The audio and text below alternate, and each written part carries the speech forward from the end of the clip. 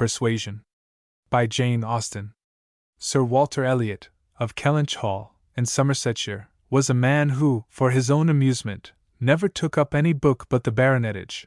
There he found occupation for an idle hour, and consolation in a distressed one. There his faculties were roused into admiration and respect by contemplating the limited remnant of the earliest patents. There any unwelcome sensations arising from domestic affairs changed naturally into pity and contempt as he turned over the almost endless creations of the last century, and there, if every other leaf were powerless, he could read his own history with an interest which never failed. This was the page at which the favorite volume always opened. Walter Elliot, born March 1, 1760, married, July 15, 1784, Elizabeth, daughter of James Stevenson, Esq. of South Park, in the county of Gloucester, by which lady, who died 1800, he has issue Elizabeth, born June 1, 1785, and born August 9, 1787, a stillborn son, November 5, 1789, Mary, born November 20, 1791. Precisely such had the paragraph originally stood from the printer's hands, but Sir Walter had improved it by adding, for the information of himself and his family, these words, after the date of Mary's birth. Married, December 16, 1810, Charles, son and heir of Charles Musgrove, Esq. of Uppercross, in the county of Somerset, and by inserting most accurately the day of the month on which he had lost his wife. Then followed the history and rise of the ancient and respectable family, in the usual terms, how it had been first settled in Cheshire, how mentioned in Dugdale, serving the office of High Sheriff, representing a borough in 3 successive parliaments, exertions of loyalty and dignity of baronet, in the first year of Charles II, with all the Marys and Elizabeths they had married, forming altogether 2 handsome 12mo pages, and concluding with the arms and motto. Principal seat, Kellynch Hall, in the county of Somerset, and Sir Walter's handwriting again in this finale. Heir presumptive, William Walter Elliot, Esq., great-grandson of the second Sir Walter. Vanity was the beginning and the end of Sir Walter Elliot's character, vanity of person and of situation. He had been remarkably handsome in his youth, and, at 54, was still a very fine man. Few women could think more of their personal appearance than he did, nor could the valet of any new-made lord be more delighted with the place he held in society. He considered the blessing of beauty as inferior only to the blessing of a baronetcy, and the Sir Walter Elliot, who united these gifts, was the constant object of his warmest respect and devotion. His good looks and his rank had one fair claim on his attachment, since to them he must have owed a wife of very superior character to anything deserved by his own. Lady Elliot had been an excellent woman, sensible and amiable, whose judgment and conduct, if they might be pardoned the youthful infatuation which made her Lady Elliot, had never required indulgence afterwards. She had humored, or softened, or concealed his failings, and promoted his real respectability for 17 years, and though not the very happiest being in the world herself, had found enough in her duties, her friends, and her children, to attach her to life, and make it no matter of indifference to her when she was called on to quit them. 3 girls, the 2 eldest 16 and 14, was an awful legacy for a mother to bequeath, an awful charge rather, to confide to the authority and guidance of a conceited, silly father. She had, however, one very intimate friend, a sensible, deserving woman, who had been brought, by strong attachment to herself, to settle close by her, in the village of Kellynch, and on her kindness and advice, Lady Elliot mainly relied for the best help and maintenance of the good principles and instruction which she had been anxiously giving her daughters. This friend, and Sir Walter, did not marry, whatever might have been anticipated on that head by their acquaintance. 13 years had passed away since Lady Elliot's death, and they were still near neighbors and intimate friends, and one remained a widower, the other a widow. That Lady Russell, of steady age and character, and extremely well provided for, should have no thought of a second marriage, needs no apology to the public, which is rather apt to be unreasonably discontented when a woman does marry again, than when she does not. But Sir Walter's continuing in singleness requires explanation. Be it known then, that Sir Walter, like a good father, having met with 1 or 2 private disappointments in very unreasonable applications, prided himself on remaining single for his dear daughter's sake. For one daughter, his eldest, he would really have given up anything, which he had not been very much tempted to do. Elizabeth had succeeded, at 16, to all that was possible of her mother's rights and consequence, and being very handsome, and very like himself, her influence had always been great, and they had gone on together most happily. His 2 other children were of very inferior value. Mary had acquired a little artificial importance, by becoming Mrs. Charles Musgrove, but with an elegance of mind and sweetness of character, which must have placed her high with any people of real understanding, was nobody with either father or sister.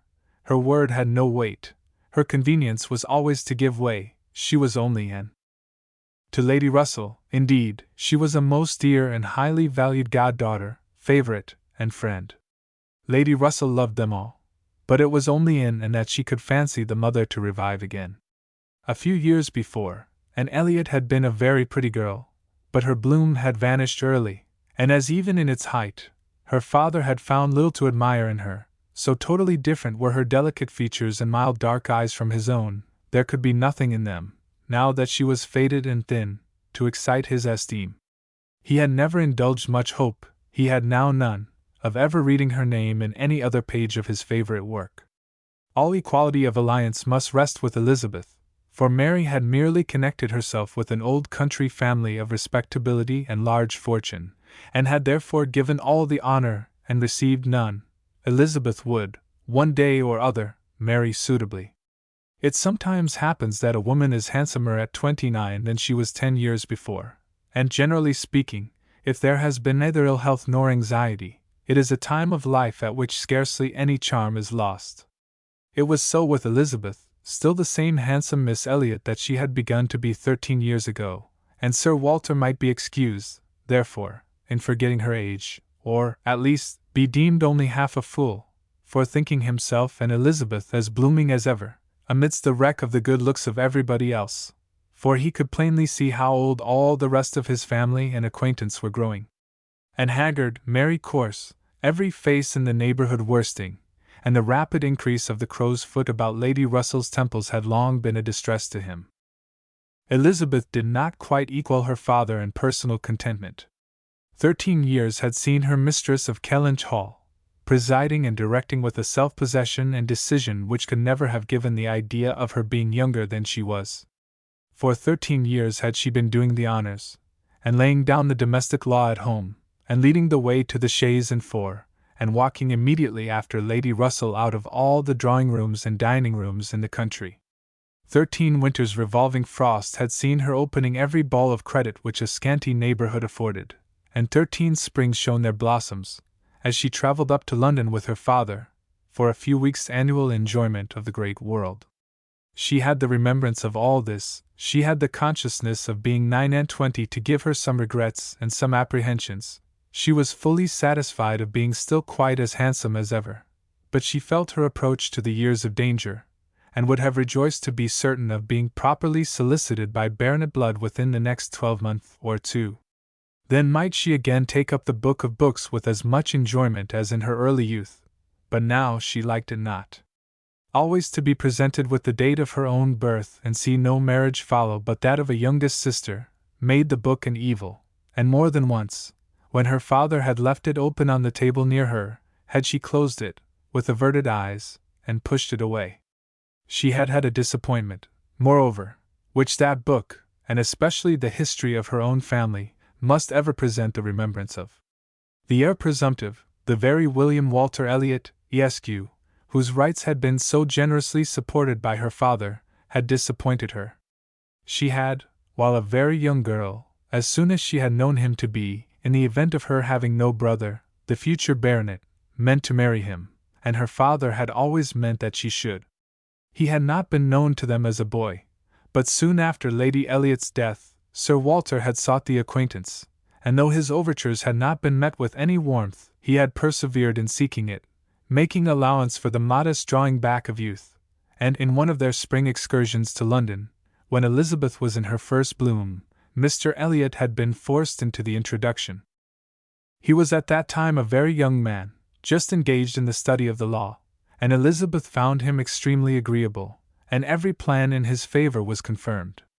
He was invited to Kellynch Hall. He was talked of and expected all the rest of the year, but he never came. The following spring he was seen again in town, found equally agreeable, again encouraged, invited, and expected, and again he did not come, and the next tidings were that he was married. Instead of pushing his fortune in the line marked out for the heir of the house of Elliot, he had purchased independence by uniting himself to a rich woman of inferior birth. Sir Walter had resented it. As the head of the house, he felt that he ought to have been consulted, especially after taking the young man so publicly by the hand. For they must have been seen together, he observed, once at Tattersall's, and twice in the lobby of the House of Commons. His disapprobation was expressed, but apparently very little regarded. Mr. Elliot had attempted no apology, and shown himself as unsolicitous of being longer noticed by the family, as Sir Walter considered him unworthy of it. All acquaintance between them had ceased. This very awkward history of Mr. Elliot was still, after an interval of several years, felt with anger by Elizabeth, who had liked the man for himself, and still more for being her father's heir, and whose strong family pride could see only in him a proper match for Sir Walter Elliot's eldest daughter.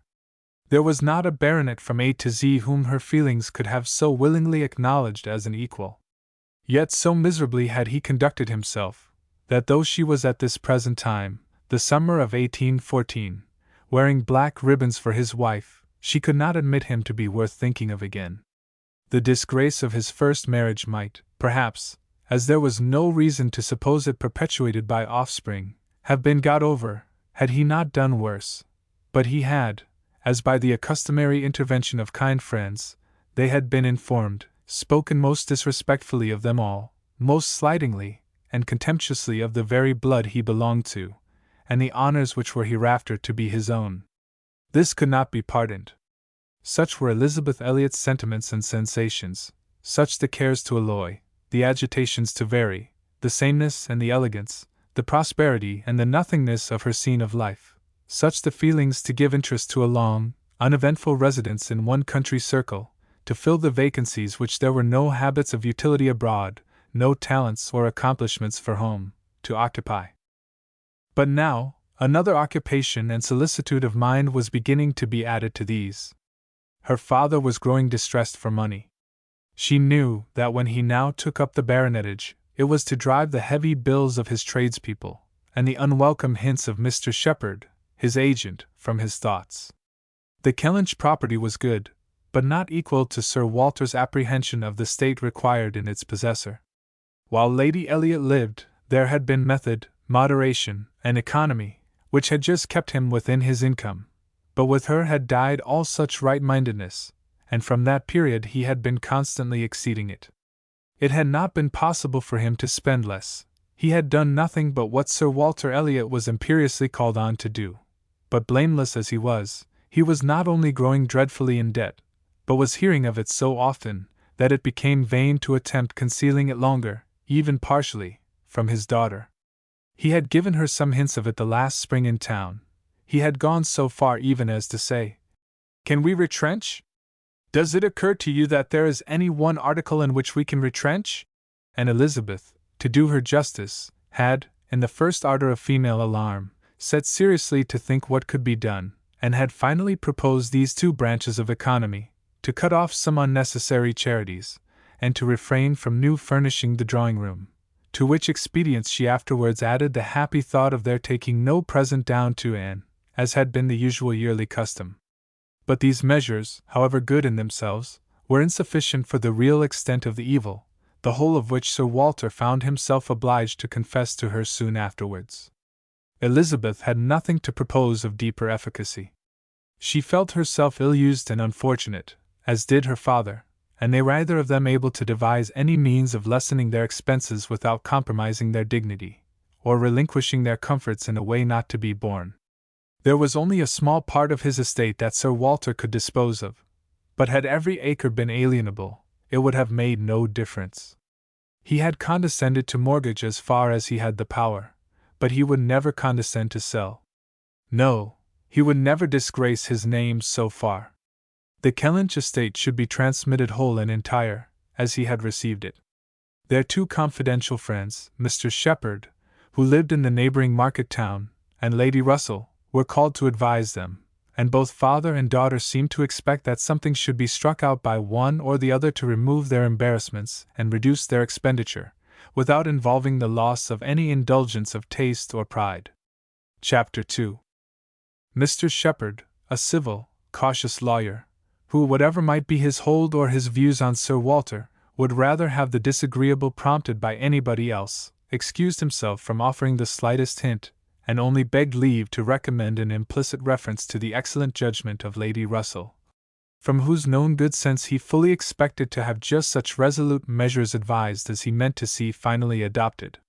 Lady Russell was most anxiously zealous on the subject, and gave it much serious consideration. She was a woman rather of sound than of quick abilities, whose difficulties in coming to any decision in this instance were great, from the opposition of two leading principles. She was of strict integrity herself, with a delicate sense of honor, but she was as desirous of saving Sir Walter's feelings, as solicitous for the credit of the family, as aristocratic in her ideas of what was due to them, as anybody of sense and honesty could well be. She was a benevolent, charitable, good woman, and capable of strong attachments, most correct in her conduct, strict in her notions of decorum, and with manners that were held a standard of good breeding. She had a cultivated mind, and was, generally speaking, rational and consistent, but she had prejudices on the side of ancestry. She had a value for rank and consequence, which blinded her a little to the faults of those who possessed them. Herself the widow of only a knight, she gave the dignity of a baronet all its due, and Sir Walter, independent of his claims as an old acquaintance, an attentive neighbor, an obliging landlord, the husband of her very dear friend, the father of Anne and her sisters, was, as being Sir Walter, in her apprehension, entitled to a great deal of compassion and consideration under his present difficulties. They must retrench, that did not admit of a doubt. But she was very anxious to have it done with the least possible pain to him and Elizabeth. She drew up plans of economy, she made exact calculations, and she did what nobody else thought of doing. She consulted Anne, who never seemed considered by the others as having any interest in the question. She consulted, and in a degree was influenced by her in marking out the scheme of retrenchment which was at last submitted to Sir Walter. Every emendation of Anne's had been on the side of honesty against importance. She wanted more vigorous measures, a more complete reformation, a quicker release from debt, a much higher tone of indifference for everything but justice and equity. "If we can persuade your father to all this," said Lady Russell, looking over her paper, "much may be done. If he will adopt these regulations, in 7 years he will be clear, and I hope we may be able to convince him and Elizabeth that Kellynch Hall has a respectability in itself which cannot be affected by these reductions, and that the true dignity of Sir Walter Elliot will be very far from lessened in the eyes of sensible people, by acting like a man of principle. What will he be doing, in fact, but what very many of our first families have done or ought to do? There will be nothing singular in his case, and it is singularity which often makes the worst part of our suffering, as it always does of our conduct. I have great hope of prevailing. We must be serious and decided, for after all, the person who has contracted debts must pay them, and though a great deal is due to the feelings of the gentleman, and the head of a house, like your father, there is still more due to the character of an honest man." This was the principle on which Anne wanted her father to be proceeding, his friends to be urging him. She considered it as an act of indispensable duty to clear away the claims of creditors with all the expedition which the most comprehensive retrenchments could secure, and saw no dignity in anything short of it. She wanted it to be prescribed, and felt as a duty. She rated Lady Russell's influence highly, and as to the severe degree of self-denial which her own conscience prompted, she believed there might be little more difficulty in persuading them to a complete, than to half a reformation. Her knowledge of her father and Elizabeth inclined her to think that the sacrifice of one pair of horses would be hardly less painful than of both, and so on, through the whole list of Lady Russell's too gentle reductions. How Anne's more rigid requisitions might have been taken is of little consequence. Lady Russell's had no success at all, could not be put up with, were not to be borne. What? Every comfort of life knocked off. Journeys, London, servants, horses, table, contractions and restrictions everywhere. To live no longer with the decencies even of a private gentleman.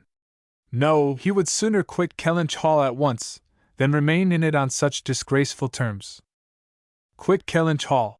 The hint was immediately taken up by Mr. Shepherd, whose interest was involved in the reality of Sir Walter's retrenching, and who was perfectly persuaded that nothing would be done without a change of abode. Since the idea had been started in the very quarter which ought to dictate, he had no scruple, he said, in confessing his judgment to be entirely on that side. It did not appear to him that Sir Walter could materially alter his style of living in a house which had such a character of hospitality and ancient dignity to support. In any other place Sir Walter might judge for himself, and would be looked up to, as regulating the modes of life in whatever way he might choose to model his household.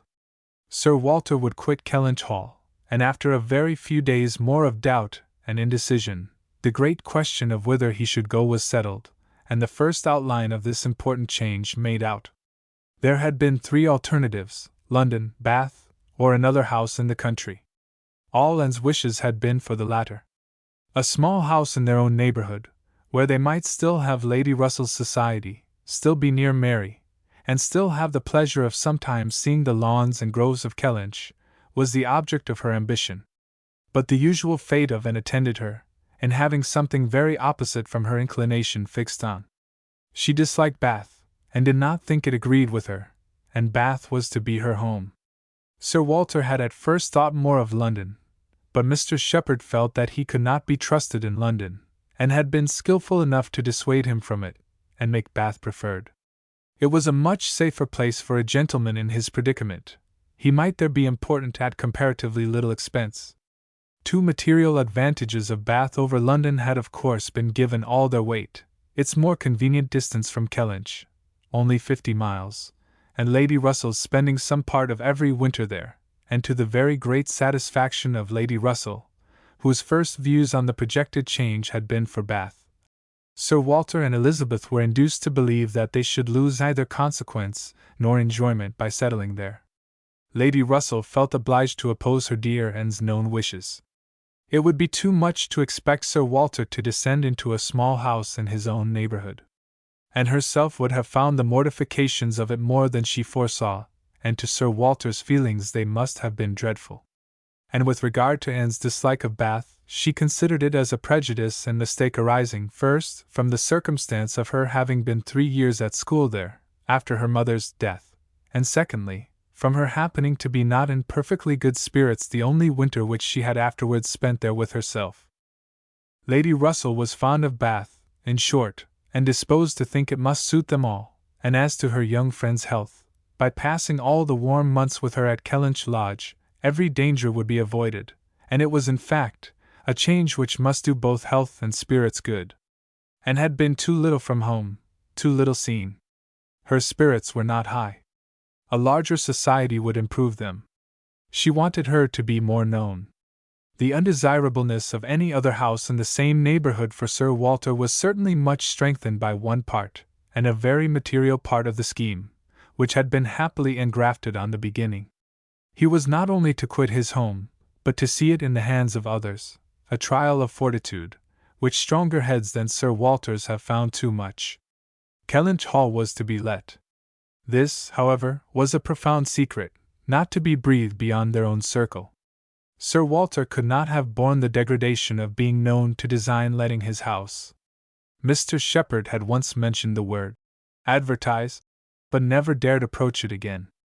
Sir Walter spurned the idea of its being offered in any manner, forbade the slightest hint being dropped of his having such an intention, and it was only on the supposition of his being spontaneously solicited by some most unexceptionable applicant, on his own terms, and as a great favor, that he would let it at all. How quick come the reasons for approving what we like! Lady Russell had another excellent one at hand, for being extremely glad that Sir Walter and his family were to remove from the country. Elizabeth had been lately forming an intimacy, which she wished to see interrupted. It was with the daughter of Mr. Shepherd, who had returned, after an unprosperous marriage, to her father's house, with the additional burden of 2 children. She was a clever young woman, who understood the art of pleasing, at least, at Kellynch Hall, and who had made herself so acceptable to Miss Elliot, as to have been already staying there more than once, in spite of all that Lady Russell, who thought it a friendship quite out of place, could hint of caution and reserve. Lady Russell, indeed, had scarcely any influence with Elizabeth, and seemed to love her, rather because she would love her, than because Elizabeth deserved it. She had never received from her more than outward attention, nothing beyond the observances of complaisance, had never succeeded in any point which she wanted to carry, against previous inclination. She had been repeatedly very earnest in trying to get and included in the visit to London, sensibly open to all the injustice and all the discredit of the selfish arrangements which shut her out, and on many lesser occasions had endeavored to give Elizabeth the advantage of her own better judgment and experience. But always in vain. Elizabeth would go her own way. And never had she pursued it in more decided opposition to Lady Russell than in this selection of Mrs. Clay, turning from the society of so deserving a sister, to bestow her affection and confidence on one who ought to have been nothing to her but the object of distant civility. From situation, Mrs. Clay was, in Lady Russell's estimate, a very unequal, and in her character she believed a very dangerous companion, and a removal that would leave Mrs. Clay behind, and bring a choice of more suitable intimates within Miss Elliot's reach, was therefore an object of first-rate importance.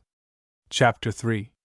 I must take leave to observe, Sir Walter, said Mr. Shepherd one morning at Kellynch Hall, as he laid down the newspaper, that the present juncture is much in our favor. This peace will be turning all our rich naval officers ashore. They will be all wanting a home. Could not be a better time, Sir Walter, for having a choice of tenants, very responsible tenants. Many a noble fortune has been made during the war. If a rich admiral were to come in our way, Sir Walter, he would be a very lucky man, Shepherd, replied Sir Walter. That's all I have to remark. A prize indeed would Kellynch Hall be to him, rather the greatest prize of all, let him have taken ever so many before. Hey, Shepherd? Mr. Shepherd laughed, as he knew he must, at this wit, and then added, I presume to observe, Sir Walter, that, in the way of business, gentlemen of the Navy are well to deal with. I have had a little knowledge of their methods of doing business, and I am free to confess that they have very liberal notions, and are as likely to make desirable tenants as any set of people one should meet with. Therefore, Sir Walter, what I would take leave to suggest is, that if in consequence of any rumors getting abroad of your intention, which must be contemplated as a possible thing, because we know how difficult it is to keep the actions and designs of one part of the world from the notice and curiosity of the other, consequence has its tax. I, John Shepherd, might conceal any family matters that I chose, for nobody would think it worth their while to observe me, but Sir Walter Elliot has eyes upon him which it may be very difficult to elude, and therefore, thus much I venture upon, that it will not greatly surprise me if, with all our caution, some rumor of the truth should get abroad, in the supposition of which, as I was going to observe, since applications will unquestionably follow, I should think any from our wealthy naval commanders particularly worth attending to, and beg leave to add, that 2 hours will bring me over at any time, to save you the trouble of replying. Sir Walter only nodded. But soon afterwards, rising and pacing the room, he observed sarcastically, There are few among the gentlemen of the Navy, I imagine, who would not be surprised to find themselves in a house of this description. They would look around them, no doubt, and bless their good fortune, said Mrs. Clay, for Mrs. Clay was present. Her father had driven her over, nothing being of so much use to Mrs. Clay's health as a drive to Kellynch. But I quite agree with my father in thinking a sailor might be a very desirable tenant. I have known a good deal of the profession, and besides their liberality, they are so neat and careful in all their ways. These valuable pictures of yours, Sir Walter, if you chose to leave them, would be perfectly safe. Everything in and about the house would be taken such excellent care of. The gardens and shrubberies would be kept in almost as high order as they are now. You need not be afraid, Miss Elliot, of your own sweet flower gardens being neglected. As to all that, rejoined Sir Walter coolly, supposing I were induced to let my house, I have by no means made up my mind as to the privileges to be annexed to it. I am not particularly disposed to favor a tenant. The park would be open to him, of course, and few navy officers, or men of any other description, can have had such a range, but what restrictions I might impose on the use of the pleasure grounds is another thing. I am not fond of the idea of my shrubberies being always approachable, and I should recommend Miss Elliot to be on her guard with respect to her flower garden. I am very little disposed to grant a tenant of Kellynch Hall any extraordinary favor, I assure you, be he sailor or soldier. After a short pause, Mr. Shepherd presumed to say, in all these cases, there are established usages which make everything plain and easy between landlord and tenant. Your interest, Sir Walter, is in pretty safe hands. Depend upon me for taking care that no tenant has more than his just rights. I venture to hint that Sir Walter Elliot cannot be half so jealous for his own as John Shepherd will be for him. Herein spoke the Navy, I think, who have done so much for us, have at least an equal claim with any other set of men, for all the comforts and all the privileges which any home can give. Sailors work hard enough for their comforts, we must all allow. Very true, very true. What Misson says is very true, was Mr. Shepherd's rejoinder, and, oh, certainly, was his daughter's, but Sir Walter's remark was, soon afterwards, the profession has its utility, but I should be sorry to see any friend of mine belonging to it. Indeed, was the reply, and with a look of surprise. Yes, it is in 2 points offensive to me. I have 2 strong grounds of objection to it. First, as being the means of bringing persons of obscure birth into undue distinction, and raising men to honors which their fathers and grandfathers never dreamt of, and secondly, as it cuts up a man's youth and vigor most horribly. A sailor grows old sooner than any other man. I have observed it all my life. A man is in greater danger in the Navy of being insulted by the rise of one whose father, his father might have disdained to speak to, and of becoming prematurely an object of disgust himself, than in any other line. One day last spring, in town, I was in company with 2 men, striking instances of what I am talking of, Lord S.D. Ives, whose father we all know to have been a country curate, without bread to eat. I was to give place to Lord S.D. Ives, and a certain Admiral Baldwin, the most deplorable-looking personage you can imagine, his face the color of mahogany, rough and rugged to the last degree, all lines and wrinkles, 9 gray hairs of a side, and nothing but a dab of powder at top. In the name of heaven, who is that old fellow? Said I to a friend of mine who was standing near, Sir Basil Morley. Old fellow, cried Sir Basil, it is Admiral Baldwin. What do you take his age to be? 60, said I, or perhaps 62. 40, replied Sir Basil, 40, and no more. Picture to yourselves my amazement. I shall not easily forget Admiral Baldwin. I never saw quite so wretched an example of what a seafaring life can do, but to a degree, I know it is the same with them all. They are all knocked about, and exposed to every climate, and every weather, till they are not fit to be seen. It is a pity they are not knocked on the head at once, before they reach Admiral Baldwin's age. Nay, Sir Walter, cried Mrs. Clay, this is being severe indeed. Have a little mercy on the poor men. We are not all born to be handsome. The sea is no beautifier, certainly. Sailors do grow old betimes, I have observed it. They soon lose the look of youth. But then, is not it the same with many other professions, perhaps most other? Soldiers, in active service, are not at all better off, and even in the quieter professions, there is a toil and a labor of the mind, if not of the body, which seldom leaves a man's looks to the natural effect of time. The lawyer plods, quite careworn, the physician is up at all hours, and traveling in all weather, and even the clergyman. She stopped a moment to consider what might do for the clergyman. And even the clergyman, you know, is obliged to go into infected rooms, and expose his health and looks to all the injury of a poisonous atmosphere.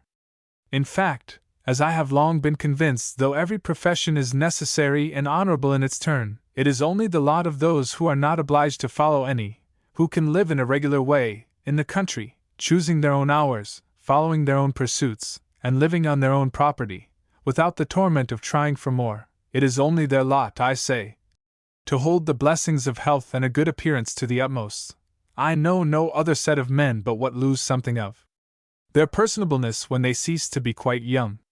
It seemed as if Mr. Shepherd, in this anxiety to bespeak Sir Walter's goodwill towards a naval officer as tenant, had been gifted with foresight, for the very first application for the house was from an Admiral Croft, with whom he shortly afterwards fell into company in attending the quarter sessions at Taunton, and indeed, he had received a hint of the Admiral from a London correspondent. By the report which he hastened over to Kellynch to make, Admiral Croft was a native of Somersetshire, who, having acquired a very handsome fortune, was wishing to settle in his own country, and had come down to Taunton in order to look at some advertised places in that immediate neighbourhood, which, however, had not suited him. That accidentally hearing, it was just as he had foretold, Mr. Shepherd observed. Sir Walter's concerns could not be kept a secret. Accidentally hearing of the possibility of Kellynch Hall being to let, and understanding his, Mr. Shepherd's, connection with the owner, he had introduced himself to him in order to make particular inquiries, and had, in the course of a pretty long conference, expressed as strong an inclination for the place as a man who knew it only by description could feel, and given Mr. Shepherd, in his explicit account of himself, every proof of his being a most responsible, eligible tenant. "And who is Admiral Croft?" was Sir Walter's cold, suspicious inquiry. Mr. Shepherd answered for his being of a gentleman's family, and mentioned a place, and then, after the little pause which followed, added, "He is a rear admiral of the White. He was in the Trafalgar action, and has been in the East Indies since. He was stationed there, I believe, several years." "Then I take it for granted," observed Sir Walter, "that his face is about as orange as the cuffs and capes of my livery." Mr. Shepherd hastened to assure him that Admiral Croft was a very hale, hearty, well-looking man, a little weather-beaten, to be sure, but not much, and quite the gentleman in all his notions and behavior, not likely to make the smallest difficulty about terms, only wanted a comfortable home, and to get into it as soon as possible, knew he must pay for his convenience, knew what rent a ready-furnished house of that consequence might fetch, should not have been surprised if Sir Walter had asked more, had inquired about the manor, would be glad of the deputation, certainly, but made no great point of it, said he sometimes took out a gun, but never killed, quite the gentleman. Mr. Shepherd was eloquent on the subject, pointing out all the circumstances of the Admiral's family, which made him peculiarly desirable as a tenant. He was a married man, and without children, the very state to be wished for. A house was never taken good care of, Mr. Shepherd observed. Without a lady, he did not know whether furniture might not be in danger of suffering as much where there was no lady, as where there were many children. A lady, without a family, was the very best preserver of furniture in the world. He had seen Mrs. Croft, too. She was at Taunton with the Admiral, and had been present almost all the time they were talking the matter over. And a very well-spoken, genteel, shrewd lady she seemed to be, continued he. Asked more questions about the house, and terms, and taxes, than the Admiral himself, and seemed more conversant with business, and moreover, Sir Walter, I found she was not quite unconnected in this country, any more than her husband, that is to say, she is sister to a gentleman who did live amongst us once, she told me so herself, sister to the gentleman who lived a few years back at Monkford. Bless me! What was his name? At this moment I cannot recollect his name, though I have heard it so lately. Penelope, my dear, can you help me to the name of the gentleman who lived at Monkford, Mrs. Croft's brother? But Mrs. Clay was talking so eagerly with Miss Elliot that she did not hear the appeal. I have no conception whom you can mean, Shepherd. I remember no gentleman resident at Monkford since the time of old Governor Trent. Bless me! How very odd! I shall forget my own name soon, I suppose. A name that I am so very well acquainted with, knew the gentleman so well by sight, seen him 100 times, came to consult me once, I remember, about a trespass of one of his neighbors, farmer's man breaking into his orchard, wall torn down, apples stolen, caught in the fact, and afterwards, contrary to my judgment, submitted to an amicable compromise. Very odd indeed! After waiting another moment. You mean Mr. Wentworth, I suppose? Said Anne. Mr. Shepherd was all gratitude. Wentworth was the very name! Mr. Wentworth was the very man. He had the curacy of Monkford, you know, Sir Walter, some time back, for 2 or 3 years. Came there about the year 5, I take it. You remember him, I am sure. Wentworth? Oh! Aye, Mr. Wentworth, the curate of Monkford. You misled me by the term gentleman. I thought you were speaking of some man of property. Mr. Wentworth was nobody, I remember, quite unconnected, nothing to do with the Strafford family. One wonders how the names of many of our nobility become so common. As Mr. Shepherd perceived that this connection of the Crofts did them no service with Sir Walter, he mentioned it no more, returning, with all his zeal, to dwell on the circumstances more indisputably in their favor, their age, and number, and fortune, the high idea they had formed of Kellynch Hall, and extreme solicitude for the advantage of renting it, making it appear as if they ranked nothing beyond the happiness of being the tenants of Sir Walter Elliot, an extraordinary taste, certainly. Could they have been supposed in the secret of Sir Walter's estimate of the dues of a tenant?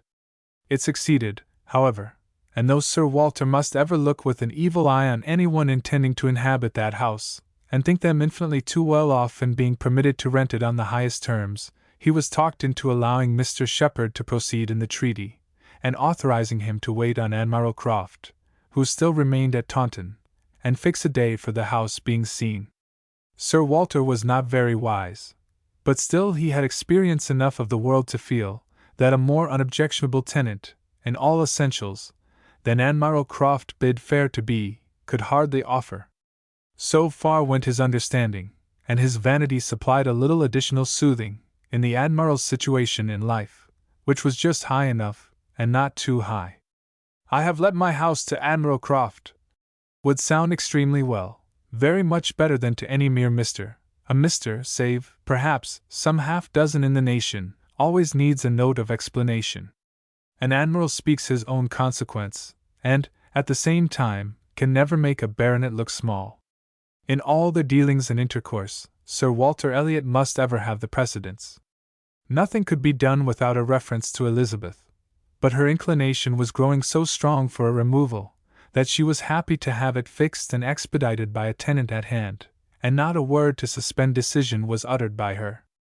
Mr. Shepherd was completely empowered to act, and no sooner had such an end been reached than Anne, who had been a most attentive listener to the whole, left the room, to seek the comfort of cool air for her flushed cheeks, and as she walked along a favorite grove, said, with a gentle sigh, "A few months more, and he, perhaps, may be walking here." Chapter 4.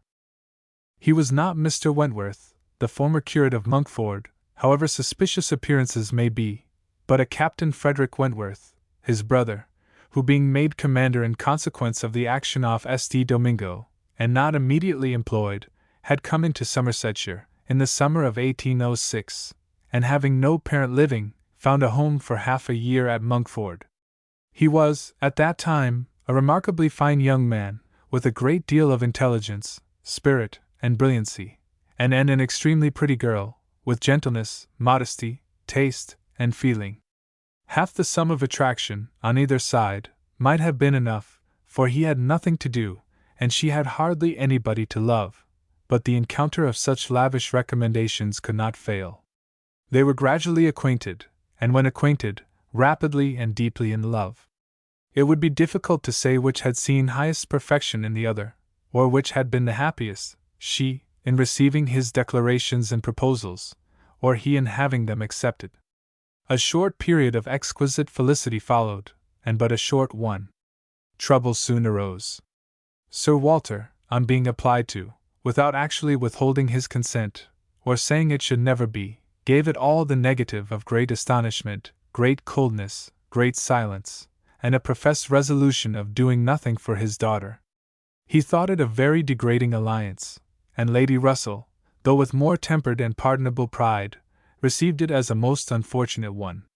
And Elliot, with all her claims of birth, beauty, and mind, to throw herself away at 19, involve herself at 19 in an engagement with a young man who had nothing but himself to recommend him, and no hopes of attaining affluence, but in the chances of a most uncertain profession, and no connections to secure even his farther rise in the profession, would be, indeed, a throwing away, which she grieved to think of. And Eliot, so young, known to so few, to be snatched off by a stranger without alliance or fortune, or rather sunk by him into a state of most wearing, anxious, youth-killing dependence. It must not be, if by any fair interference of friendship, any representations from one who had almost a mother's love and mother's rights, it would be prevented. Captain Wentworth had no fortune. He had been lucky in his profession, but spending freely what had come freely, had realized nothing. But he was confident that he should soon be rich, full of life and ardor. He knew that he should soon have a ship, and soon be on a station that would lead to everything he wanted.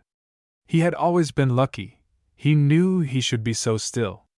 Such confidence, powerful in its own warmth, and bewitching in the wit which often expressed it, must have been enough for Anne.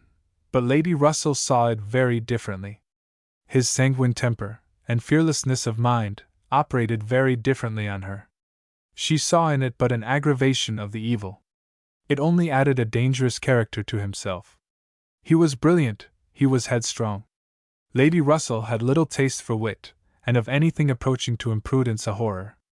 She deprecated the connection in every light. Such opposition, as these feelings produced, was more than Anne could combat. Young and gentle as she was, it might yet have been possible to withstand her father's ill will, though unsoftened by one kind word or look on the part of her sister.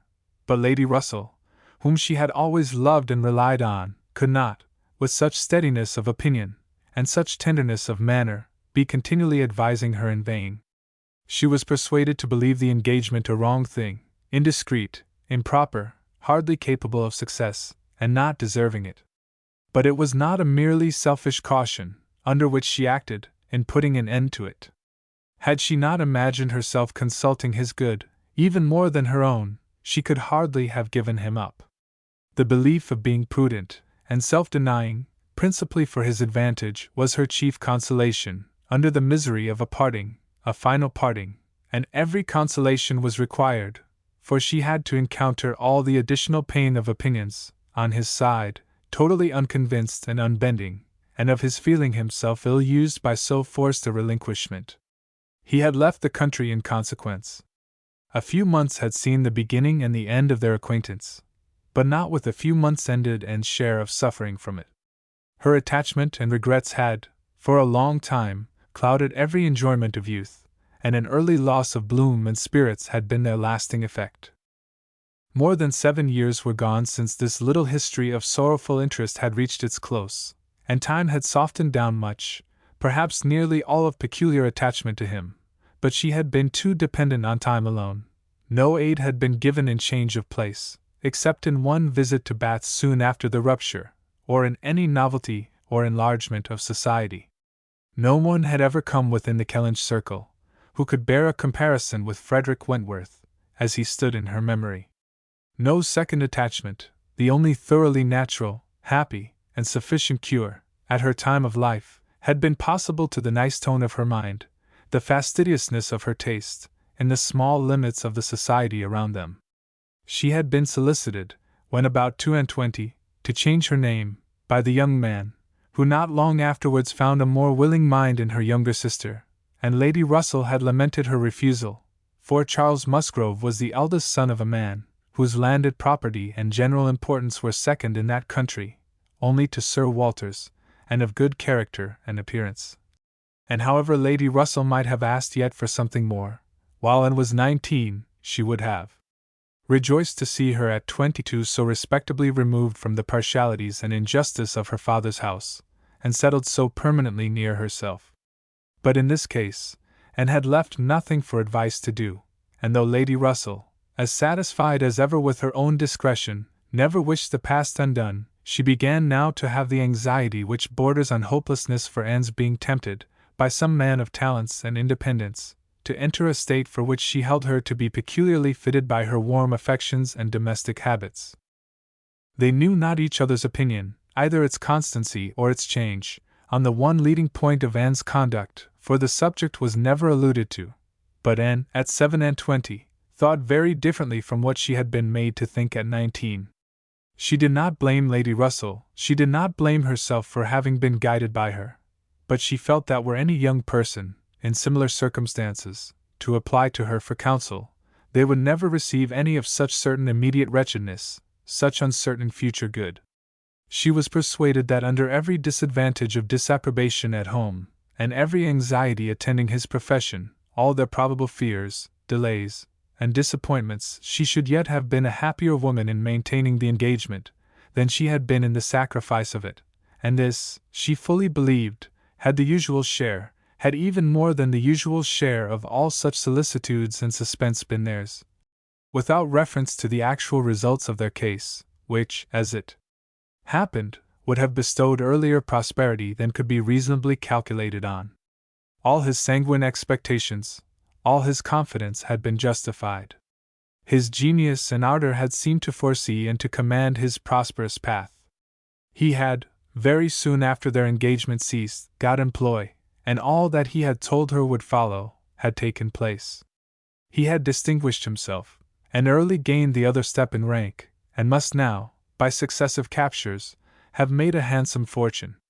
She had only navy lists and newspapers for her authority, but she could not doubt his being rich, and in favor of his constancy, she had no reason to believe him married. How eloquent could Anne Elliot have been?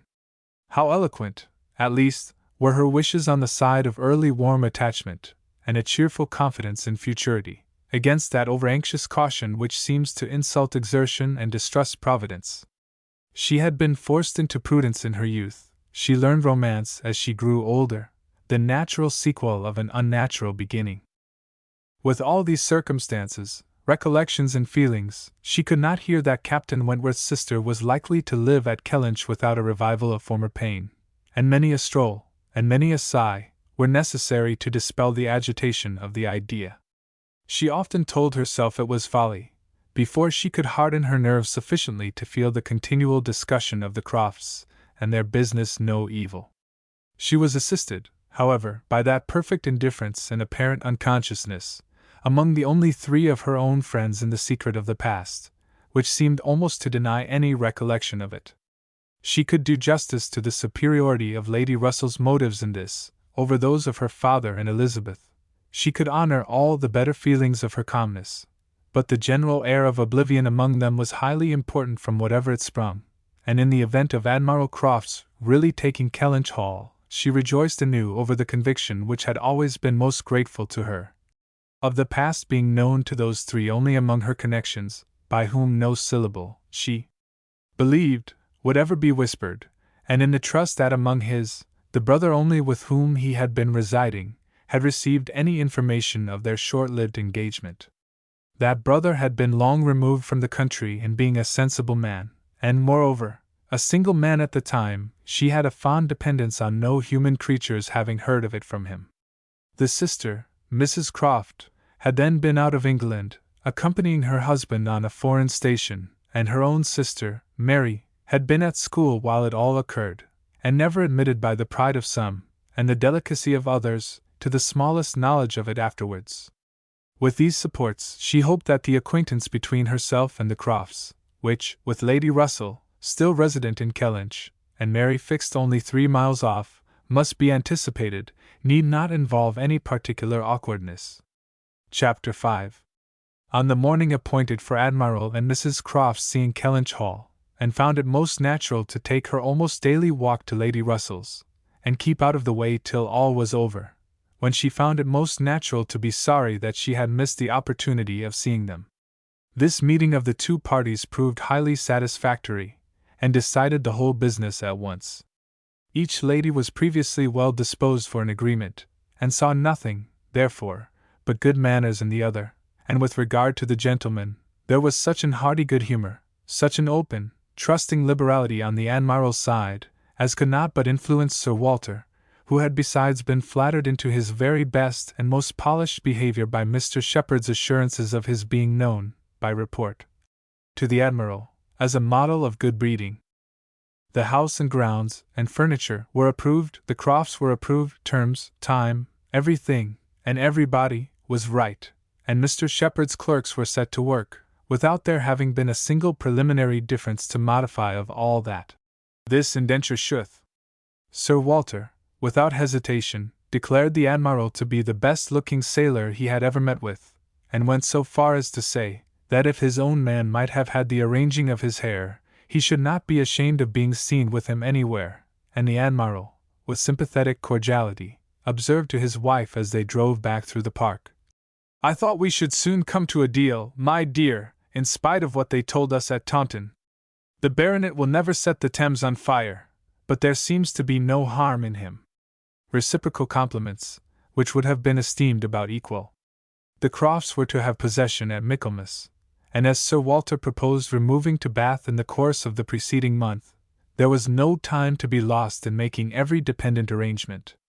Lady Russell, convinced that and would not be allowed to be of any use, or any importance, in the choice of the house which they were going to secure, was very unwilling to have her hurried away so soon, and wanted to make it possible for her to stay behind till she might convey her to Bath herself after Christmas, but having engagements of her own which must take her from Kellynch for several weeks, she was unable to give the full invitation she wished, and though dreading the possible heats of September in all the white glare of Bath, and grieving to forego all the influence so sweet and so sad of the autumnal months in the country, did not think that, everything considered, she wished to remain.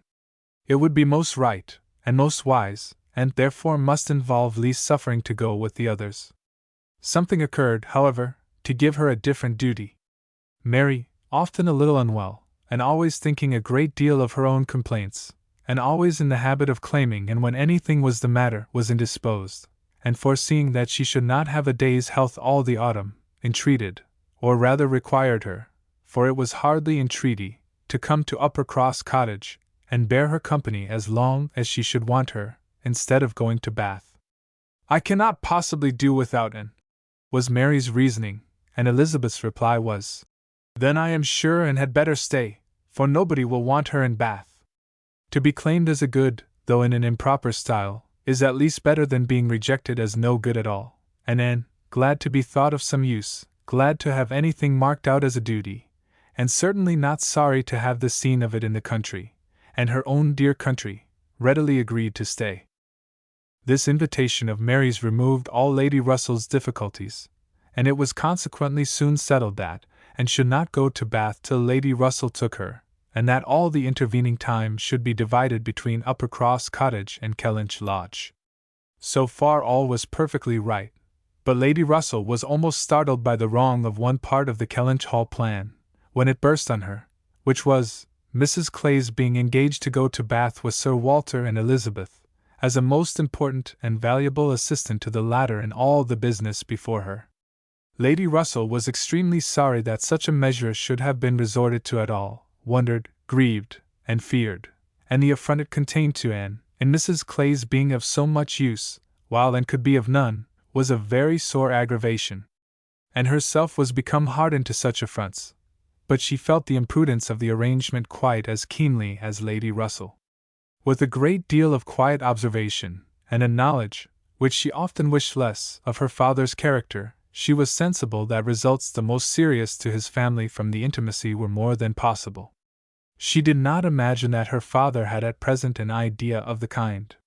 Mrs. Clay had freckles, and a projecting tooth, and a clumsy wrist, which he was continually making severe remarks upon, in her absence, but she was young, and certainly altogether well-looking, and possessed, in an acute mind and assiduous pleasing manners, infinitely more dangerous attractions than any merely personal might have been, and was so impressed by the degree of their danger, that she could not excuse herself from trying to make it perceptible to her sister.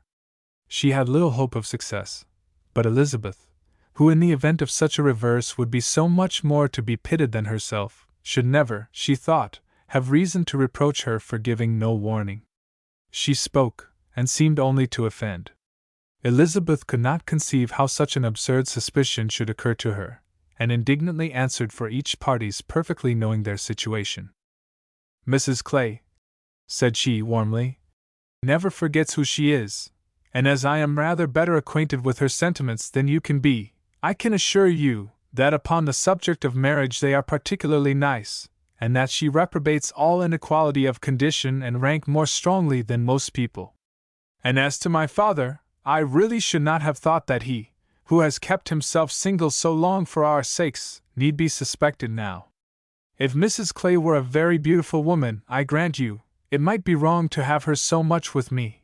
Not that anything in the world, I am sure, would induce my father to make a degrading match, but he might be rendered unhappy. But poor Mrs. Clay, who, with all her merits, can never have been reckoned tolerably pretty, I really think poor Mrs. Clay may be staying here in perfect safety. One would imagine you had never heard my father speak of her personal misfortunes, though I know you must 50 times. That tooth of hers and those freckles. Freckles do not disgust me so very much as they do him. I have known a face not materially disfigured by a few, but he abominates them.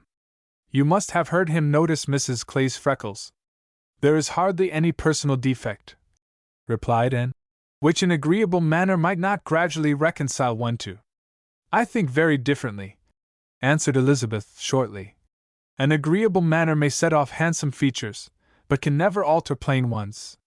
However, at any rate, as I have a great deal more at stake on this point than anybody else can have, I think it rather unnecessary in you to be advising me. And had done, glad that it was over, and not absolutely hopeless of doing good. Elizabeth, though resenting the suspicion, might yet be made observant by it. The last office of the 4 carriage horses was to draw Sir Walter, Miss Elliot, and Mrs. Clay to Bath. The party drove off in very good spirits, Sir Walter prepared with condescending bows for all the afflicted tenantry and cottagers who might have had a hint to show themselves, and Anne walked up at the same time, in a sort of desolate tranquillity, to the lodge, where she was to spend the first week. Her friend was not in better spirits than herself. Lady Russell felt this break-up of the family exceedingly. Their respectability was as dear to her as her own, and a daily intercourse had become precious by habit. It was painful to look upon their deserted grounds, and still worse to anticipate the new hands they were to fall into, and to escape the solitariness and the melancholy of so altered a village, and be out of the way when Anne Morrow and Mrs. Croft first arrived. She had determined to make her own absence from home begin when she must give up, and accordingly their removal was made together, and Anne was set down at Uppercross Cottage, in the first stage of Lady Russell's journey. Uppercross was a moderate-sized village, which a few years back had been completely in the old English style, containing only 2 houses superior in appearance to those of the yeomen and labourers: the mansion of the squire, with its high walls, great gates, and old trees, substantial and unmodernized, and the compact, tight parsonage, enclosed in its own neat garden, with a vine and a pear tree trained round its casements. But upon the marriage of the young squire, it had received the improvement of a farmhouse elevated into a cottage for his residence, and Uppercross Cottage, with its veranda, French windows, and other prettiness, was quite as likely to catch the traveller's eye as the more consistent and considerable aspect and premises of the great house, about a quarter of a mile farther on. Here Anne had often been staying. She knew the ways of Uppercross as well as those of Kellynch. The 2 families were so continually meeting, so much in the habit of running in and out of each other's house at all hours, that it was rather a surprise to her to find Mary alone. But being alone, her being unwell and out of spirits was almost a matter of course. Though better endowed than the elder sister, Mary had not Anne's understanding nor temper. While well, and happy, and properly attended to, she had great good humor and excellent spirits, but any indisposition sunk her completely. She had no resources for solitude, and inheriting a considerable share of the Elliot self-importance, was very prone to add to every other distress that of fancying herself neglected and ill-used. In person, she was inferior to both sisters, and had, even in her bloom, only reached the dignity of being a fine girl. She was now lying on the faded sofa of the pretty little drawing-room, the once elegant furniture of which had been gradually growing shabby, under the influence of 4 summers and 2 children, and, on Anne's appearing, greeted her with, "So, you are come at last! I began to think I should never see you. I am so ill I can hardly speak. I have not seen a creature the whole morning. I am sorry to find you unwell, replied Anne. You sent me such a good account of yourself on Thursday. Yes, I made the best of it. I always do, but I was very far from well at the time, and I do not think I ever was so ill in my life as I have been all this morning, very unfit to be left alone, I am sure. Suppose I were to be seized of a sudden in some dreadful way, and not able to ring the bell. So, Lady Russell would not get out. I do not think she has been in this house 3 times this summer. And said what was proper, and inquired after her husband. Oh, Charles is out shooting. I have not seen him since 7 o'clock. He would go, though I told him how ill I was. He said he should not stay out long, but he has never come back, and now it is almost 1. I assure you, I have not seen a soul this whole long morning. You have had your little boys with you? Yes, as long as I could bear their noise, but they are so unmanageable that they do me more harm than good. Little Charles does not mind a word I say, and Walter is growing quite as bad. Well, you will soon be better now, replied Anne cheerfully. You know I always cure you when I come. How are your neighbors at the great house? I can give you no account of them. I have not seen one of them today, except Mr. Musgrove, who just stopped and spoke through the window, but without getting off his horse, and though I told him how ill I was, not one of them have been near me. It did not happen to suit the Miss Musgroves, I suppose, and they never put themselves out of their way. You will see them yet, perhaps, before the morning is gone. It is early. I never want them, I assure you. They talk and laugh a great deal too much for me. Oh, and I am so very unwell.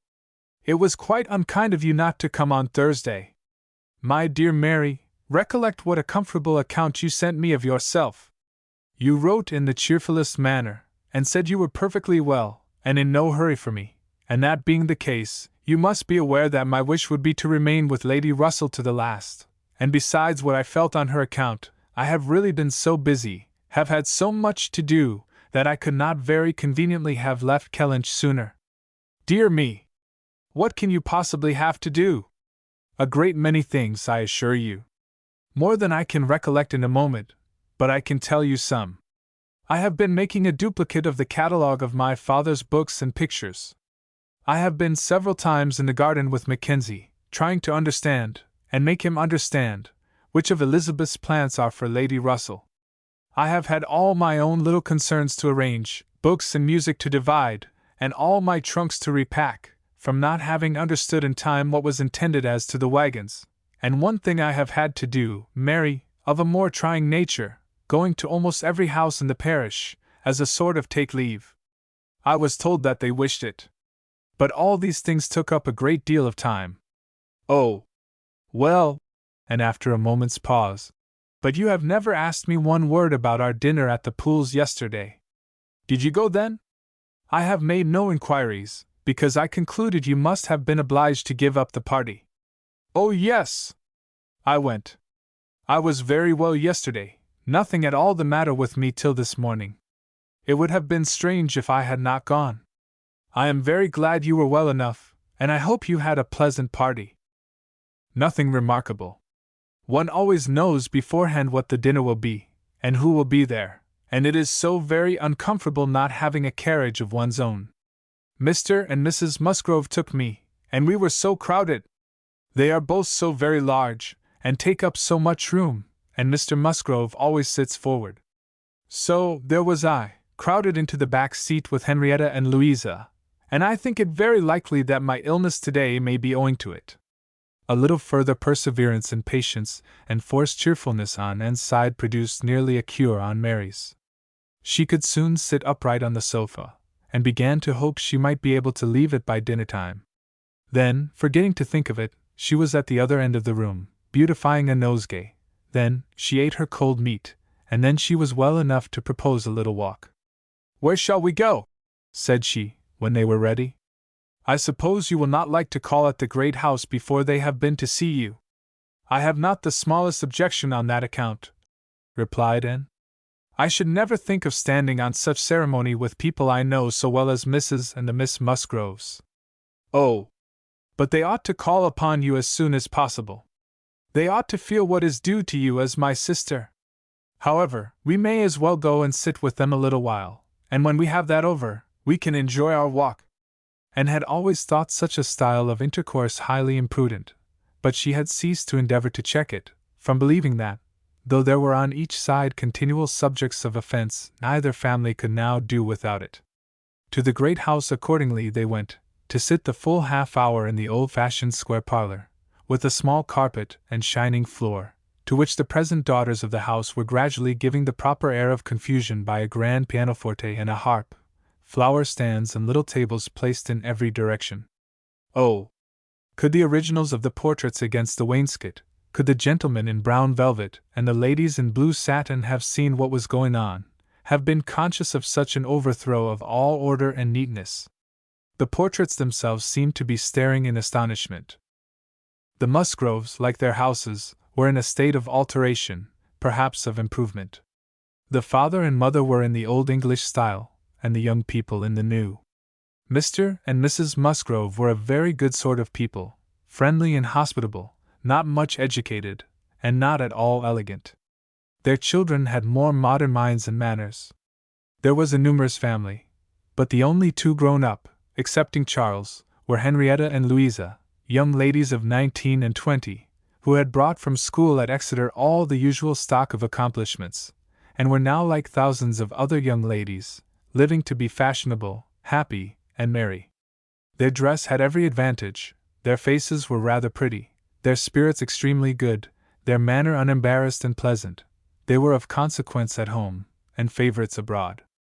And always contemplated them as some of the happiest creatures of her acquaintance, but still, saved as we all are, by some comfortable feeling of superiority from wishing for the possibility of exchange, she would not have given up her own more elegant and cultivated mind for all their enjoyments, and envied them nothing but that seemingly perfect good understanding and agreement together, that good-humored mutual affection, of which she had known so little herself with either of her sisters. They were received with great cordiality. Nothing seemed amiss on the side of the great house family, which was generally, as Anne very well knew, the least to blame. The half-hour was chatted away pleasantly enough, and she was not at all surprised, at the end of it, to have their walking party joined by both the Miss Musgroves, at Mary's particular invitation. Chapter 6. Anne had not wanted this visit to Uppercross, to learn that a removal from one set of people to another, though at a distance of only 3 miles, will often include a total change of conversation, opinion, and idea. She had never been staying there before, without being struck by it, or without wishing that other Elliots could have her advantage in seeing how unknown, or unconsidered there, were the affairs which at Kellynch Hall were treated as of such general publicity and pervading interest. Yet, with all this experience, she believed she must now submit to feel that another lesson, in the art of knowing our own nothingness beyond our own circle, was become necessary for her, for certainly, coming as she did, with a heart full of the subject which had been completely occupying both houses in Kellynch for many weeks, she had expected rather more curiosity and sympathy than she found in the separate but very similar remark of Mr. and Mrs. Musgrove. "So Miss and Sir Walter and your sister are gone, and what part of Bath do you think they will settle in?" And this, without much waiting for an answer, or in the young lady's addition of, "I hope we shall be in Bath in the winter, but remember, Papa, if we do go, we must be in a good situation, none of your Queen squares for us," or in the anxious supplement from Mary of, "Upon my word I shall be pretty well off, when you are all gone away to be happy at Bath."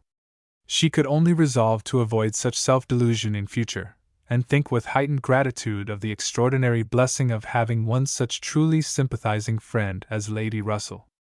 The Mr. Musgroves had their own game to guard, and to destroy, their own horses, dogs, and newspapers to engage them, and the females were fully occupied in all the other common subjects of housekeeping, neighbors, dress, dancing, and music.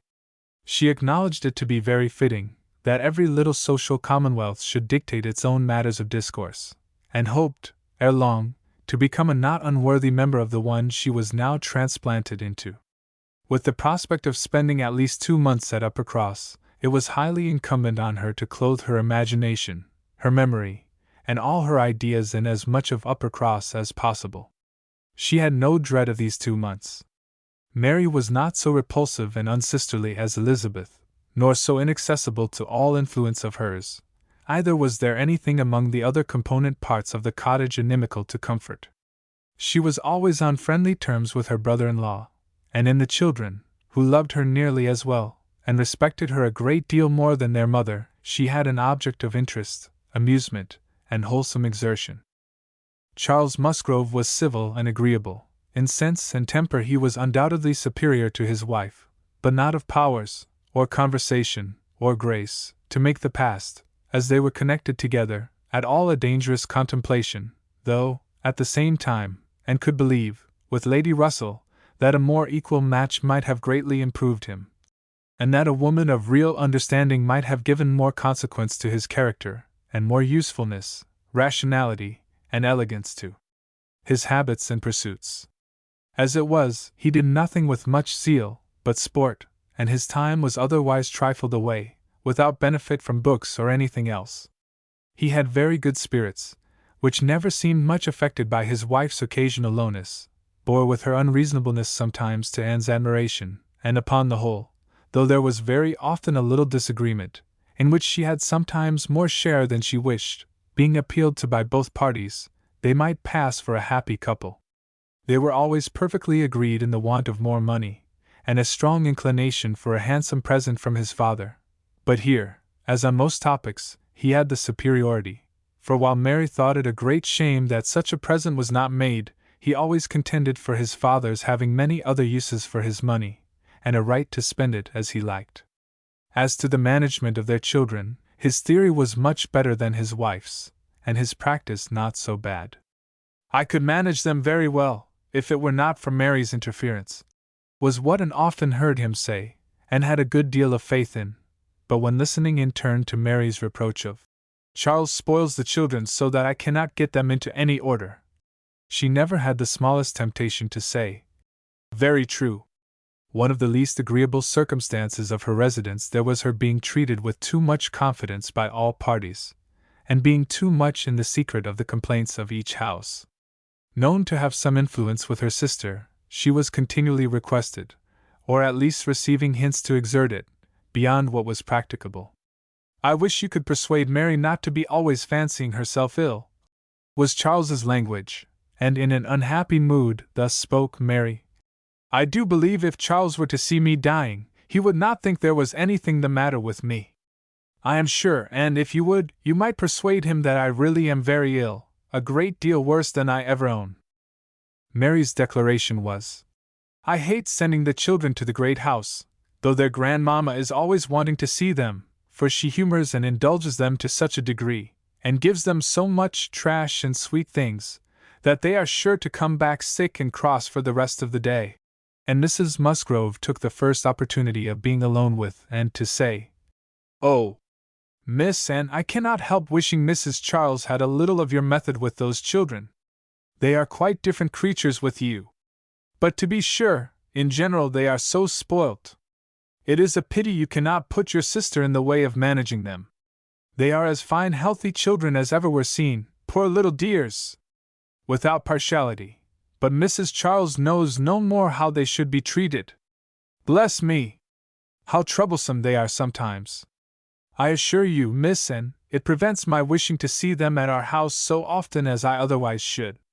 I believe Mrs. Charles is not quite pleased with my not inviting them oftener, but you know it is very bad to have children with one that one is obligated to be checking every moment. Don't do this, and don't do that. Or that one can only keep in tolerable order by more cake than is good for them." She had this communication, moreover, from Mary. "Mrs. Musgrove thinks all her servants so steady, that it would be high treason to call it in question, but I am sure, without exaggeration, that her upper housemaid and laundry maid, instead of being in their business, are gaddying about the village, all day long. I meet them wherever I go, and I declare I never go twice into my nursery without seeing something of them. If Jemima were not the trustiest, steadiest creature in the world, it would be enough to spoil her, for she tells me they are always tempting her to take a walk with them." And on Mrs. Musgrove's side, it was, I make a rule of never interfering in any of my daughter-in-law's concerns, for I know it would not do. But I shall tell you, miss, and because you may be able to set things to rights, that I have no very good opinion of Mrs. Charles's nursery maid. I hear strange stories of her. She is always upon the gad, and from my own knowledge I can declare she is such a fine dressing lady that she is enough to ruin any servants she comes near. Mrs. Charles quite swears by her, I know, but I just give you this hint that you may be upon the watch, because if you see anything amiss, you need not be afraid of mentioning it. Again, it was Mary's complaint that Mrs. Musgrove was very apt not to give her the precedence that was her due, when they dined at the great house with other families, and she did not see any reason why she was to be considered so much at home as to lose her place. And one day when Anne was walking with only the Musgroves, one of them, after talking of rank, people of rank, and jealousy of rank, said, I have no scruple of observing to you how nonsensical some persons are about their place, because all the world knows how easy and indifferent you are about it. But I wish anybody could give Mary a hint that it would be a great deal better if she were not so very tenacious, especially if she would not be always putting herself forward to take place of Mamma. Nobody doubts her right to have precedence of Mamma, but it would be more becoming in her not to be always insisting on it. It is not that Mamma cares about it the least in the world, but I know it is taken notice of by many persons. How was Anne to set all these matters to rights? She could do little more than listen patiently, soften every grievance, and excuse each to the other, give them all hints of the forbearance necessary between such near neighbors, and make those hints broadest which were meant for her sister's benefit. In all other respects, her visit began and proceeded very well. Her own spirits improved by change of place and subject, by being removed 3 miles from Kellynch, Mary's ailments lessened by having a constant companion, and their daily intercourse with the other family, since there was either superior affection, confidence, nor employment in the cottage, to be interrupted by it, was rather an advantage. It was certainly carried nearly as far as possible, for they met every morning, and hardly ever spent an evening asunder, but she believed they should not have done so well without the sight of Mr. and Mrs. Musgrove's respectable forms in the usual places, or without the talking, laughing, and singing of their daughters. She played a great deal better than either of the Miss Musgroves, but having no voice, no knowledge of the harp, and no fond parents to sit by and fancy themselves delighted, her performance was little thought of, only out of civility, or to refresh the others, as she was well aware. She knew that when she played she was giving pleasure only to herself, but this was no new sensation. Excepting one short period of her life, she had never, since the age of 14, never since the loss of her dear mother, known the happiness of being listened to, or encouraged by any just appreciation or real taste. In music she had been always used to feel alone in the world, and Mr. and Mrs. Musgrove's fond partiality for their own daughter's performance, and total indifference to any other person's, gave her much more pleasure for their sakes, than mortification for her own. The party at the great house was sometimes increased by other company. The neighborhood was not large, but the Musgroves were visited by everybody, and had more dinner parties, and more callers, more visitors by invitation and by chance, than any other family. They were more completely popular. The girls were wild for dancing, and the evenings ended, occasionally, in an unpremeditated little ball. There was a family of cousins within a walk of Uppercross, in less affluent circumstances, who depended on the Musgroves for all their pleasures. They would come at any time, and help play at anything, or dance anywhere, and Anne, very much preferring the office of musician to a more active post, played country dances to them by the hour together. A kindness which always recommended her musical powers to the notice of Mr. and Mrs. Musgrove more than anything else, and often drew this compliment. "Well done, Miss Anne! Very well done indeed! Lord bless me! How those little fingers of yours fly about!" So passed the first 3 weeks. Michaelmas came, and now Anne's heart must be in Kellynch again. A beloved home made over to others, all the precious rooms and furniture, groves, and prospects, beginning to own other eyes and other limbs. She could not think of much else on the 29th of September, and she had this sympathetic touch in the evening from Mary, who, on having occasion to note down the day of the month, exclaimed, "Dear me, is not this the day the Crofts were to come to Kellynch? I am glad I did not think of it before. How low it makes me!" The Crofts took possession with true naval alertness, and were to be visited. Mary deplored the necessity for herself. Nobody knew how much she should suffer. She should put it off as long as she could, but was not easy till she had talked Charles into driving her over on an early day, and was in a very animated, comfortable state of imaginary agitation when she came back, and had very sincerely rejoiced in there being no means of her going. She wished, however, to see the Crofts, and was glad to be within when the visit was returned. They came. The master of the house was not at home, but the two sisters were together, and as it chanced that Mrs. Croft fell to the share of Anne, while the Admiral sat by Mary, and made himself very agreeable by his good-humored notice of her little boys, she was well able to watch for a likeness, and if it failed her in the features, to catch it in the voice, or in the turn of sentiment and expression. Mrs. Croft, though neither tall nor fat, had a squareness, uprightness, and vigor of form, which gave importance to her person. She had bright dark eyes, good teeth, and altogether an agreeable face, though her reddened and weather-beaten complexion, the consequence of her having been almost as much at sea as her husband, made her seem to have lived some years longer in the world than her real 38. Her manners were open, easy, and decided, like one who had no distrust of herself, and no doubts of what to do, without any approach to coarseness, however, or any want of good humor, and gave her credit, indeed, for feelings of great consideration towards herself, in all that related to Kellynch, and it pleased her, especially, as she had satisfied herself in the very first half-minute, in the instant even of introduction, that there was not the smallest symptom of any knowledge or suspicion on Mrs. Croft's side, to give a bias of any sort. She was quite easy on that head, and consequently full of strength and courage, till for a moment electrified by Mrs. Croft's suddenly saying, "It was you, and not your sister, I find, that my brother had the pleasure of being acquainted with, when he was in this country," and hoped she had outlived the age of blushing, but the age of emotion she certainly had not. "Perhaps you may not have heard that he is married?" added Mrs. Croft. She could now answer as she ought, and was happy to feel, when Mrs. Croft's next words explained it to be Mr. Wentworth of whom she spoke, that she had said nothing which might not do for either brother.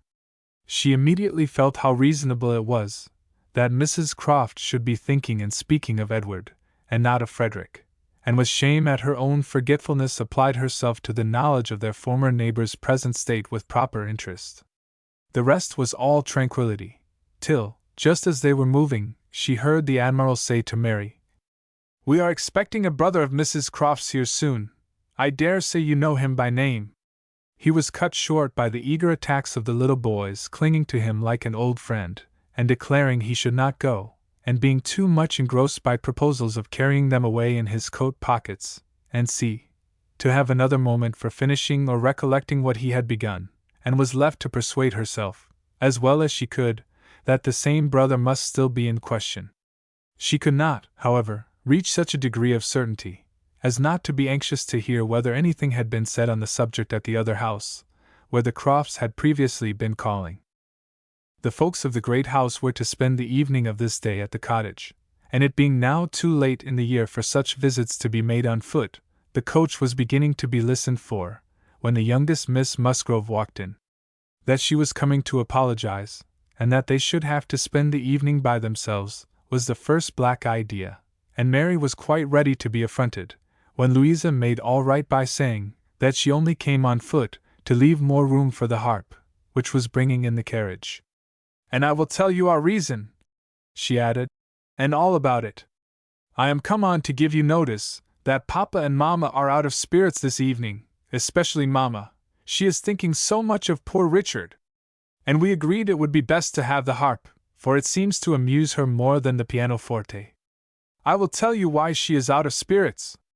When the Crofts called this morning, they called here afterwards, did not they? They happened to say that her brother, Captain Wentworth, is just returned to England, or paid off, or something, and is coming to see them almost directly, and most unluckily it came into Mamma's head, when they were gone, that Wentworth, or something very like it, was the name of poor Richard's captain at one time, I do not know when or where. But a great while before he died, poor fellow. And upon looking over his letters and things, she found it was so, and is perfectly sure that this must be the very man, and her head is quite full of it, and of poor Richard. So we must be as merry as we can, that she may not be dwelling upon such gloomy things.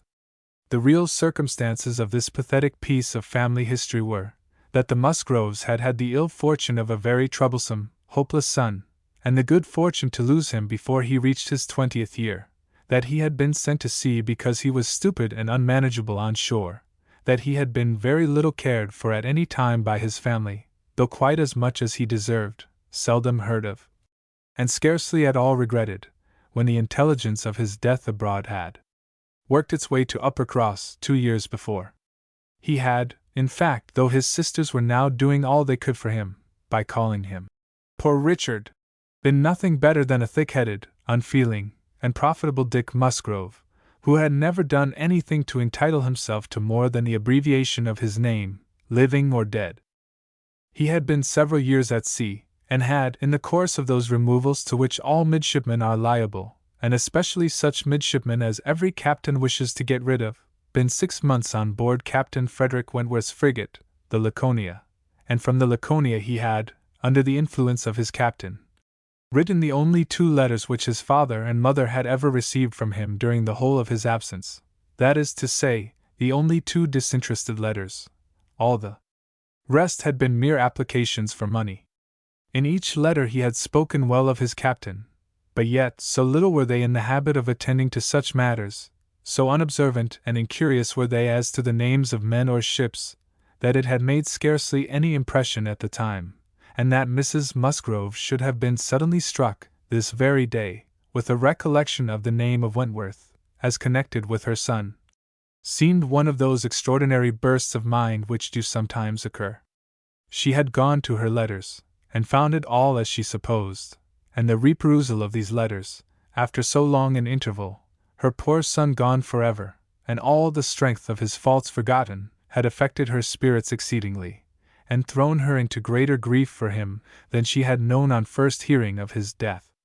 Mr. Musgrove was, in a lesser degree, affected likewise, and when they reached the cottage, they were evidently in want, first, of being listened to anew on this subject, and afterwards, of all the relief which cheerful companions could give them.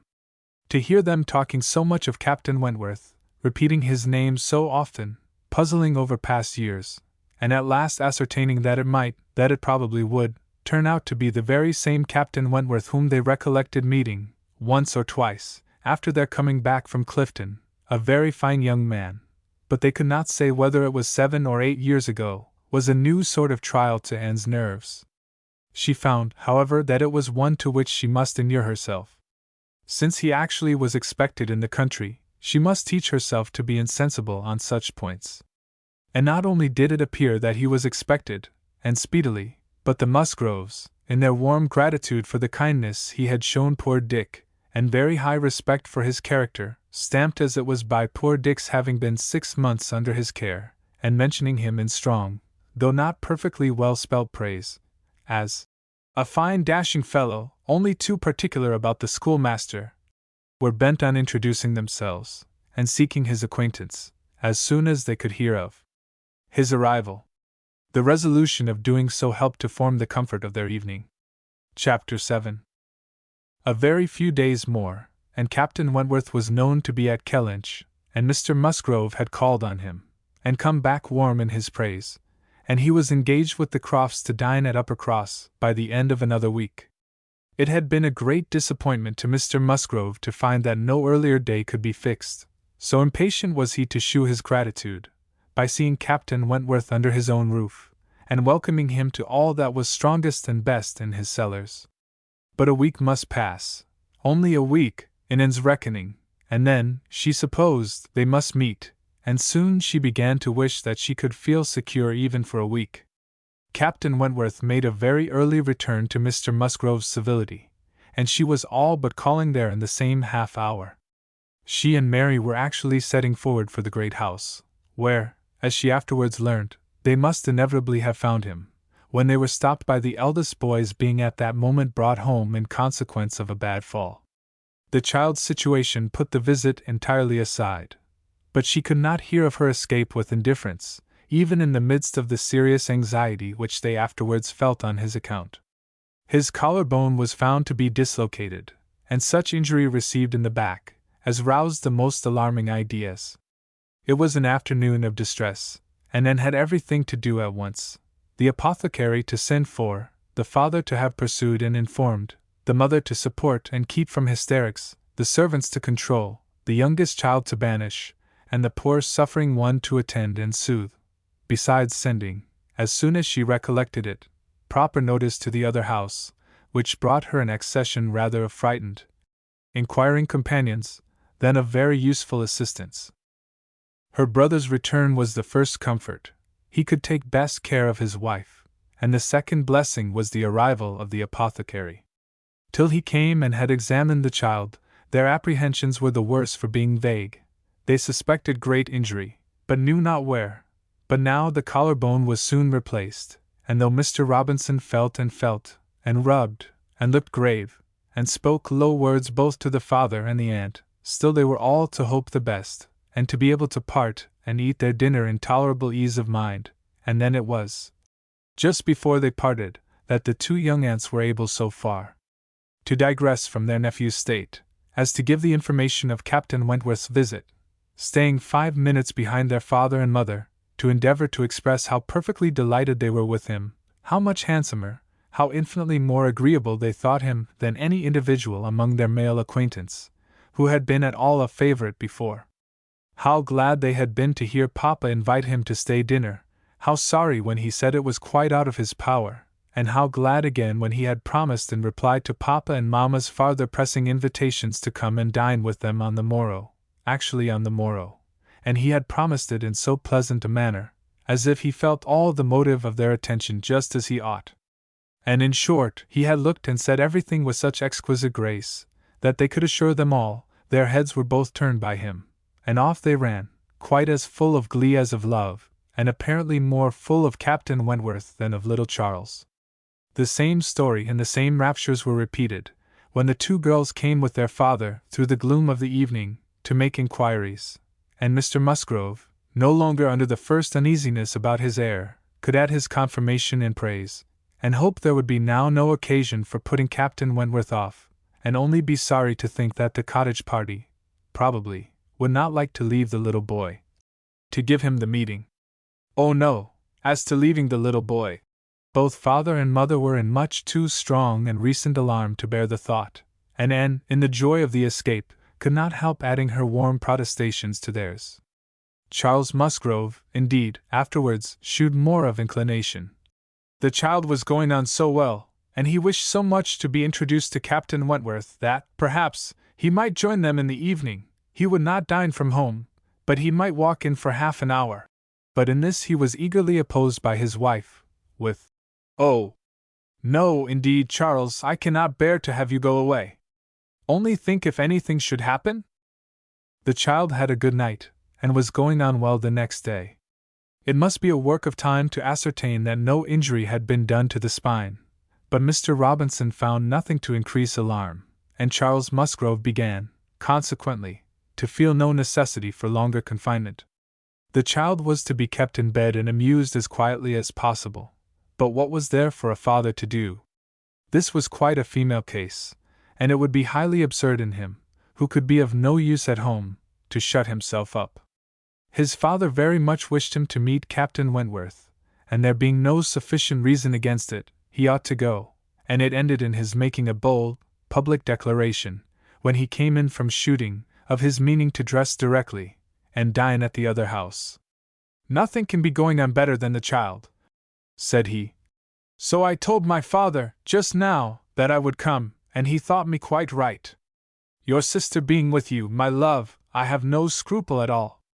You would not like to leave him yourself, but you see I can be of no use, and will send for me if anything is the matter." Husbands and wives generally understand when opposition will be vain. Mary knew, from Charles's manner of speaking, that he was quite determined on going, and that it would be of no use to tease him.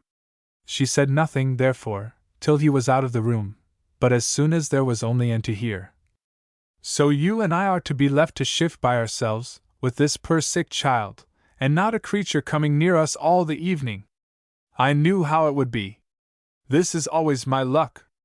If there is anything disagreeable going on, men are always sure to get out of it, and Charles is as bad as any of them. Very unfeeling. I must say it is very unfeeling of him to be running away from his poor little boy. Talks of his being going on so well.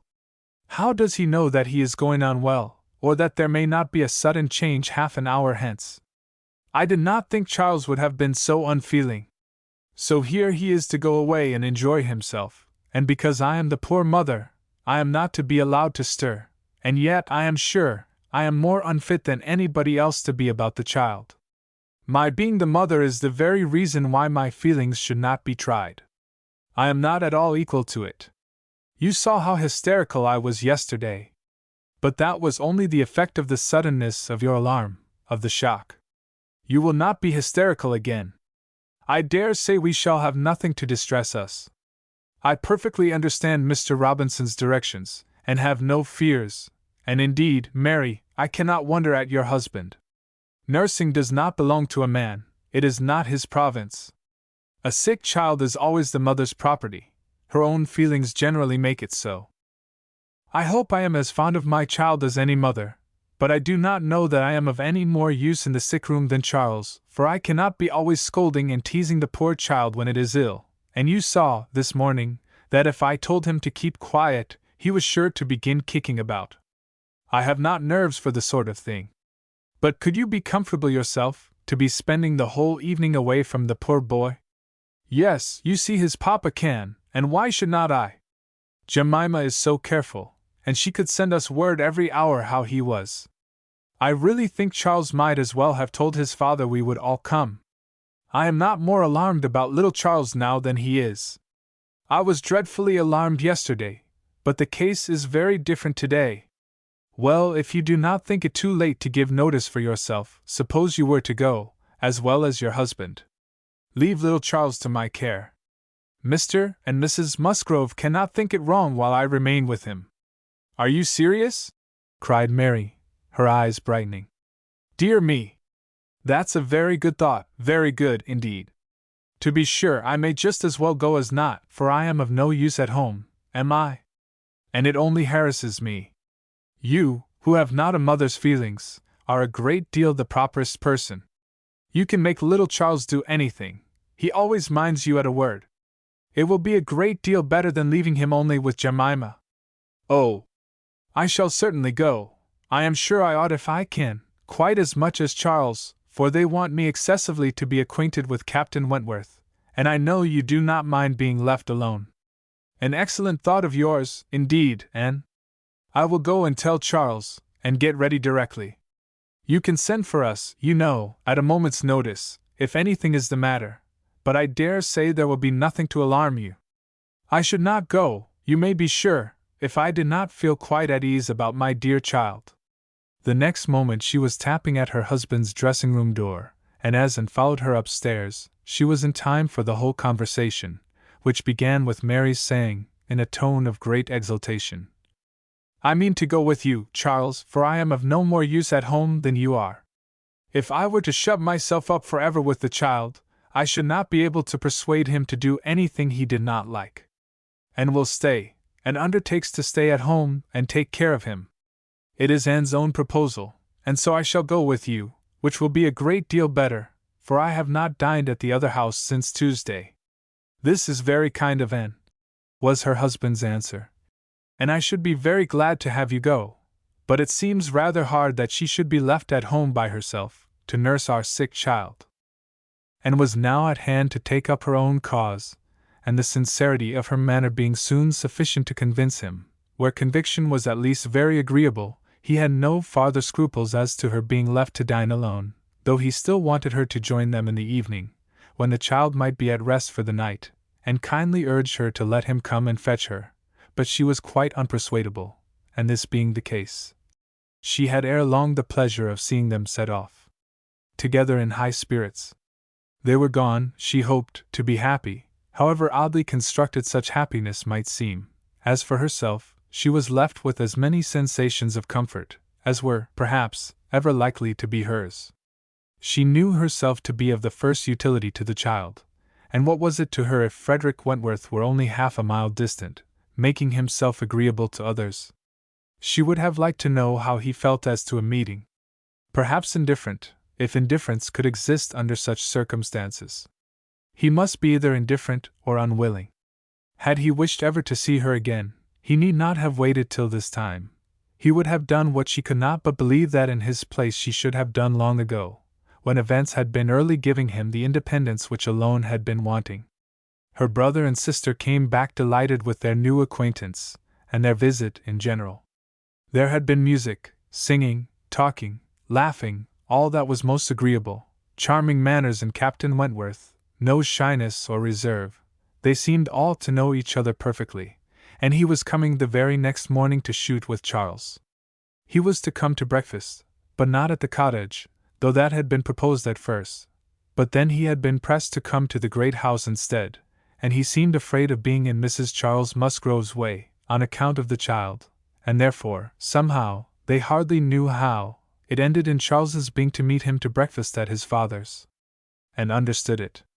He wished to avoid seeing her. He had inquired after her, she found slightly, as might suit a former slight acquaintance, seeming to acknowledge such as she had acknowledged, actuated, perhaps, by the same view of escaping introduction when they were to meet. The morning hours of the cottage were always later than those of the other house, and on the morrow the difference was so great that Mary and Anne were not more than beginning breakfast when Charles came in to say that they were just setting off, that he was come for his dogs, that his sisters were following with Captain Wentworth, his sisters meaning to visit Mary and the child, and Captain Wentworth proposing also to wait on her for a few minutes if not inconvenient, and though Charles had answered for the child's being in no such state as could make it inconvenient, Captain Wentworth would not be satisfied without his running on to give notice. Mary, very much gratified by this attention, was delighted to receive him, while 1,000 feelings rushed on, and, of which this was the most consoling, that it would soon be over. And it was soon over. In 2 minutes after Charles's preparation, the others appeared. They were in the drawing-room. Her eye half met Captain Wentworth's, a bow, a curtsy passed. She heard his voice. He talked to Mary, said all that was right, said something to the Miss Musgroves, enough to mark an easy footing. The room seemed full of persons and voices, but a few minutes ended it. Charles shewed himself at the window. All was ready. Their visitor had bowed and was gone. The Miss Musgroves were gone too, suddenly resolving to walk to the end of the village with the sportsmen. The room was cleared, and Anne might finish her breakfast as she could. "It is over! It is over!" she repeated to herself again and again, in nervous gratitude. "The worst is over!" Mary talked, but she could not attend. She had seen him. They had met. They had been once more in the same room. Soon, however, she began to reason with herself, and try to be feeling less. 8 years, almost 8 years had passed since all had been given up. How absurd to be resuming the agitation which such an interval had banished into distance and indistinctness. What might not 8 years do? Events of every description, changes, alienations, removals, all must be comprised in it, an oblivion of the past. How natural, how certain too! It included nearly a third part of her own life. Alas! With all her reasoning, she found that to retentive feelings 8 years may be little more than nothing. Now, how were his sentiments to be read? Was this like wishing to avoid her? And the next moment she was hating herself for the folly which asked the question. On one other question which perhaps her utmost wisdom might not have prevented, she was soon spared all suspense, for, after the Miss Musgroves had returned and finished their visit at the cottage, she had this spontaneous information from Mary. "Captain Wentworth is not very gallant by you, and though he was so attentive to me, Henrietta asked him what he thought of you, when they went away, and he said you were so altered he should not have known you again." Mary had no feelings to make her respect her sisters in a common way, but she was perfectly unsuspicious of being inflicting any peculiar wound. Altered beyond his knowledge, and fully submitted, in silent, deep mortification, Doubtless it was so, and she could take no revenge, for he was not altered, or not for the worse. She had already acknowledged it to herself, and she could not think differently, let him think of her as he would. No, the years which had destroyed her youth and bloom had only given him a more glowing, manly, open look, in no respect lessening his personal advantages. She had seen the same Frederick Wentworth. So altered that he should not have known her again. These were words which could not but dwell with her. Yet she soon began to rejoice that she had heard them. They were of sobering tendency, they allayed agitation, they composed, and consequently must make her happier. Frederick Wentworth had used such words, or something like them, but without an idea that they would be carried round to her. He had thought her wretchedly altered, and in the first moment of appeal, had spoken as he felt. He had not forgiven Anne Elliot. She had used him ill, deserted and disappointed him, and worse, she had shown a feebleness of character in doing so, which his own decided, confident temper could not endure. She had given him up to oblige others. It had been the effect of over-persuasion.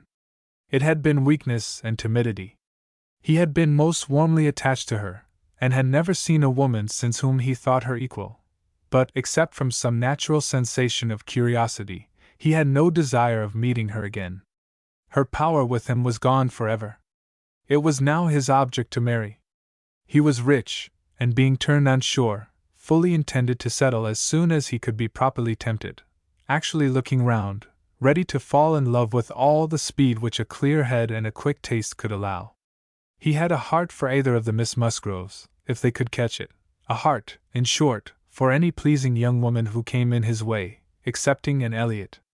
This was his only secret exception, when he said to his sister, in answer to her suppositions, "Yes, here I am, Sophia, quite ready to make a foolish match.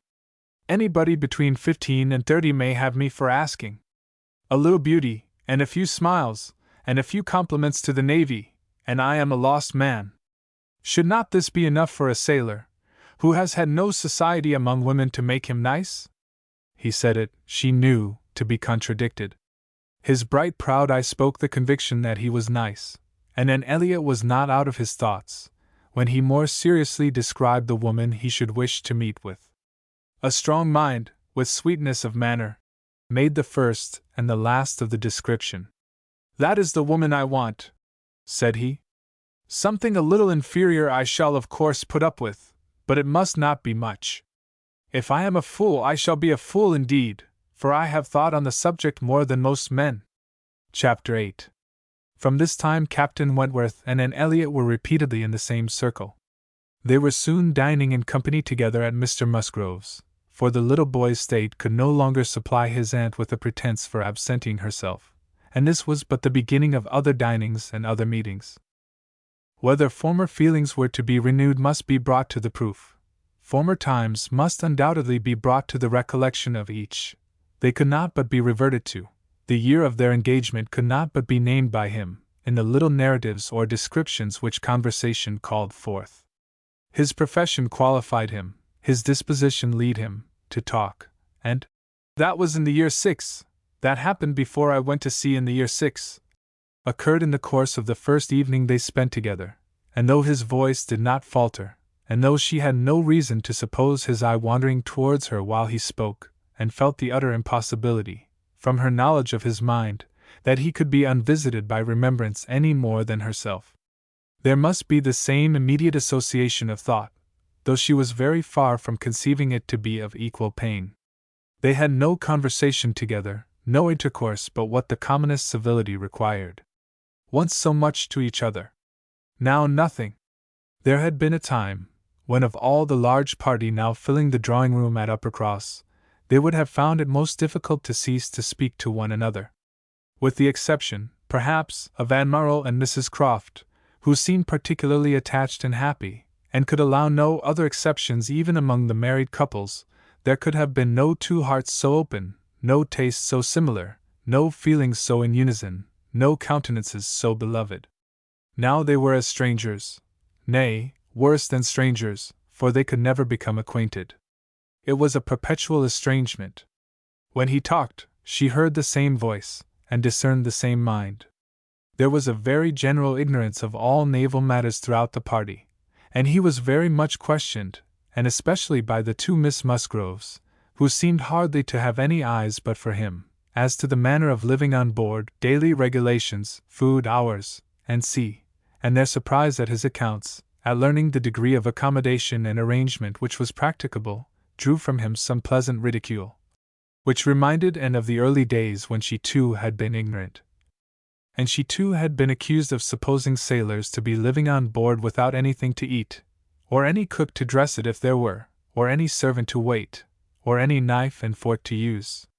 From thus listening and thinking, she was roused by a whisper of Mrs. Musgrove's, who, overcome by fond regrets, could not help saying, "Ah, Miss Anne, if it had pleased heaven to spare my poor son, I dare say he would have been just such another by this time," and suppressed a smile, and listened kindly, while Mrs. Musgrove relieved her heart a little more, and for a few minutes, therefore, could not keep pace with the conversation of the others.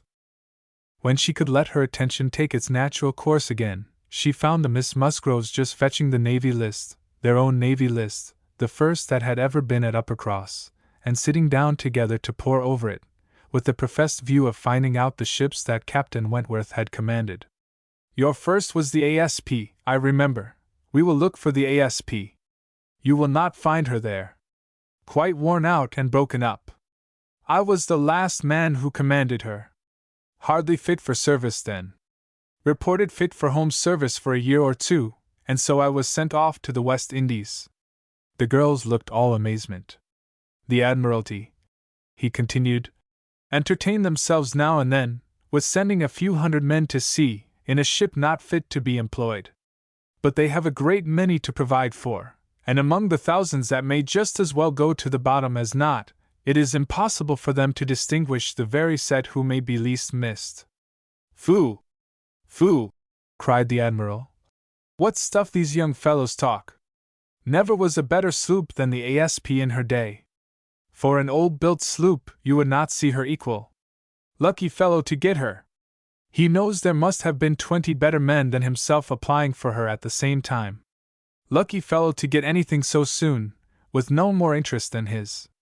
"I felt my luck, Admiral, I assure you," replied Captain Wentworth seriously. "I was as well satisfied with my appointment as you can desire. It was a great object with me at that time to be at sea, a very great object. I wanted to be doing something." "To be sure you did. What should a young fellow like you do ashore for half a year together? If a man had not a wife, he soon wants to be afloat again." "But Captain Wentworth," cried Louisa, "how vexed you must have been when you came to the ASP, to see what an old thing they had given you." "I knew pretty well what she was before that day," said he, smiling. "I had no more discoveries to make than you would have as to the fashion and strength of any old police, which you had seen lent about among half your acquaintance ever since you could remember, and which at last, on some very wet day, is lent to yourself. Ah! She was a dear old ASP to me. She did all that I wanted. I knew she would. I knew that we should either go to the bottom together, or that she would be the making of me, and I never had 2 days of foul weather all the time I was at sea in her, and after taking privateers enough to be very entertaining, I had the good luck in my passage home the next autumn, to fall in with the very French frigate I wanted. I brought her into Plymouth, and here another instance of luck. We had not been 6 hours in the Sound, when a gale came on, which lasted 4 days and nights, and which would have done for poor old ASP in half the time, our touch with the great nation not having much improved our condition. 24 hours later, and I should only have been a gallant Captain Wentworth, in a small paragraph at one corner of the newspapers, and being lost in only a sloop, nobody would have thought about me." And shudderings were to herself alone. But the Miss Musgroves could be as open as they were sincere, in their exclamations of pity and horror. "And so then, I suppose," said Mrs. Musgrove, in a low voice, as if thinking aloud, "so then he went away to the Laconia, and there he met with our poor boy. Charles, my dear," beckoning him to her, "do ask Captain Wentworth where it was he first met with your poor brother. I always forgot. It was at Gibraltar, mother, I know. Dick had been left ill at Gibraltar, with a recommendation from his former captain to Captain Wentworth. Oh! But Charles, tell Captain Wentworth, he need not be afraid of mentioning poor Dick before me, for it would be rather a pleasure to hear him talked of by such a good friend. Charles, being somewhat more mindful of the probabilities of the case, only nodded in reply, and walked away. The girls were now hunting for the Laconia, and Captain Wentworth could not deny himself the pleasure of taking the precious volume into his own hands to save them the trouble, and once more read aloud the little statement of her name and rate, and present non-commissioned class, observing over it that she too had been one of the best friends man ever had. Ah! Those were pleasant days when I had the Laconia! How fast I made money in her! A friend of mine and I had such a lovely cruise together off the Western Islands. Poor Harville, sister! You know how much he wanted money, worse than myself. He had a wife. Excellent fellow! I shall never forget his happiness. He felt it all, so much for her sake. I wished for him again the next summer, when I had still the same luck in the Mediterranean. And I am sure, sir, said Mrs. Musgrove, it was a lucky day for us, when you were put captain into that ship. We shall never forget what you did.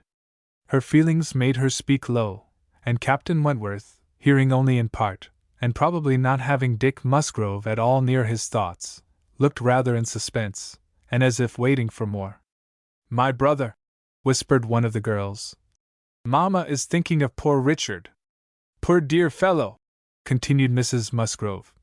He was grown so steady, and such an excellent correspondent, while he was under your care.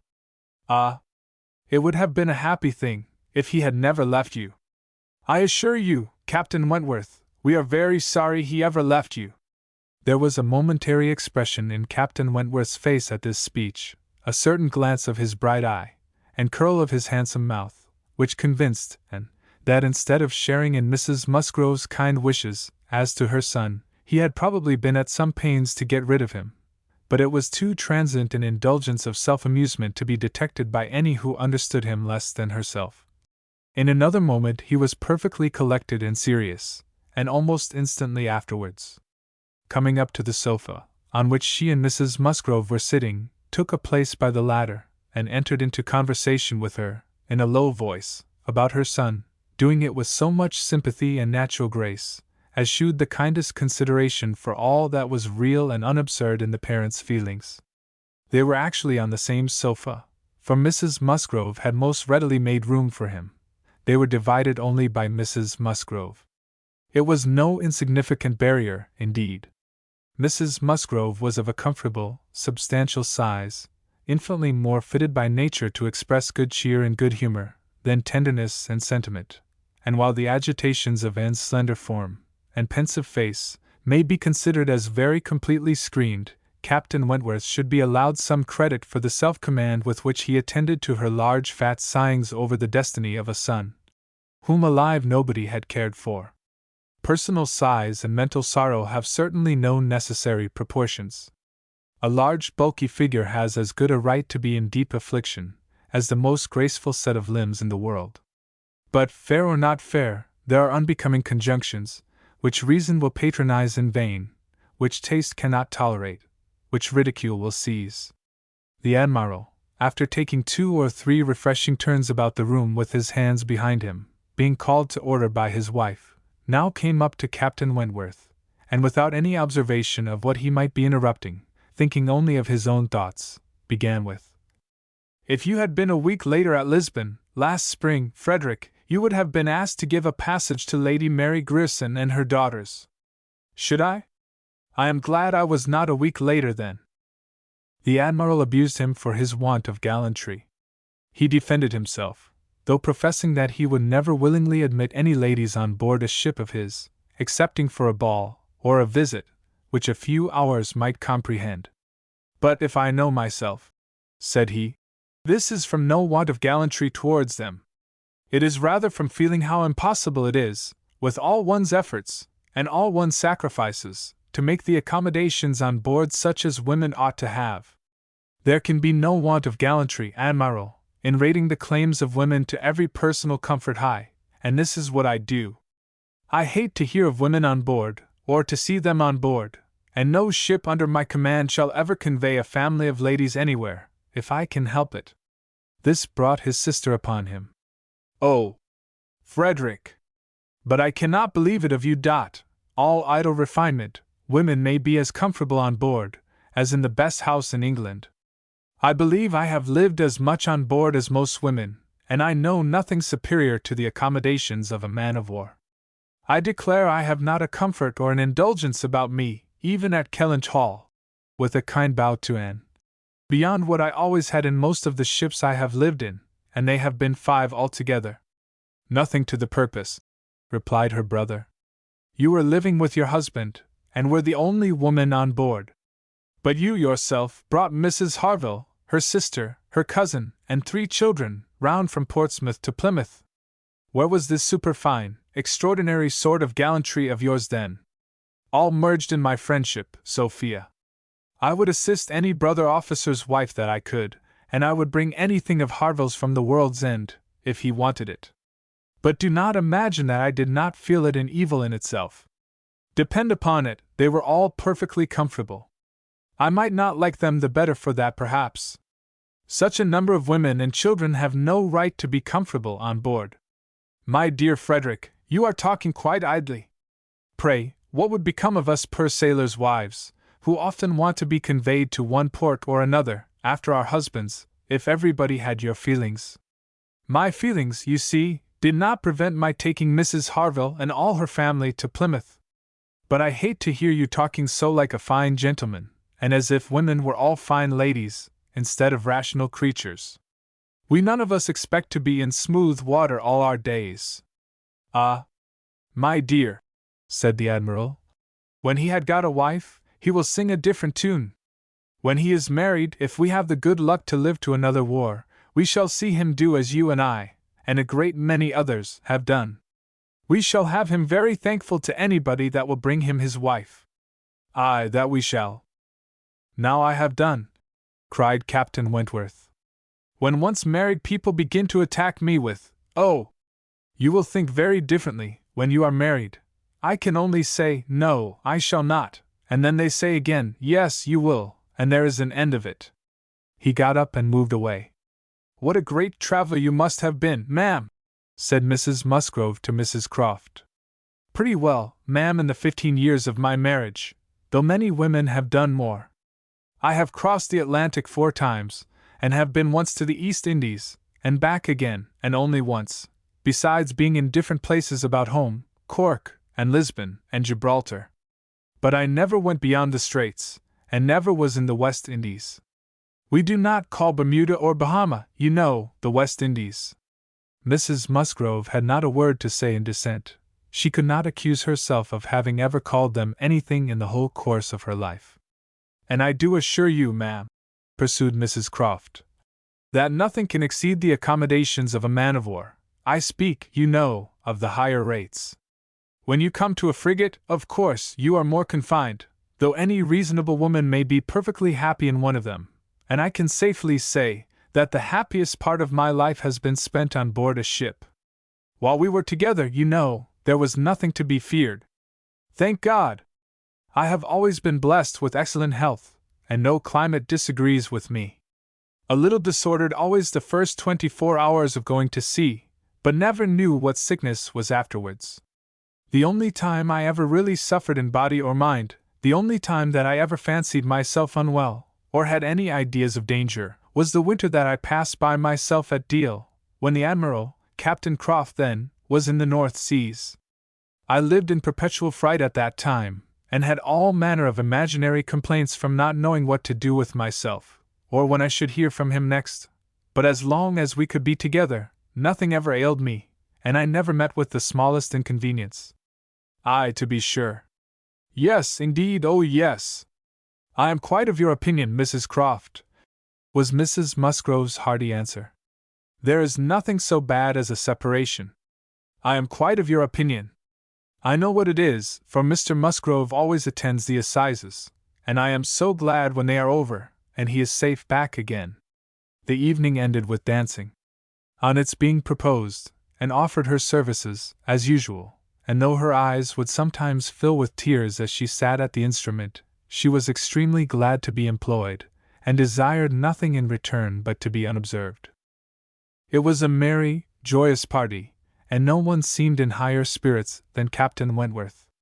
She felt that he had everything to elevate him which general attention and deference, and especially the attention of all the young women, could do.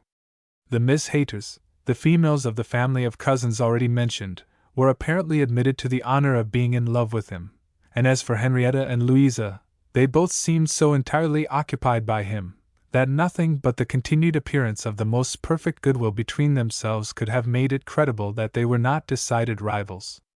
If he were a little spoilt by such universal, such eager admiration, who could wonder?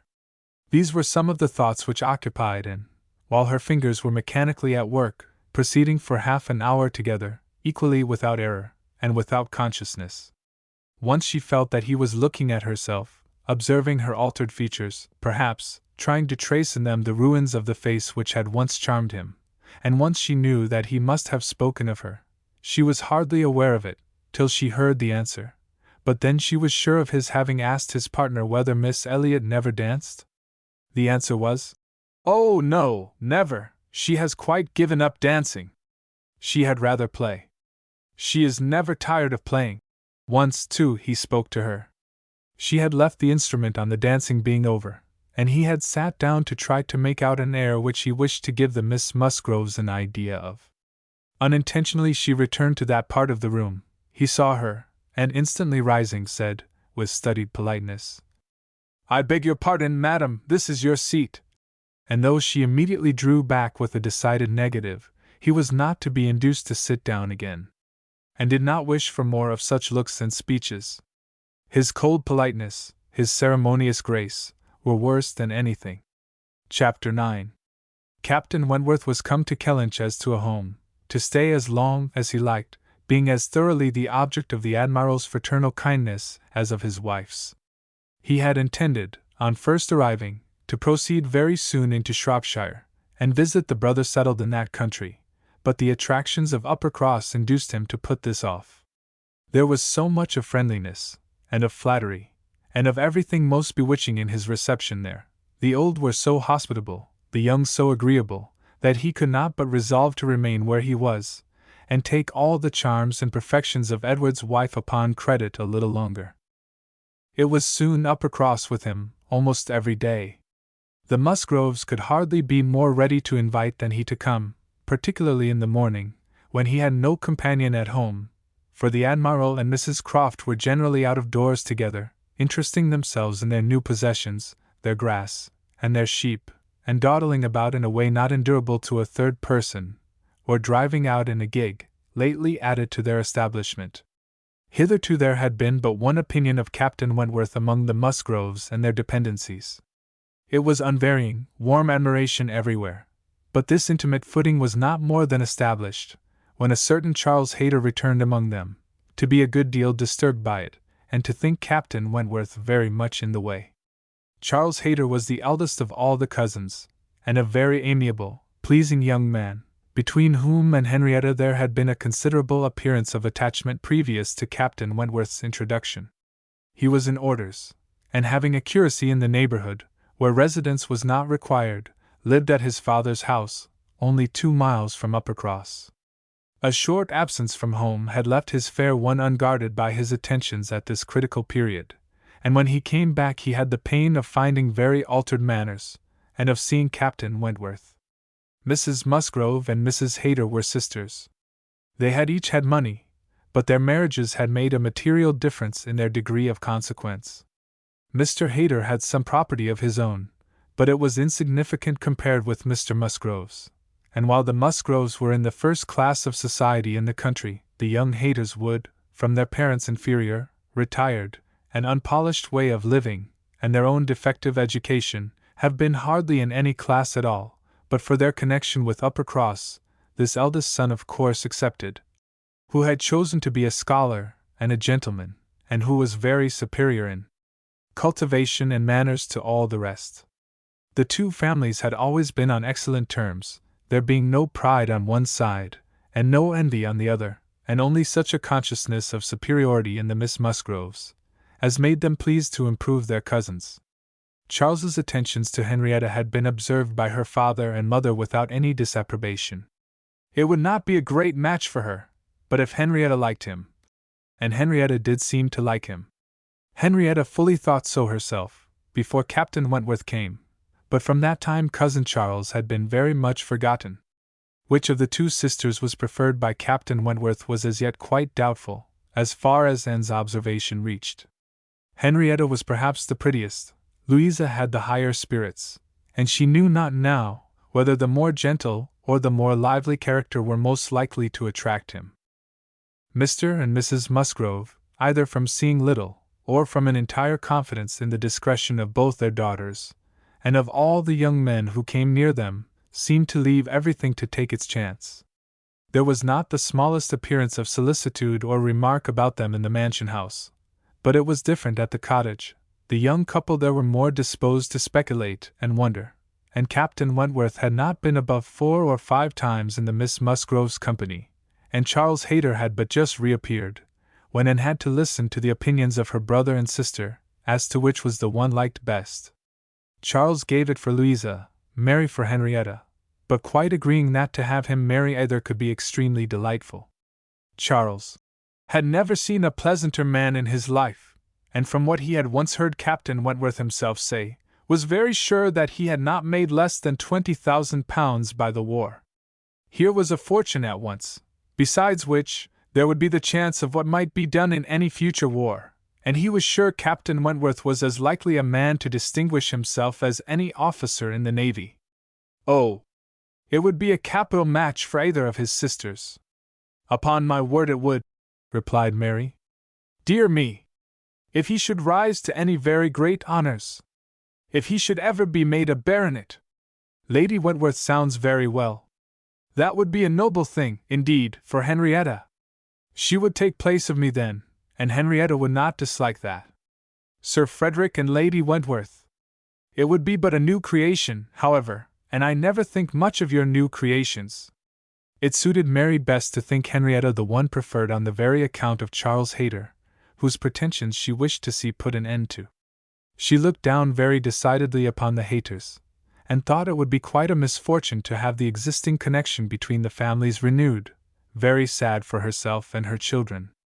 You know, said she, I cannot think him at all a fit match for Henrietta, and considering the alliances which the Musgroves have made, she has no right to throw herself away. I do not think any young woman has a right to make a choice that may be disagreeable and inconvenient to the principal part of her family, and be giving bad connections to those who have not been used to them. And pray, who is Charles Hayter? Nothing but a country curate. A most improper match for Miss Musgrove of Uppercross. Her husband, however, would not agree with her here, for besides having a regard for his cousin, Charles Hayter was an eldest son, and he saw things as an eldest son himself. Now you are talking nonsense, Mary, was therefore his answer. It would not be a great match for Henrietta, but Charles has a very fair chance, through the Spicers, of getting something from the bishop in the course of a year or two, and you will please to remember that he is the eldest son. Whenever my uncle dies he steps into very pretty property. The estate at Winthrop is not less than 250 acres, besides the farm near Taunton, which is some of the best land in the country. I grant you that any of them but Charles would be a very shocking match for Henrietta, and indeed it could not be. He is the only one that could be possible, but he is a very good-natured, good sort of a fellow, and whenever Winthrop comes into his hands, he will make a different sort of place of it, and live in a very different sort of way, and with that property, he will never be a contemptible man. Good freehold property. No, no, Henrietta might do worse than marry Charles Hayter, and if she has him, and Louisa can get Captain Wentworth, I shall be very well satisfied. Charles may say what he pleases, cried Mary to Anne, as soon as he was out of the room. But it would be shocking to have Henrietta marry Charles Hayter, a very bad thing for her, and still worse for me, and therefore it is very much to be wished that Captain Wentworth may soon put him quite out of her head, and I have very little doubt that he has. She took hardly any notice of Charles Hayter yesterday. I wish you had been there to see her behavior. And as to Captain Wentworth's liking Louisa as well as Henrietta, It is nonsense to say so, for he certainly does like Henrietta a great deal the best. But Charles is so positive. I wish you had been with us yesterday, for then you might have decided between us, and I am sure you would have thought as I did, unless you had been determined to give it against me. A dinner at Mr. Musgrove's had been the occasion when all these things should have been seen by Anne, but she had stayed at home, under the mixed plea of a headache of her own, and some return of indisposition in little Charles. She had thought only of avoiding Captain Wentworth, but an escape from being appealed to as umpire was now added to the advantages of a quiet evening. As to Captain Wentworth's views, she deemed it of more consequence that he should know his own mind early enough not to be endangering the happiness of either sister, or impeaching his own honor, than that he should prefer Henrietta to Louisa, or Louisa to Henrietta. Either of them would, in all probability, make him an affectionate, good-humored wife. With regard to Charles Hayter, she had delicacy which must be pained by any lightness of conduct in a well-meaning young woman, and a heart to sympathize in any of the sufferings it occasioned. But if Henrietta found herself mistaken in the nature of her feelings, the alteration could not be understood too soon. Charles Hayter had met with much to disquiet and mortify him in his cousin's behavior.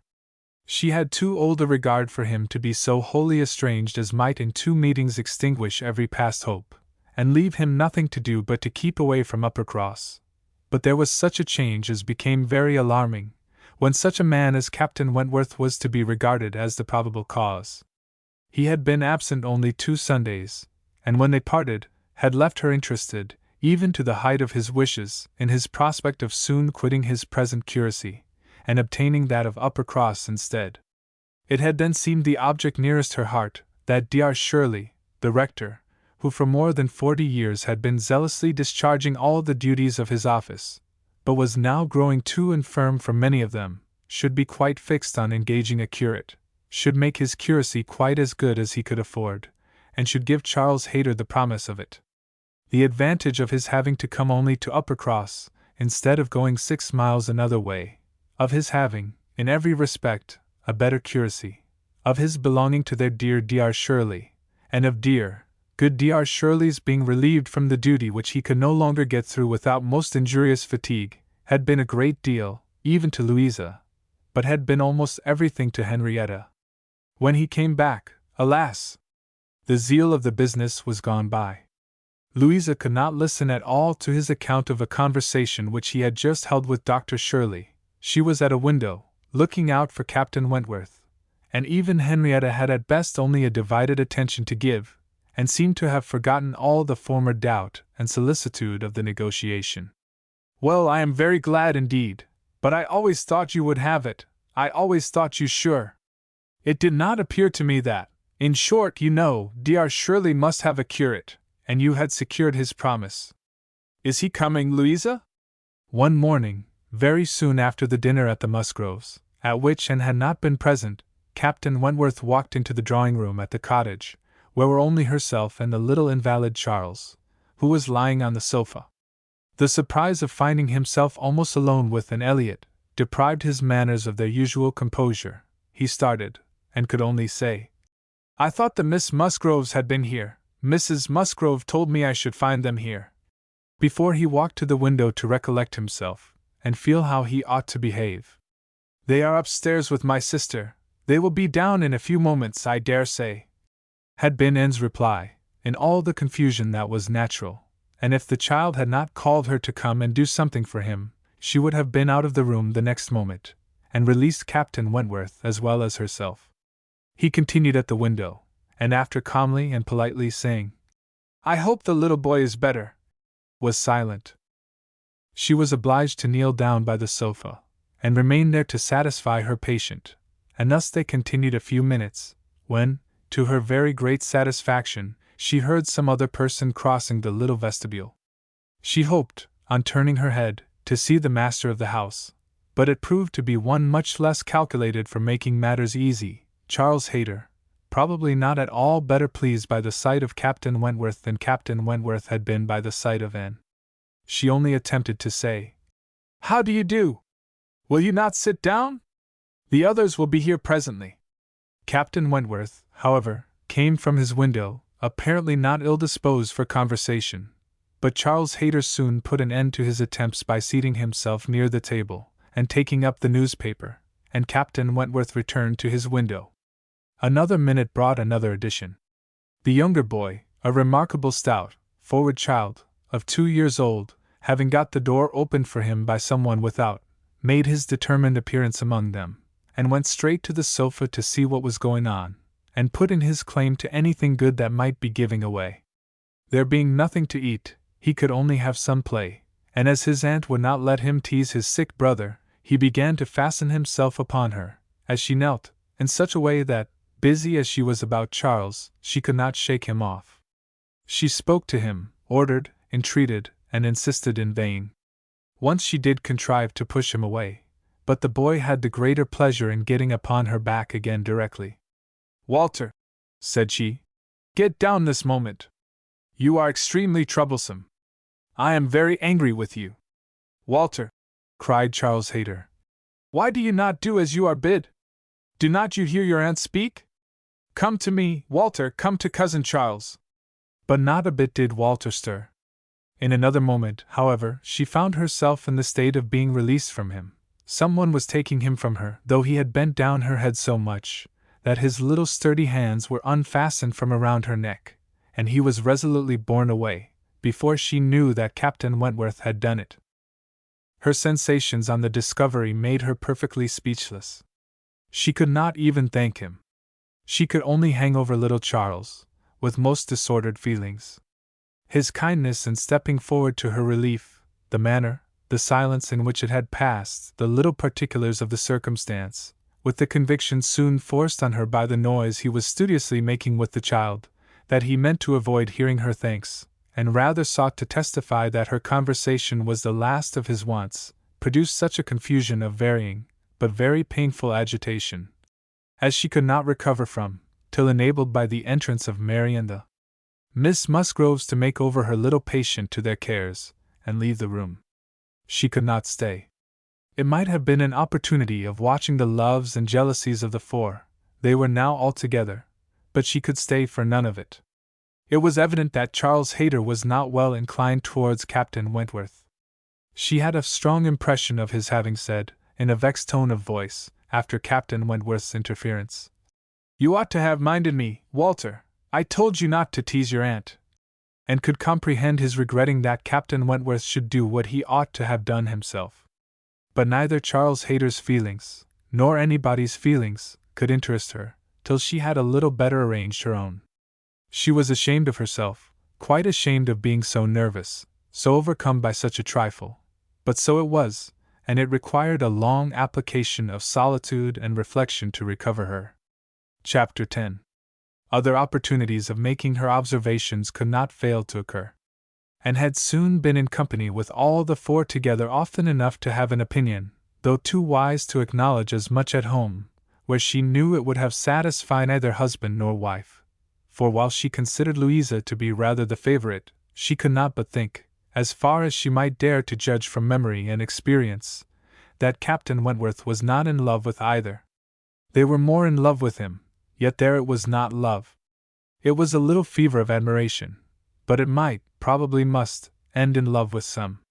Charles Hayter seemed aware of being slighted, and yet Henrietta had sometimes the air of being divided between them, and longed for the power of representing to them all what they were about, and of pointing out some of the evils they were exposing themselves to. She did not attribute guile to any. It was the highest satisfaction to her to believe Captain Wentworth not in the least aware of the pain he was occasioning. There was no triumph, no pitiful triumph in his manner. He had, probably, never heard, and never thought of any claims of Charles Hayter. He was only wrong in accepting the attentions, for accepting must be the word, of two young women at once. After a short struggle, however, Charles Hayter seemed to quit the field. 3 days had passed without his coming once to Uppercross, a most decided change. He had even refused one regular invitation to dinner, and having been found on the occasion by Mr. Musgrove with some large books before him, Mr. and Mrs. Musgrove were sure all could not be right, and talked, with grave faces, of his studying himself to death. It was Mary's hope and belief that he had received a positive dismissal from Henrietta, and her husband lived under the constant dependence of seeing him tomorrow, and could only feel that Charles Hayter was wise. One morning, about this time, Charles Musgrove and Captain Wentworth being gone shooting together, as the sisters in the cottage were sitting quietly at work, they were visited at the window by the sisters from the mansion house. It was a very fine November day, and the Miss Musgroves came through the little grounds, and stopped for no other purpose than to say that they were going to take a long walk, and therefore concluded Mary could not like to go with them, and when Mary immediately replied, with some jealousy at not being supposed a good walker, "Oh, yes, I should like to join you very much, I am very fond of a long walk," and felt persuaded, by the looks of the two girls, that it was precisely what they did not wish, and admired again the sort of necessity which the family habits seemed to produce, of everything being to be communicated, and everything being to be done together, however undesired and inconvenient. She tried to dissuade Mary from going, but in vain, and that being the case, thought it best to accept the Miss Musgrove's much more cordial invitation to herself to go likewise, as she might be useful in turning back with her sister, and lessening the interference in any plan of their own. "I cannot imagine why they should suppose I should not like a long walk," said Mary as she went upstairs. "Everybody is always supposing that I am not a good walker, and yet they would not have been pleased if we had refused to join them. When people come in this manner on purpose to ask us, how can one say no?" Just as they were setting off, the gentlemen returned. They had taken out a young dog, who had spoilt their sport, and sent them back early. Their time and strength and spirits were, therefore, exactly ready for this walk, and they entered into it with pleasure. Could Anne have foreseen such a junction, she would have stayed at home, but from some feelings of interest and curiosity, she fancied now that it was too late to retract, and the whole six set forward together in the direction chosen by the Miss Musgroves, who evidently considered the walk as under their guidance. Anne's object was, not to be in the way of anybody, and where the narrow paths across the fields made many separations necessary, to keep with her brother and sister. Her pleasure in the walk must arise from the exercise and the day, from the view of the last smiles of the year upon the tawny leaves and withered hedges, and from repeating to herself some few of the thousand poetical descriptions extant of autumn, that season of peculiar and inexhaustible influence on the mind of taste and tenderness, that season which had drawn from every poet, worthy of being read, some attempt at description, or some lines of feeling. She occupied her mind as much as possible in such like musings and quotations, but it was not possible that when within reach of Captain Wentworth's conversation with either of the Miss Musgroves, she should not try to hear it, yet she caught little very remarkable. It was mere lively chat, such as any young persons, on an intimate footing, might fall into. He was more engaged with Louisa than with Henrietta. Louisa certainly put more forward for his notice than her sister. This distinction appeared to increase, and there was one speech of Louisa's which struck her. After one of the many praises of the day, which were continually bursting forth, Captain Wentworth added, "What glorious weather for the Admiral and my sister! They meant to take a long drive this morning. Perhaps we may hail them from some of these hills. They talked of coming into this side of the country. I wonder whereabouts they will upset today. Oh, it does happen very often, I assure you, but my sister makes nothing of it. She would as lieve be tossed out as not." "Ah, you make the most of it, I know," cried Louisa. "But if it were really so, I should do just the same in her place. If I loved a man, as she loves the Admiral, I would always be with him, nothing should ever separate us, and I would rather be overturned by him than driven safely by anybody else." It was spoken with enthusiasm. "Had you?" cried he, catching the same tone. "I honor you!" And there was silence between them for a little while, and could not immediately fall into a quotation again. The sweet scenes of autumn were for a while put by, unless some tender sonnet, fraught with the apt analogy of the declining year, with declining happiness, and the images of youth and hope, and spring, all gone together, blessed her memory. She roused herself to say, as they struck by order into another path, "Is not this one of the ways to Winthrop?" But nobody heard, or, at least, nobody answered her. Winthrop, however, or its environs, for young men are sometimes to be met with, strolling about near home, was their destination, and after another half-mile of gradual ascent through large enclosures, where the ploughs at work, and the fresh-made paths spoke the farmer counteracting the sweets of poetical despondence, and meaning to have spring again, they gained the summit of the most considerable hill, which parted Uppercross and Winthrop, and soon commanded a full view of the latter, at the foot of the hill on the other side. Winthrop, without beauty and without dignity, was stretched before them, an indifferent house, standing low, and hemmed in by the barns and buildings of a farmyard. Mary exclaimed, "Bless me! Here is Winthrop! I declare I had no idea! Well now, I think we had better turn back. I am excessively tired." Henrietta, conscious and ashamed, and seeing no cousin Charles walking along any path, or leaning against any gate, was ready to do as Mary wished. But, "No!" said Charles Musgrove, and, "No, no!" cried Louisa more eagerly, and taking her sister aside, seemed to be arguing the matter warmly. Charles, in the meanwhile, was very decidedly declaring his resolution of calling on his aunt, now that he was so near, and very evidently, though more fearfully, trying to induce his wife to go too. But this was one of the points on which the lady shewed her strength, and when he recommended the advantage of resting herself a quarter of an hour at Winthrop, as she felt so tired, she resolutely answered, "Oh, no, indeed! Walking up that hill again would do her more harm than any sitting down could do her good." And, in short, her look and manner declared that go she would not. After a little succession of these sort of debates and consultations, it was settled between Charles and his two sisters that he and Henrietta should just run down for a few minutes, to see their aunt and cousins, while the rest of the party waited for them at the top of the hill. Louisa seemed the principal arranger of the plan, and, as she went a little way with them, down the hill, still talking to Henrietta, Mary took the opportunity of looking scornfully around her, and saying to Captain Wentworth, "It is very unpleasant, having such connections. But I assure you, I have never been in the house above twice in my life."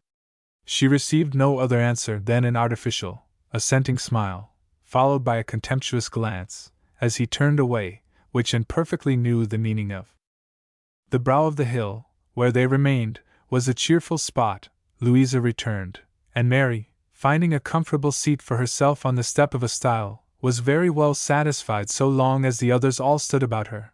But when Louisa drew Captain Wentworth away, to try for a gleaning of nuts in an adjoining hedgerow, and they were gone by degrees quite out of sight and sound, Mary was happy no longer. She quarrelled with her own seat. Was sure Louisa had got a much better somewhere, and nothing could prevent her from going to look for a better also.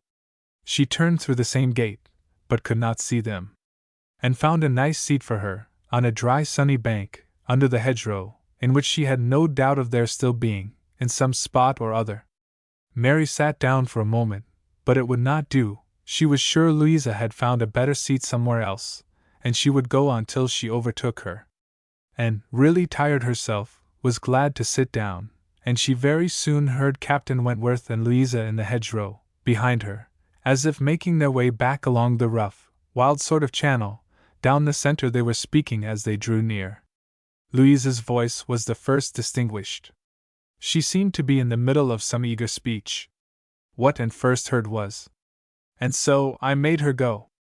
I could not bear that she should be frightened from the visit by such nonsense." What? Would I be turned back from doing a thing that I had determined to do, and that I knew to be right, by the airs and interference of such a person, or of any person I may say? No, I have no idea of being so easily persuaded.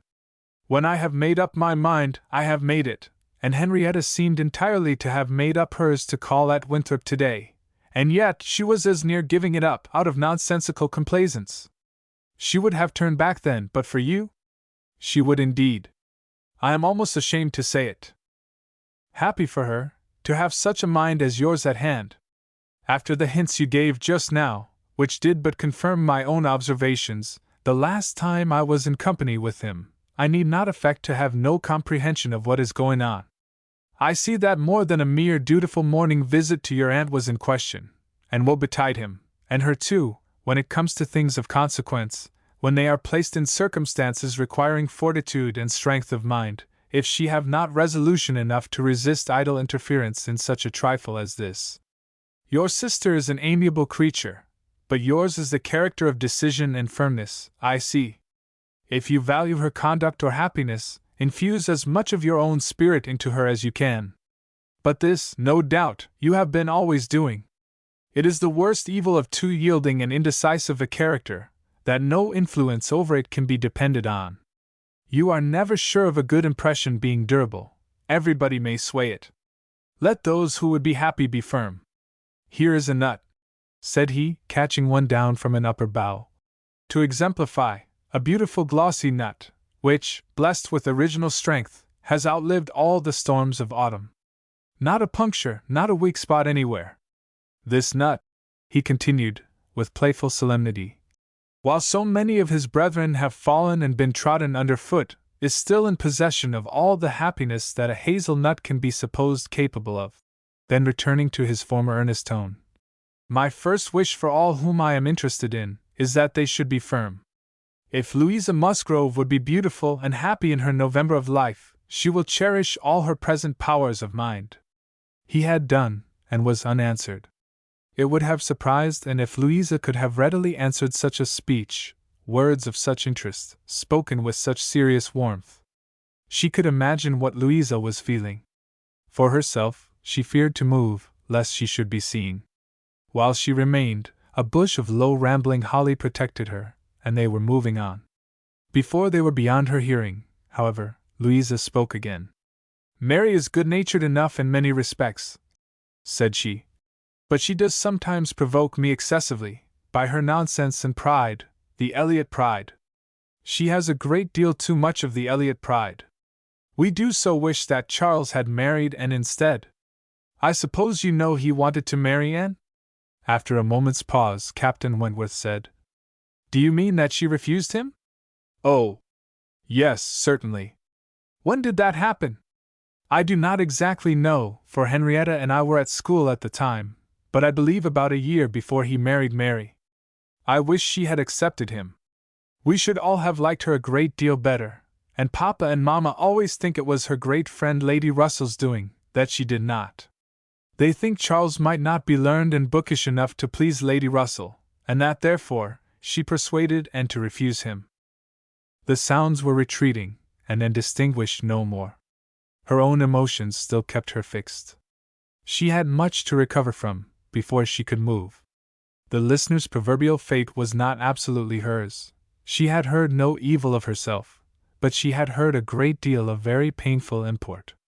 She saw how her own character was considered by Captain Wentworth, and there had been just that degree of feeling and curiosity about her and his manner which must give her extreme agitation. As soon as she could, she went after Mary, and having found, and walked back with her to their former station by the stile, felt some comfort in their whole party being immediately afterwards collected, and once more in motion together. Her spirits wanted the solitude and silence which only numbers could give. Charles and Henrietta returned, bringing, as may be conjectured, Charles Hayter with them. The minutiae of the business, and could not attempt to understand. Even Captain Wentworth did not seem admitted to perfect confidence here, but that there had been a withdrawing on the gentleman's side, and a relenting on the lady's, and that they were now very glad to be together again, did not admit a doubt. Henrietta looked a little ashamed, but very well pleased, Charles Hayter exceedingly happy, and they were devoted to each other almost from the first instant of their all setting forward for Uppercross. Everything now marked out Louisa for Captain Wentworth. Nothing could be plainer, and where many divisions were necessary, or even where they were not, they walked side by side nearly as much as the other two.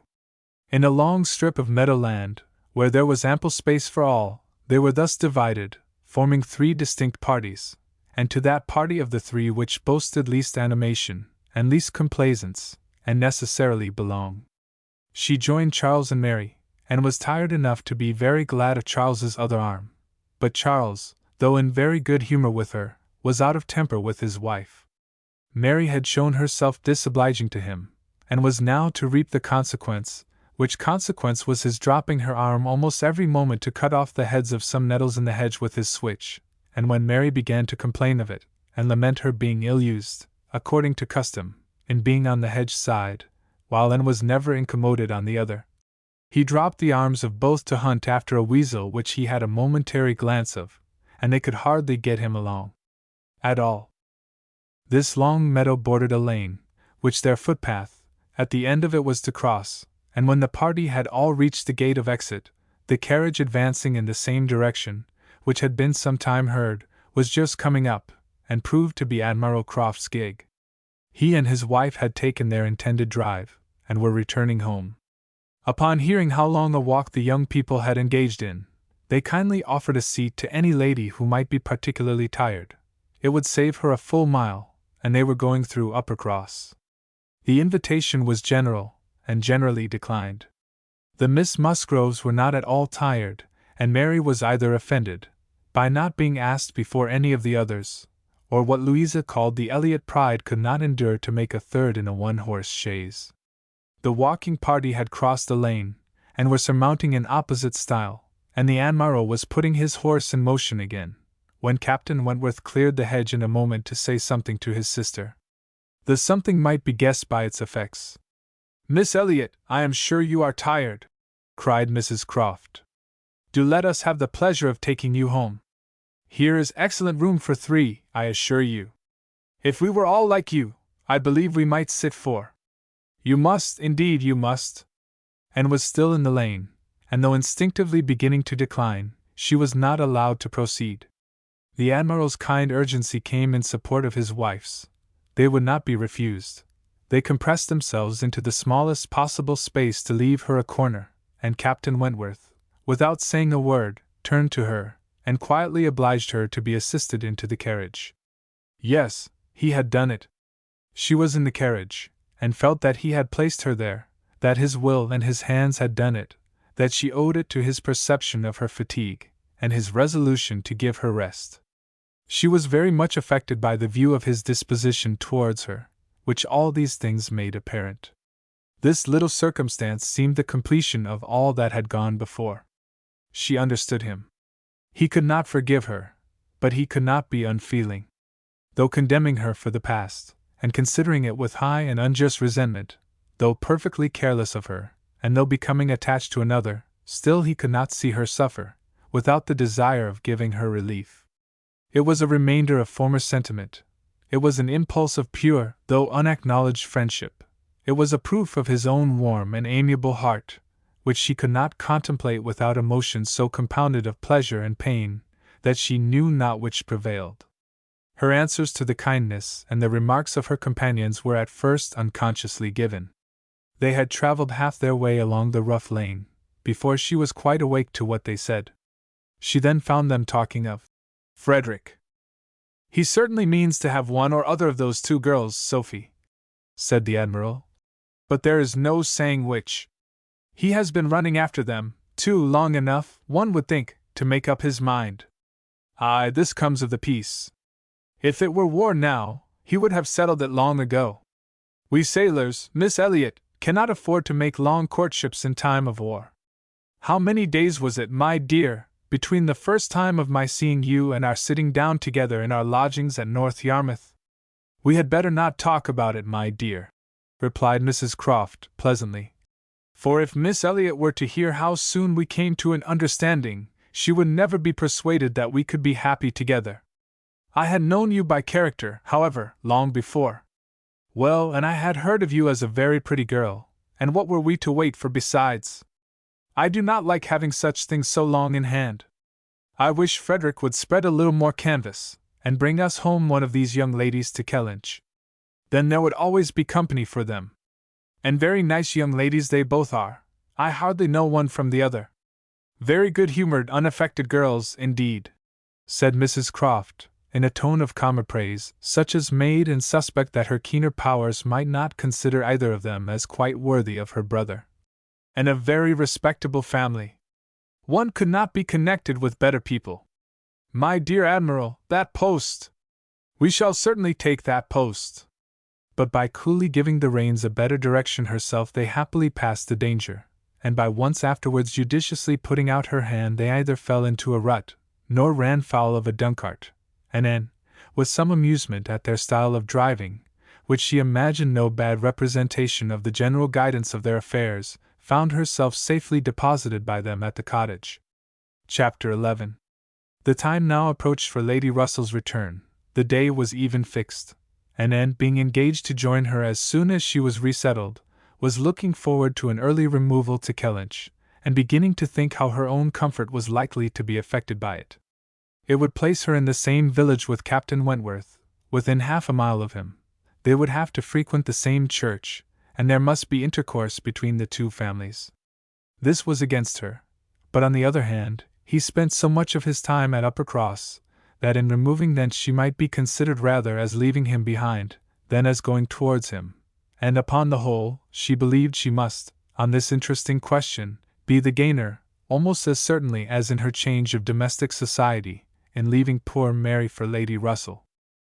She wished it might be possible for her to avoid ever seeing Captain Wentworth at the Hall. Those rooms had witnessed former meetings which would be brought too painfully before her, but she was yet more anxious for the possibility of Lady Russell and Captain Wentworth never meeting anywhere. They did not like each other, and no renewal of acquaintance now could do any good, and were Lady Russell to see them together, she might think that he had too much self-possession, and she too little.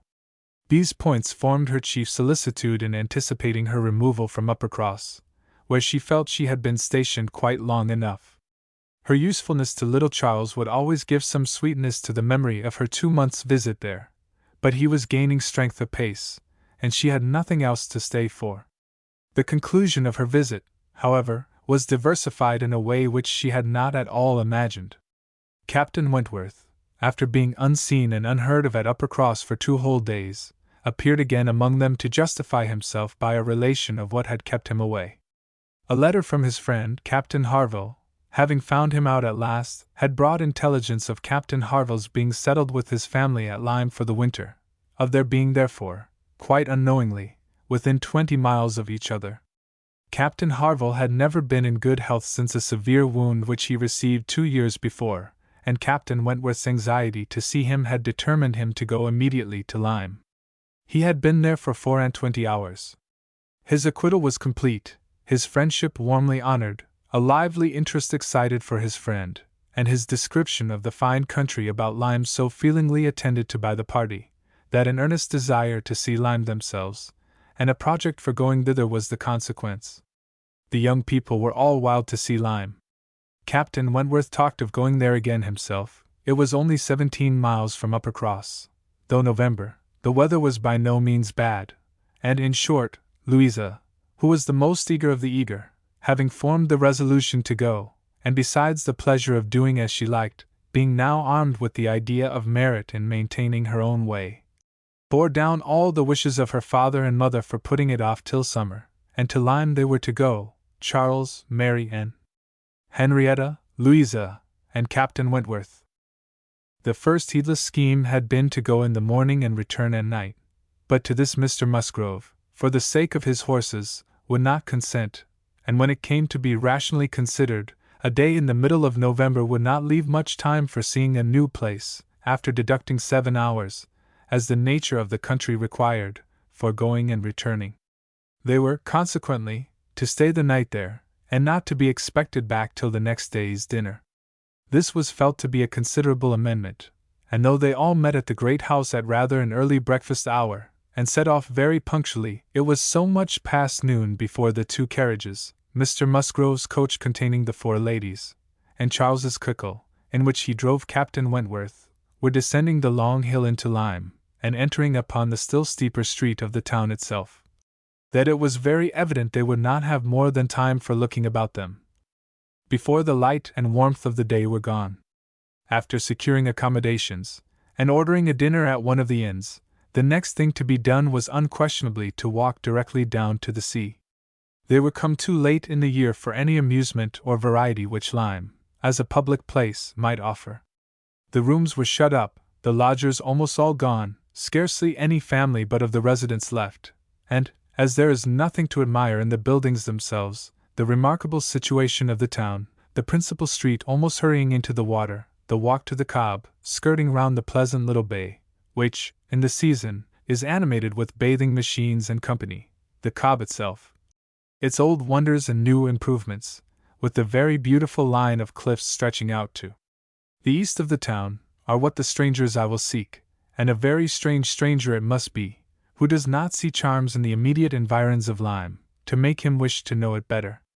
The scenes in its neighborhood, Charmouth, with its high grounds and extensive sweeps of country, and still more, its sweet, retired bay, backed by dark cliffs, where fragments of low rock among the sands make it the happiest spot for watching the flow of the tide, for sitting in unwearied contemplation, the woody varieties of the cheerful village of Up Lyme, and above all, Piney, with its green chasms between romantic rocks, where the scattered forest trees and orchards of luxuriant growth declared that many a generation must have passed away since the first partial falling of the cliff prepared the ground for such a state, where a scene so wonderful and so lovely is exhibited, as may more than equal any of the resembling scenes of the far-famed Isle of Wight. These places must be visited, and visited again, to make the worth of Lyme understood. The party from Uppercross, passing down by the now deserted and melancholy-looking rooms, and still descending, soon found themselves on the sea-shore, and lingering only, as all must linger and gaze on a first return to the sea, whoever deserved to look on it at all, proceeded towards the Cobb, equally their object in itself and on Captain Wentworth's account, for in a small house, near the foot of an old pier of unknown date, were the Harvilles settled. Captain Wentworth turned in to call on his friend, the others walked on, and he was to join them on the Cobb. They were by no means tired of wondering and admiring, and not even Louisa seemed to feel that they had parted with Captain Wentworth long, when they saw him coming after them, with 3 companions, all well known already, by description, to be Captain and Mrs. Harville, and a Captain Benwick, who was staying with them. Captain Benwick had some time ago been first lieutenant of the Laconia, and the account which Captain Wentworth had given of him, on his return from Lyme before, his warm praise of him as an excellent young man and an officer, whom he had always valued highly, which must have stamped him well in the esteem of every listener, had been followed by a little history of his private life, which rendered him perfectly interesting in the eyes of all the ladies. He had been engaged to Captain Harville's sister, and was now mourning her loss. They had been a year or 2 waiting for fortune and promotion. Fortune came, his prize money as lieutenant being great. Promotion, too, came at last, but Fanny Harville did not live to know it. She had died the preceding summer while he was at sea. Captain Wentworth believed it impossible for man to be more attached to woman than poor Benwick had been to Fanny Harville, or to be more deeply afflicted under the dreadful change. He considered his disposition as of the sort which must suffer heavily, uniting very strong feelings with quiet, serious, and retiring manners, and a decided taste for reading and sedentary pursuits.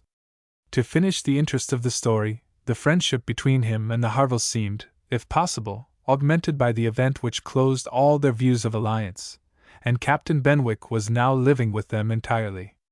Captain Harville had taken his present house for half a year, his taste, and his health, and his fortune, all directing him to a residence inexpensive, and by the sea, and the grandeur of the country, and the retirement of Lyme in the winter, appeared exactly adapted to Captain Benwick's state of mind. The sympathy and goodwill excited towards Captain Benwick was very great. And yet, said Anne to herself, as they now moved forward to meet the party, he has not, perhaps, a more sorrowing heart than I have. I cannot believe his prospects so blighted forever. He is younger than I am, younger in feeling, if not in fact, younger as a man. He will rally again, and be happy with another. They all met, and were introduced. Captain Harville was a tall, dark man, with a sensible, benevolent countenance, a little lame, and from strong features and want of health, looking much older than Captain Wentworth. Captain Benwick looked, and was, the youngest of the 3, and compared with either of them, a little man. He had a pleasing face and a melancholy air, just as he ought to have, and drew back from conversation.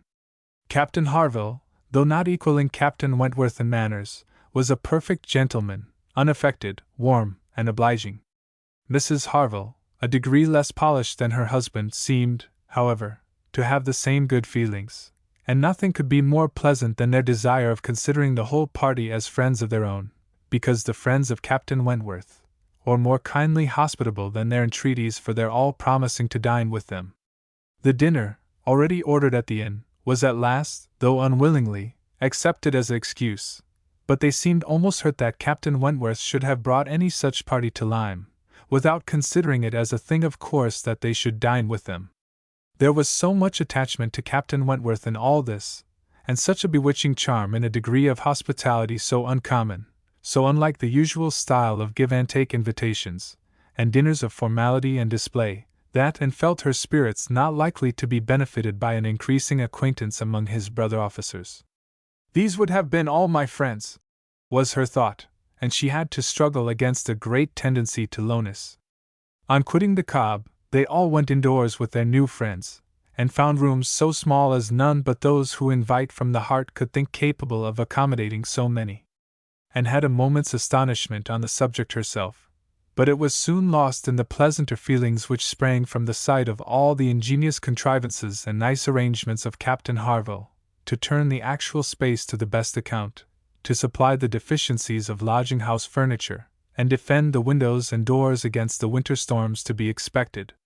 The varieties in the fitting up of the rooms, where the common necessaries provided by the owner, in the common indifferent plight, were contrasted with some few articles of a rare species of wood, excellently worked up, and with something curious and valuable from all the distant countries Captain Harville had visited, were more than amusing to Anne, connected as it all was with his profession, the fruit of its labors, the effect of its influence on his habits, the picture of repose and domestic happiness it presented, made it to her a something more, or less, than gratification. Captain Harville was no reader, but he had contrived excellent accommodations, and fashioned very pretty shelves, for a tolerable collection of well-bound volumes, the property of Captain Benwick. His lameness prevented him from taking much exercise, but a mind of usefulness and ingenuity seemed to furnish him with constant employment within.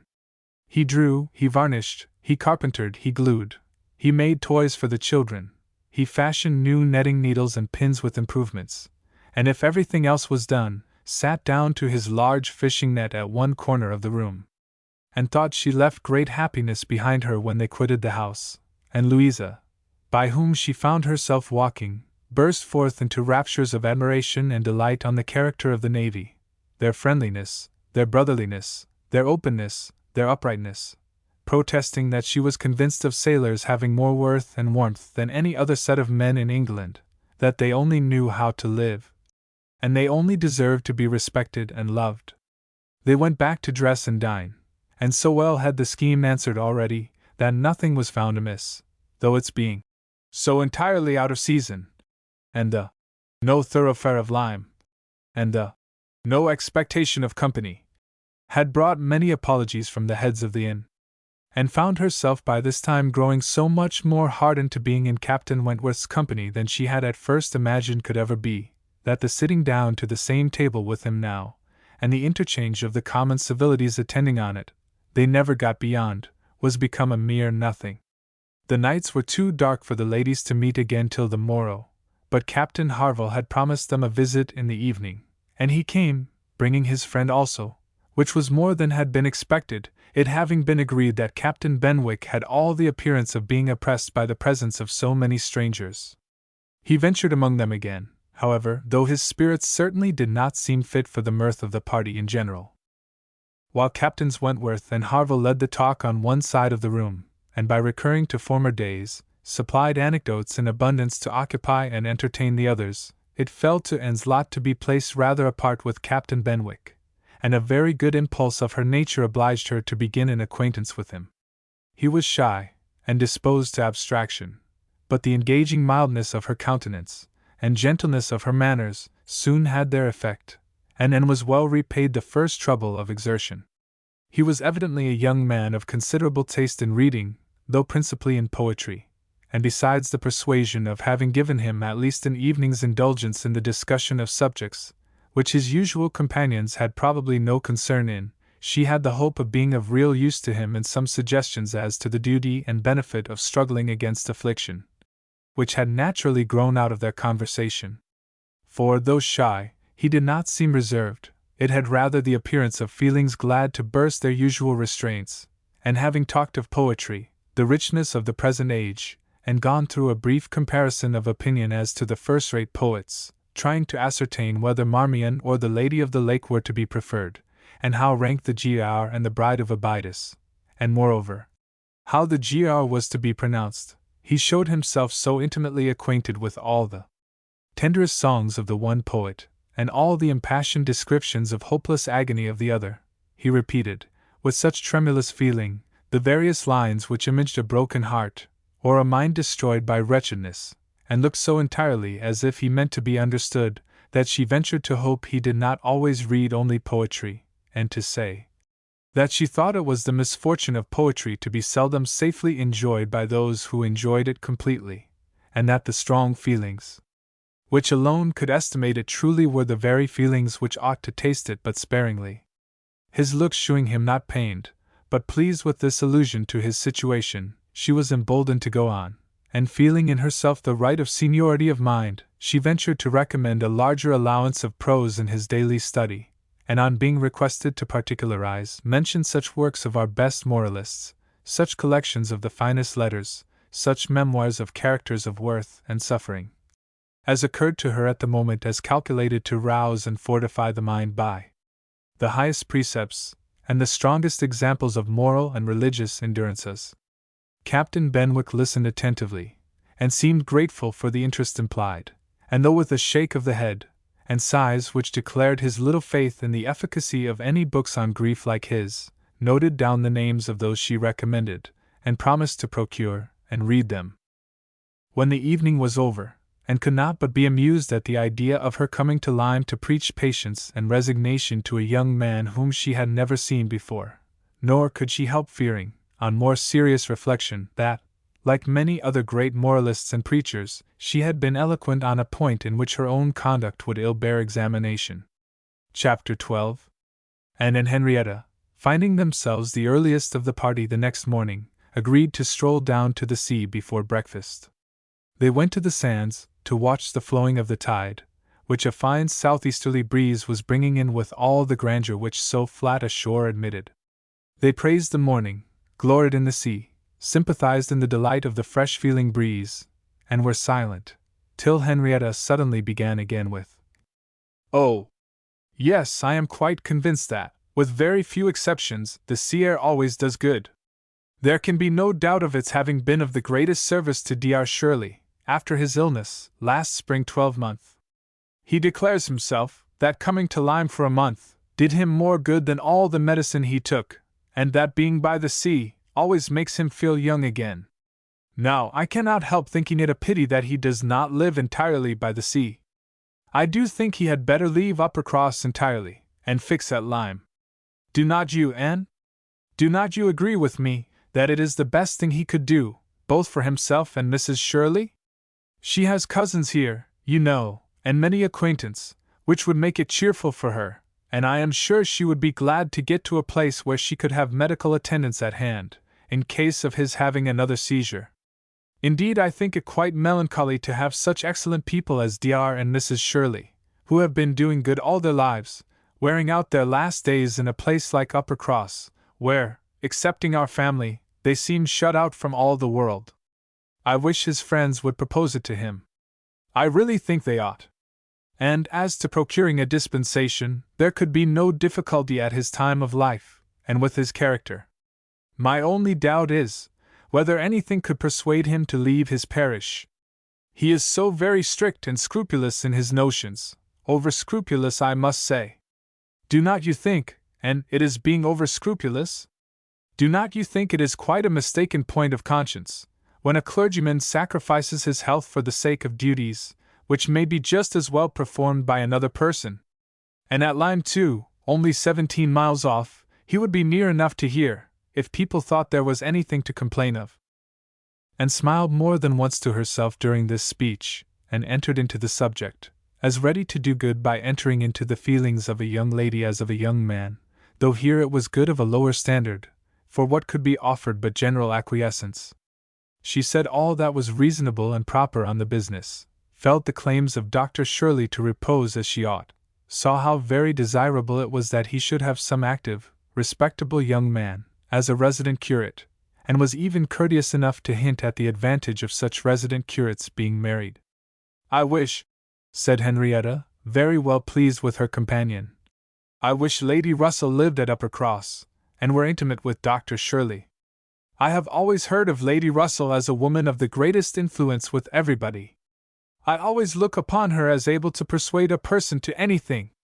I am afraid of her, as I have told you before, quite afraid of her, because she is so very clever, but I respect her amazingly, and wish we had such a neighbor at Uppercross," and was amused by Henrietta's manner of being grateful, and amused also that the course of events and the new interests of Henrietta's views should have placed her friend at all in favor with any of the Musgrove family. She had only time, however, for a general answer, and a wish that such another woman were at Uppercross, before all subjects suddenly ceased, on seeing Louisa and Captain Wentworth coming towards them. They came also for a stroll till breakfast was likely to be ready, but Louisa, recollecting, immediately afterwards, that she had something to procure at a shop, invited them all to go back with her into the town. They were all at her disposal. When they came to the steps, leading upwards from the beach, a gentleman, at the same moment preparing to come down, politely drew back, and stopped to give them way. They ascended and passed him, and as they passed, Anne's face caught his eye, and he looked at her with a degree of earnest admiration, which she could not be insensible of. She was looking remarkably well, her very regular, very pretty features, having the bloom and freshness of youth restored by the fine wind which had been blowing on her complexion, and by the animation of eye which it had also produced.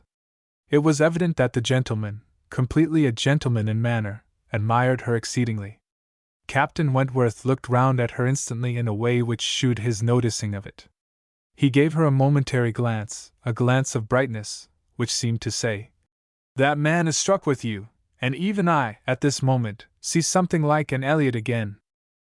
After attending Louisa through her business, and loitering about a little longer, they returned to the inn, and Anne, in passing afterwards quickly from her own chamber to their dining room, had nearly run against the very same gentleman, as he came out of an adjoining apartment. She had before conjectured him to be a stranger like themselves, and determined that a well-looking groom, who was strolling about near the two inns as they came back, should be his servant. Both master and man being in mourning assisted the idea. It was now proved that he belonged to the same inn as themselves, and this second meeting, short as it was, also proved again by the gentleman's looks, that he thought hers very lovely, and by the readiness and propriety of his apologies, that he was a man of exceedingly good manners. He seemed about 30, and though not handsome, had an agreeable person, and felt that she should like to know who he was.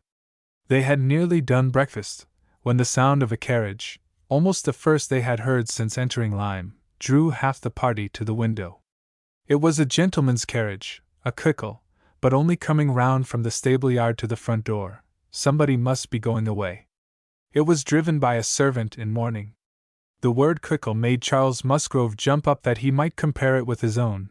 The servant in mourning roused Anne's curiosity, and the whole six were collected to look, by the time the owner of the Quickle was to be seen issuing from the door amidst the bows and civilities of the household, and taking his seat, to drive off. "Ah!" cried Captain Wentworth, instantly, and with half a glance at Anne. "It is the very man we passed."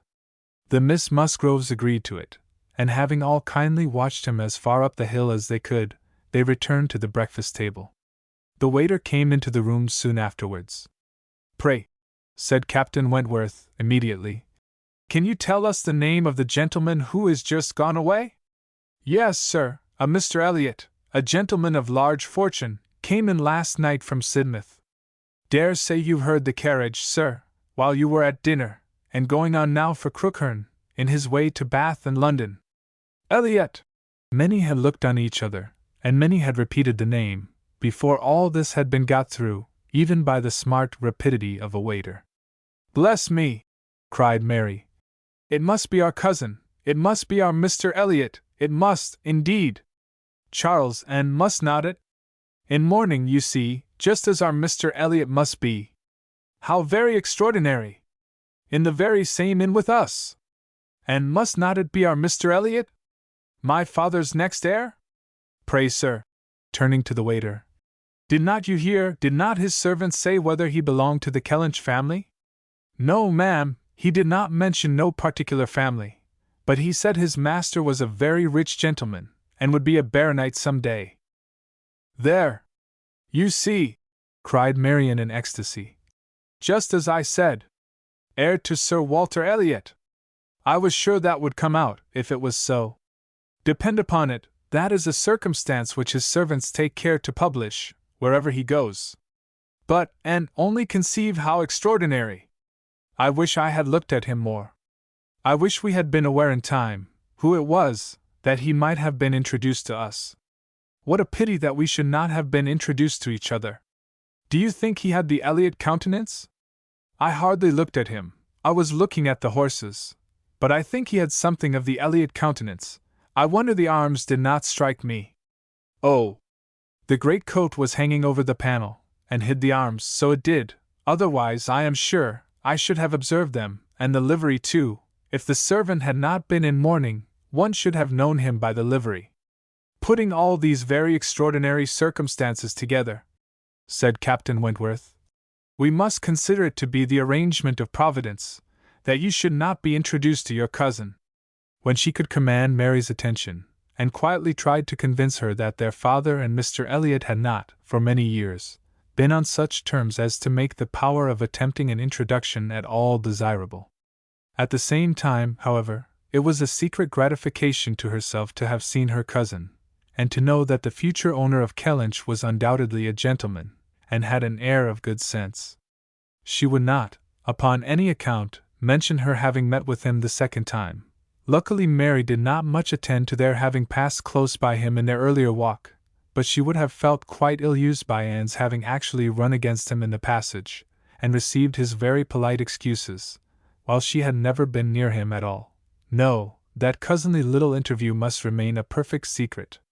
Of course, said Mary, you will mention our seeing Mr. Elliot the next time you write to Bath. I think my father certainly ought to hear of it. Do mention all about him.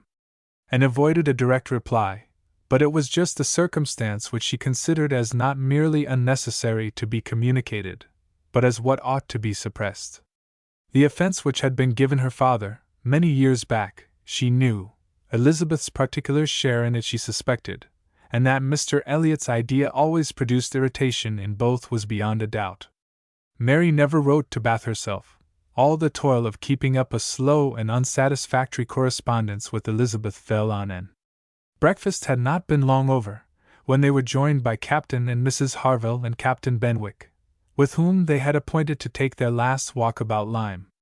They ought to be setting off for Uppercross by 1, and in the meanwhile were to be all together, and out of doors as long as they could.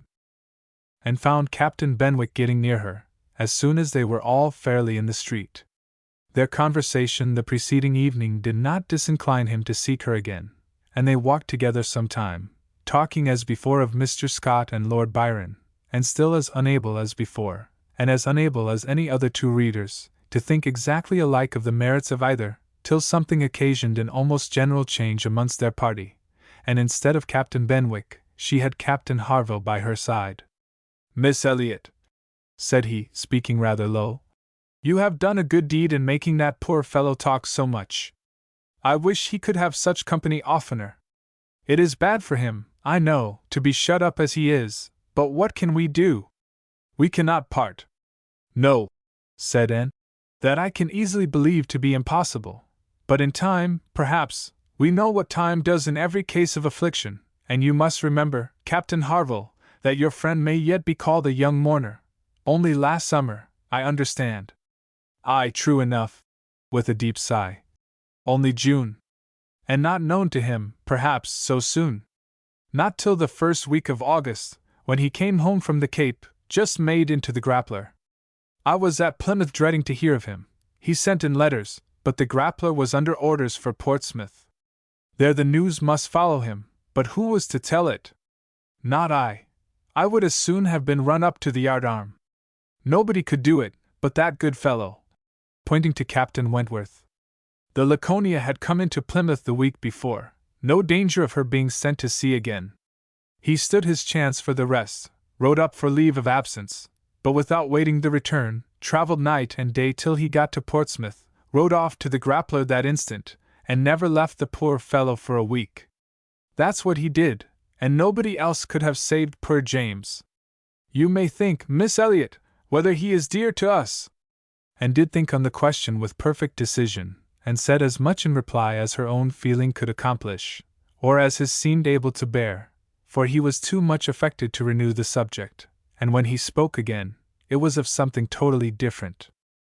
Mrs. Harville's giving it as her opinion that her husband would have quite walking enough by the time he reached home, determined the direction of all the party in what was to be their last walk. They would accompany them to their door, and then return and set off themselves.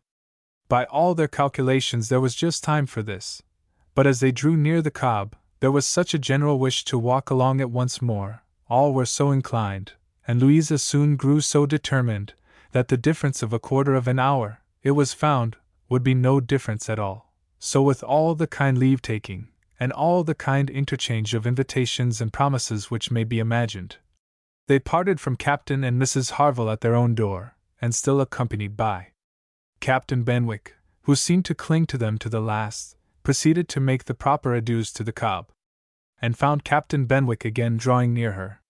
Lord Byron's dark blue seas could not fail of being brought forward by their present view, and she gladly gave him all her attention as long as attention was possible. It was soon drawn, perforce another way. There was too much wind to make the high part of the new Cobb pleasant for the ladies, and they agreed to get down the steps to the lower, and all were contented to pass quietly and carefully down the steep flight, excepting Louisa. She must be jumped down them by Captain Wentworth. In all their walks, he had had to jump her from the stiles. The sensation was delightful to her. The hardness of the pavement for her feet made him less willing upon the present occasion. He did it, however. She was safely down, and instantly, to show her enjoyment, ran up the steps to be jumped down again. He advised her against it, thought the jar too great. But no, he reasoned and talked in vain. She smiled and said, "I am determined I will." He put out his hands. She was too precipitate by half a second. She fell on the pavement on the lower Cobb, and was taken up lifeless. There was no wound, no blood, no visible bruise, but her eyes were closed, she breathed not, her face was like death. The horror of the moment to all who stood around. Captain Wentworth, who had caught her up, knelt with her in his arms, looking on her with a face as pallid as her own, in an agony of silence. "She is dead! She is dead!" screamed Mary, catching hold of her husband, and contributing with his own horror to make him immovable, and in another moment, Henrietta, sinking under the conviction, lost her senses too, and would have fallen on the steps, but for Captain Benwick and Anne, who caught and supported her between them. "Is there no one to help me?" were the first words which burst from Captain Wentworth, in a tone of despair, and as if all his own strength were gone. Go to him," cried Anne. "For heaven's sake, go to him. I can support her myself. Leave me, and go to him. Rub her hands, rub her temples, here are salts, take them, take them." Captain Benwick obeyed, and Charles at the same moment, disengaging himself from his wife, they were both with him, and Louisa was raised up and supported more firmly between them, and everything was done that Anne had prompted, but in vain, while Captain Wentworth, staggering against the wall for his support, exclaimed in the bitterest agony, "O God! Her father and mother!" "A surgeon!" said Anne. He caught the word, it seemed to rouse him at once, and saying only, "True, true, a surgeon this instant," was darting away, when Anne eagerly suggested, "Captain Benwick, would not it be better for Captain Benwick? He knows where a surgeon is to be found." Every one capable of thinking felt the advantage of the idea, and in a moment, it was all done in rapid moments. Captain Benwick had resigned the poor corpse-like figure entirely to the brother's care, and was off for the town with the utmost rapidity. As to the wretched party left behind, it could scarcely be said which of the three, who were completely rational, was suffering most, Captain Wentworth, Anne, or Charles, who, really a very affectionate brother, hung over Louisa with sobs of grief, and could only turn his eyes from one sister, to see the other in a state as insensible, or to witness the hysterical agitations of his wife, calling on him for help which he could not give, and attending with all the strength and zeal and thought which instinct supplied to Henrietta, still tried, at intervals, to suggest comfort to the others, tried to quiet Mary, to animate Charles, to assuage the feelings of Captain Wentworth. Both seemed to look to her for directions. "Anne," cried Charles, "what is to be done next? What, in heaven's name, is to be done next?" Captain Wentworth's eyes were also turned towards her. "Had not she better be carried to the inn?" "Yes, I am sure, carry her gently to the inn." "Yes, yes, to the inn," repeated Captain Wentworth, comparatively collected, and eager to be doing something. "I will carry her myself. Musgrove, take care of the others." By this time the report of the accident had spread among the workmen and boatmen about the Cobb, and many were collected near them, to be useful if wanted, at any rate, to enjoy the sight of a dead young lady, nay, 2 dead young ladies, for it proved twice as fine as the first report. To some of the best-looking of these good people Henrietta was consigned, for, though partially revived, she was quite helpless, and in this manner, and walking by her side, and Charles attending to his wife, they set forward, treading back with feelings unutterable, the ground, which so lately, so very lately, and so light of heart, they had passed along. They were not off the Cobb, before the Harvilles met them. Captain Benwick had been seen flying by their house, with a countenance which showed something to be wrong, and they had set off immediately, informed and directed as they passed, towards the spot. Shocked as Captain Harville was, he brought senses and nerves that could be instantly useful, and a look between him and his wife decided what was to be done. She must be taken to their house, all must go to their house, and await the surgeon's arrival there. They would not listen to scruples, he was obeyed, they were all beneath his roof, and while Louisa, under Mrs. Harville's direction, was conveyed upstairs, and given possession of her own bed, assistance, cordials, restoratives were supplied by her husband to all who needed them. Louisa had once opened her eyes, but soon closed them again, without apparent consciousness. This had been a proof of life, however, of service to her sister, and Henrietta, though perfectly incapable of being in the same room with Louisa, was kept, by the agitation of hope and fear, from a return of her own insensibility. Mary, too, was growing calmer. The surgeon was with them almost before it had seemed possible. They were sick with horror, while he examined, but he was not hopeless. The head had received a severe contusion, but he had seen greater injuries recovered from. He was by no means hopeless. He spoke cheerfully.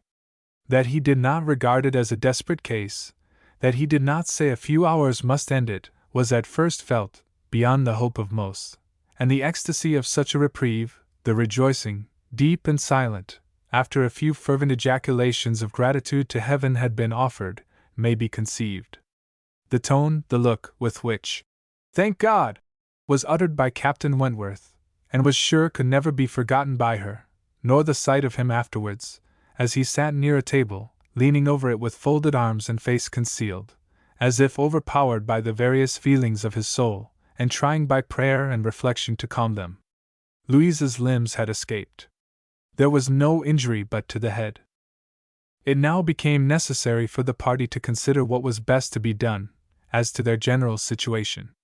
They were now able to speak to each other and consult.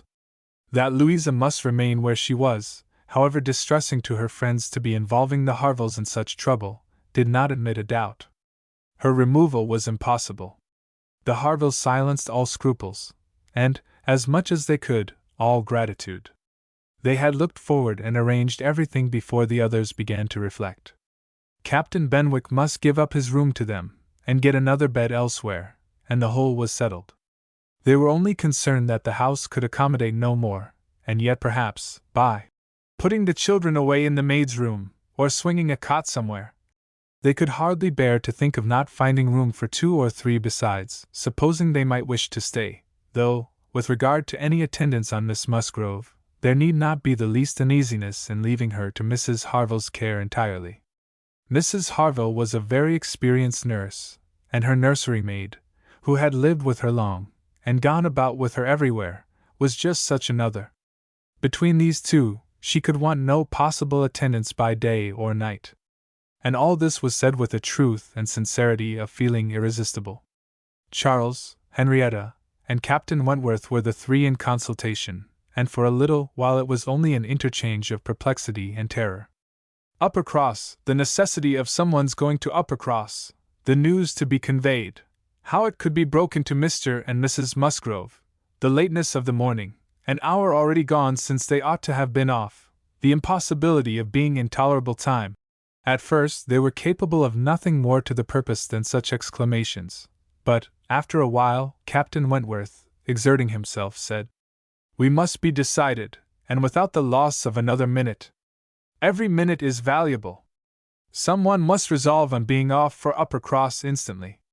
Musgrove, either you or I must go." Charles agreed, but declared his resolution of not going away. He would be as little encumbrance as possible to Captain and Mrs. Harville, but as to leaving his sister in such a state, he neither ought nor would. So far it was decided, and Henrietta at first declared the same. She, however, was soon persuaded to think differently. The usefulness of her staying. She who had not been able to remain in Louise's room, or to look at her, without sufferings which made her worse than helpless. She was forced to acknowledge that she could do no good, yet was still unwilling to be away, till, touched by the thought of her father and mother, she gave it up. She consented, she was anxious to be at home. The plan had reached this point, when Anne, coming quietly down from Louise's room, could not but hear what followed, for the parlor door was open. "Then it is settled, Musgrove," cried Captain Wentworth, "that you stay, and that I take care of your sister home. But as to the rest, as to the others, if one stays to assist Mrs. Harville, I think it need be only one. Mrs. Charles Musgrove will, of course, wish to get back to her children, but if Anne will stay, no one so proper, so capable as Anne." She paused a moment to recover from the emotion of hearing herself so spoken of. The other two warmly agreed with what he said, and she then appeared. "You will stay, I am sure, you will stay and nurse her," cried he, turning to her and speaking with a glow, and yet a gentleness, which seemed almost restoring the past. She colored deeply, and he recollected himself and moved away. She expressed herself most willing, ready, happy to remain. It was what she had been thinking of, and wishing to be allowed to do. A bed on the floor in Louise's room would be sufficient for her, if Mrs. Harville would but think so. One thing more, and all seemed arranged. Though it was rather desirable that Mr. and Mrs. Musgrove should be previously alarmed by some share of delay, yet the time required by the Uppercross horses to take them back would be a dreadful extension of suspense, and Captain Wentworth proposed, and Charles Musgrove agreed, that it would be much better for him to take a chaise from the inn, and leave Mr. Musgrove's carriage and horses to be sent home the next morning early, when there would be the farther advantage of sending an account of Louise's night. Captain Wentworth now hurried off to get everything ready on his part, and to be soon followed by the two ladies. When the plan was made known to Mary, however, there was an end of all peace in it. She was so wretched and so vehement, complained so much of injustice in being expected to go away instead of Anne, who was nothing to Louisa, while she was her sister, and had the best right to stay in Henrietta's stead. Why was not she to be as useful as Anne? And to go home without Charles, too, without her husband? No, it was too unkind. And in short, she said more than her husband could long withstand, and as none of the others could oppose when he gave way, there was no help for it. The change of Mary for Anne was inevitable, and had never submitted more reluctantly to the jealous and ill-judging claims of Mary. But so it must be, and they set off for the town, Charles taking care of his sister, and Captain Benwick attending to her. She gave a moment's recollection, as they hurried along, to the little circumstances which the same spots had witnessed earlier in the morning. There she had listened to Henrietta's schemes for Dr. Shirley's leaving Uppercross. Farther on, she had first seen Mr. Elliot. A moment seemed all that could now be given to anyone but Louisa, or those who were wrapped up in her welfare. Captain Benwick was most considerately attentive to her, and united as they all seemed by the distress of the day, she felt an increasing degree of goodwill towards him, and a pleasure even in thinking that it might, perhaps, be the occasion of continuing their acquaintance. Captain Wentworth was on the watch for them, and a chaise and four in waiting, stationed for their convenience in the lowest part of the street. But his evident surprise and vexation at the substitution of one sister for the other, the change in his countenance, the astonishment, the expressions begun and suppressed, with which Charles was listened to, made but a mortifying reception of Anne, or must at least convince her that she was valued only as she could be useful to Louisa. She endeavored to be composed, and to be just. Without emulating the feelings of an Emma towards her Henry, she would have attended on Louisa with a zeal above the common claims of regard, for his sake, and she hoped he would not long be so unjust as to suppose she would shrink unnecessarily from the office of a friend. In the meanwhile she was in the carriage. He had handed them both in, and placed himself between them, and in this manner, under these circumstances, full of astonishment and emotion too, and she quitted Lyme. How the long stage would pass, how it was to affect their manners, what was to be their sort of intercourse, she could not foresee. It was all quite natural, however. He was devoted to Henrietta, always turning towards her, and when he spoke at all, always with the view of supporting her hopes and raising her spirits. In general, his voice and manner were studiously calm. To spare Henrietta from agitation seemed the governing principle. Once only, when she had been grieving over the last ill-judged, ill-fated walk to the Cobb, bitterly lamenting that it ever had been thought of, he burst forth, as if wholly overcome. "Don't talk of it, don't talk of it!" he cried. "O God! That I had not given way to her at the fatal moment! Had I done as I ought! But so eager and so resolute! Dear, sweet Louisa!" And wondered whether it ever occurred to him now to question the justness of his own previous opinion as to the universal felicity and advantage of firmness of character, and whether it might not strike him that, like all other qualities of the mind, it should have its proportions and limits. She thought it could scarcely escape him to feel that a persuadable temper might sometimes be as much in favor of happiness as a very resolute character. They got on fast, and was astonished to recognize the same hills and the same objects so soon. Their actual speed, heightened by some dread of the conclusion, made the road appear but half as long as on the day before. It was growing quite dusk, however, before they were in the neighborhood of Uppercross, and there had been total silence among them for some time, Henrietta leaning back in the corner, with a shawl over her face, giving the hope of her having cried herself to sleep, when, as they were going up their last hill, and found herself all at once addressed by Captain Wentworth. In a low, cautious voice he said, "I have been considering what we had best do. She must not appear at first. She could not stand it. I have been thinking whether you had not better remain in the carriage with her, while I go in and break it to Mr. and Mrs. Musgrove. Do you think this is a good plan?" She did. He was satisfied, and said no more. But the remembrance of the appeal remained a pleasure to her, as a proof of friendship, and of deference for her judgment, a great pleasure, and when it became a sort of parting proof, its value did not lessen.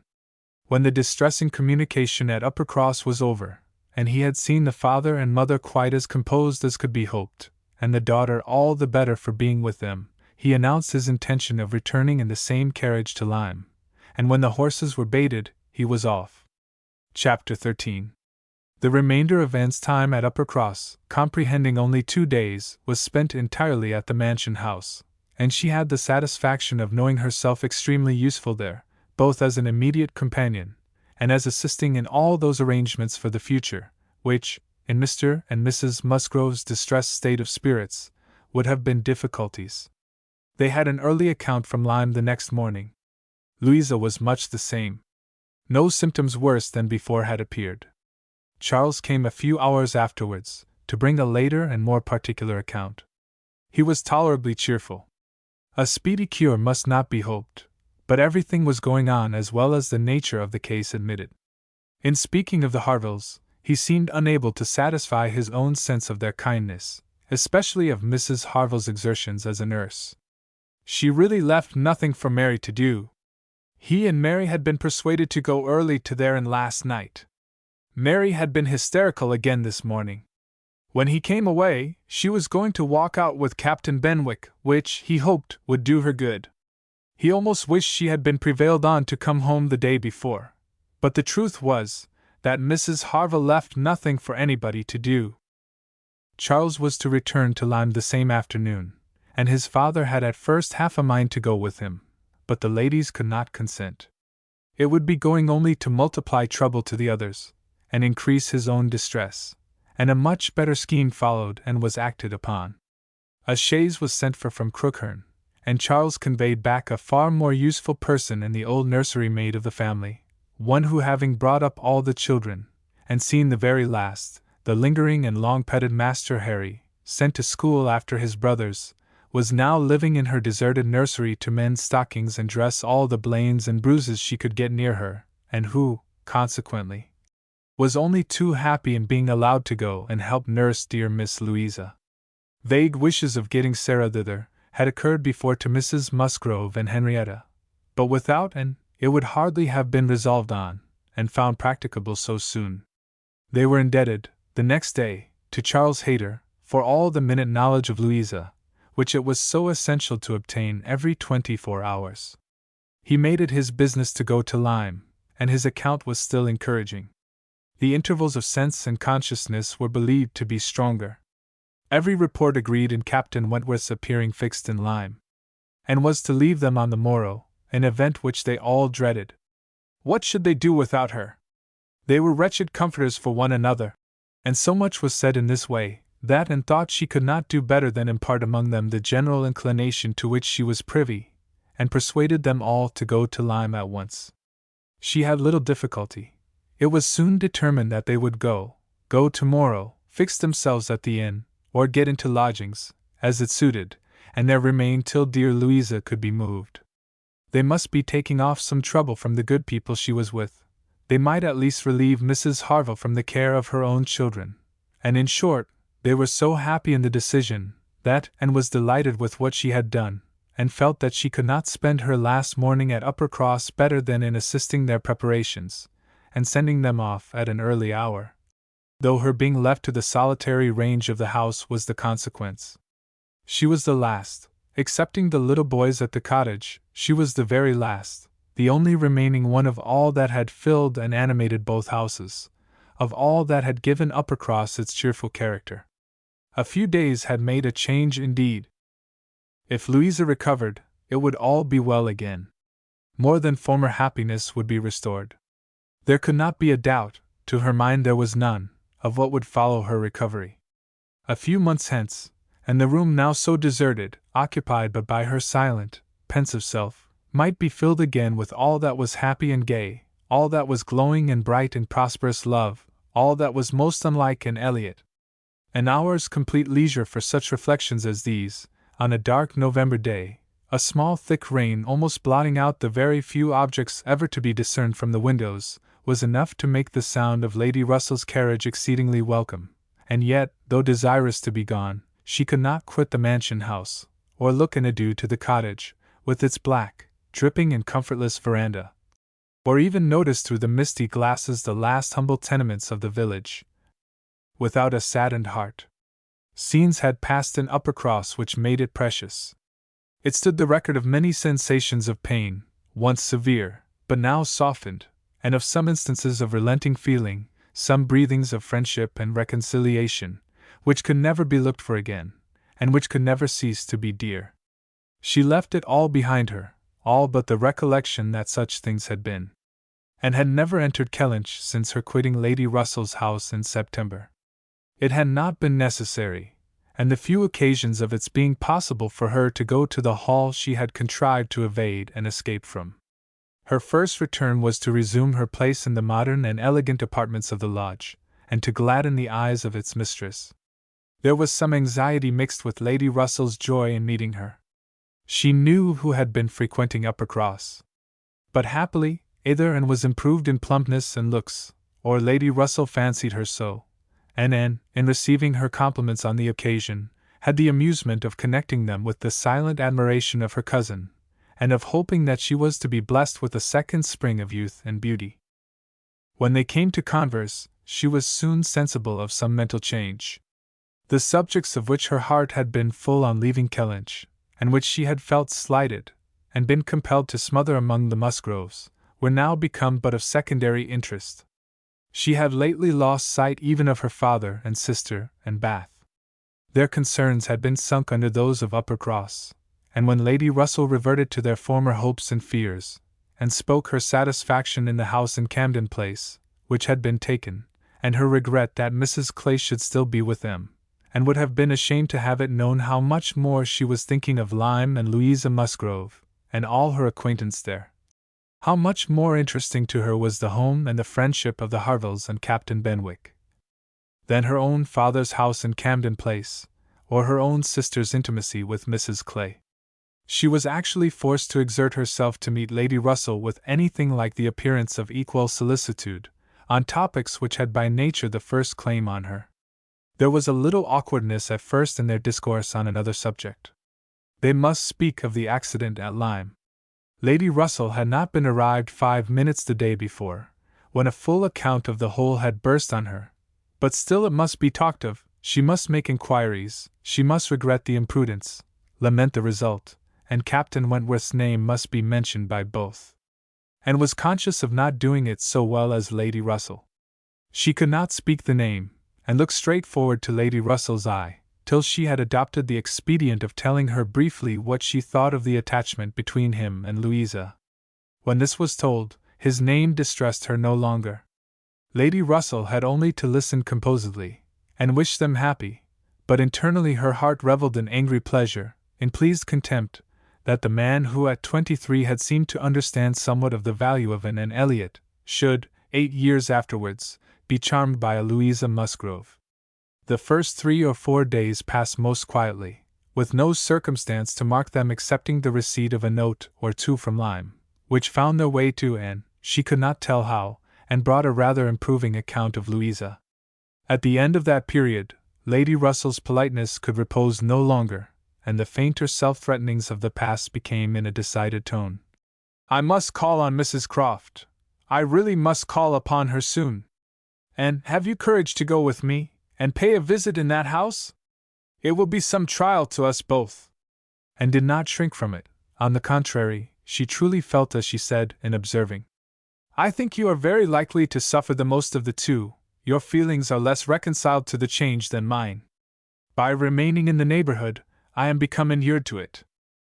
She could have said more on the subject, for she had in fact so high an opinion of the Crofts, and considered her father so very fortunate in his tenants, felt the parish to be so sure of a good example, and the poor of the best attention and relief, that however sorry and ashamed for the necessity of the removal, she could not but in conscience feel that they were gone who deserved not to stay, and that Kellynch Hall had passed into better hands than its owners. These convictions must unquestionably have their own pain, and severe was its kind, but they precluded that pain which Lady Russell would suffer in entering the house again, and returning through the well-known apartments. In such moments Anne had no power of saying to herself, "These rooms ought to belong only to us. Oh, how fallen in their destination! How unworthily occupied! An ancient family to be so driven away! Strangers filling their place!" No, except when she thought of her mother, and remembered where she had been used to sit and preside, she had no sigh of that description to heave. Mrs. Croft always met her with a kindness which gave her the pleasure of fancying herself a favorite, and on the present occasion, receiving her in that house, there was particular attention. The sad accident at Lyme was soon the prevailing topic, and on comparing their latest accounts of the invalid, it appeared that each lady dated her intelligence from the same hour of yestermorn, that Captain Wentworth had been in Kellynch yesterday, the first time since the accident, had brought, and the last note, which she had not been able to trace the exact steps of, had stayed a few hours and then returned again to Lyme, and without any present intention of quitting it any more. He had inquired after her, she found, particularly, had expressed his hope of Miss Elliot's not being the worse for her exertions, and had spoken of those exertions as great. This was handsome, and gave her more pleasure than almost anything else could have done. As to the sad catastrophe itself, it could be canvassed only in one style by a couple of steady, sensible women, whose judgments had to work on ascertained events, and it was perfectly decided that it had been the consequence of much thoughtlessness and much imprudence, that its effects were most alarming, and that it was frightful to think how long Miss Musgrove's recovery might yet be doubtful, and how liable she would still remain to suffer from the concussion hereafter. The Admiral wounded up summarily by exclaiming, "Aye, a very bad business indeed. A new sort of way this, for a young fellow to be making love, by breaking his mistress's head, is not it, Miss Elliot? This is breaking a head and giving a plaster, truly." Admiral Croft's manners were not quite of the tone to suit Lady Russell, but they delighted Anne. His goodness of heart and simplicity of character were irresistible. "Now, this must be very bad for you," said he, suddenly rousing from a little reverie, "to be coming and finding us here. I had not recollected it before, I declare, but it must be very bad. But now, do not stand upon ceremony. Get up and go over all the rooms in the house if you like it. Another time, sir, I thank you, not now. Well, whenever it suits you. You can slip in from the shrubbery at any time, and there you will find we keep our umbrellas hanging up by that door. A good place, is not it? But," checking himself, "you will not think it a good place, for yours were always kept in the butler's room." "Aye, so it always is, I believe. One man's ways may be as good as another's, but we all like our own best. And so you must judge for yourself, whether it would be better for you to go about the house or not." And finding she might decline it, did so, very gratefully. "We have made very few changes either," continued the Admiral, after thinking a moment. "Very few. We told you about the laundry door at Uppercross. That has been a very great improvement. The wonder was, how any family upon earth could bear with the inconvenience of its opening as it did, so long. You will tell Sir Walter what we have done, and that Mr. Shepherd thinks it the greatest improvement the house ever had. Indeed, I must do ourselves the justice to say that the few alterations we have made have been all very much for the better. My wife should have the credit of them, however. I have done very little besides sending away some of the large looking-glasses from my dressing-room, which was your father's. A very good man, and very much the gentleman, I am sure, but I should think, Miss Elliot," looking with serious reflection, "I should think he must be rather a dressy man for his time of life. Such a number of looking-glasses! Oh Lord! There was no getting away from oneself. So I got Sophie to lend me a hand, and we soon shifted their quarters, and now I am quite snug, with my little shaving glass in one corner, and another great thing that I never go near." And, amused in spite of herself, was rather distressed for an answer, and the Admiral, fearing he might not have been civil enough, took up the subject again, to say, "The next time you write to your good father, Miss Elliot, pray give him my compliments and Mrs. Croft's, and say that we are settled here quite to our liking, and have no fault at all to find with the place. The breakfast-room chimney smokes a little, I grant you, but it is only when the wind is due north and blows hard, which may not happen 3 times a winter. And take it altogether, now that we have been into most of the houses hereabouts and can judge, there is not one that we like better than this. Pray say so, with my compliments. He will be glad to hear it." Lady Russell and Mrs. Croft were very well pleased with each other, but the acquaintance which this visit began was fated not to proceed far at present, for when it was returned, the Crofts announced themselves to be going away for a few weeks, to visit their connections in the north of the county, and probably might not be at home again before Lady Russell would be removing to Bath. So ended all danger to and of meeting Captain Wentworth at Kellynch Hall, or of seeing him in company with her friend. Everything was safe enough, and she smiled over the many anxious feelings she had wasted on the subject. Chapter 14. Though Charles and Mary had remained at Lyme much longer after Mr. and Mrs. Musgrove's going then, and conceived they could have been at all wanted, they were yet the first of the family to be at home again, and as soon as possible after their return to Uppercross they drove over to the lodge. They had left Louisa beginning to sit up, but her head, though clear, was exceedingly weak, and her nerves susceptible to the highest extreme of tenderness, and though she might be pronounced to be altogether doing very well, it was still impossible to say when she might be able to bear the removal home, and her father and mother, who must return in time to receive their younger children for the Christmas holidays, had hardly a hope of being allowed to bring her with them. They had been all in lodgings together. Mrs. Musgrove had got Mrs. Harville's children away as much as she could. Every possible supply from Uppercross had been furnished, to lighten the inconvenience to the Harvilles, while the Harvilles had been wanting them to come to dinner every day, and in short, it seemed to have been only a struggle on each side as to which should be most disinterested and hospitable.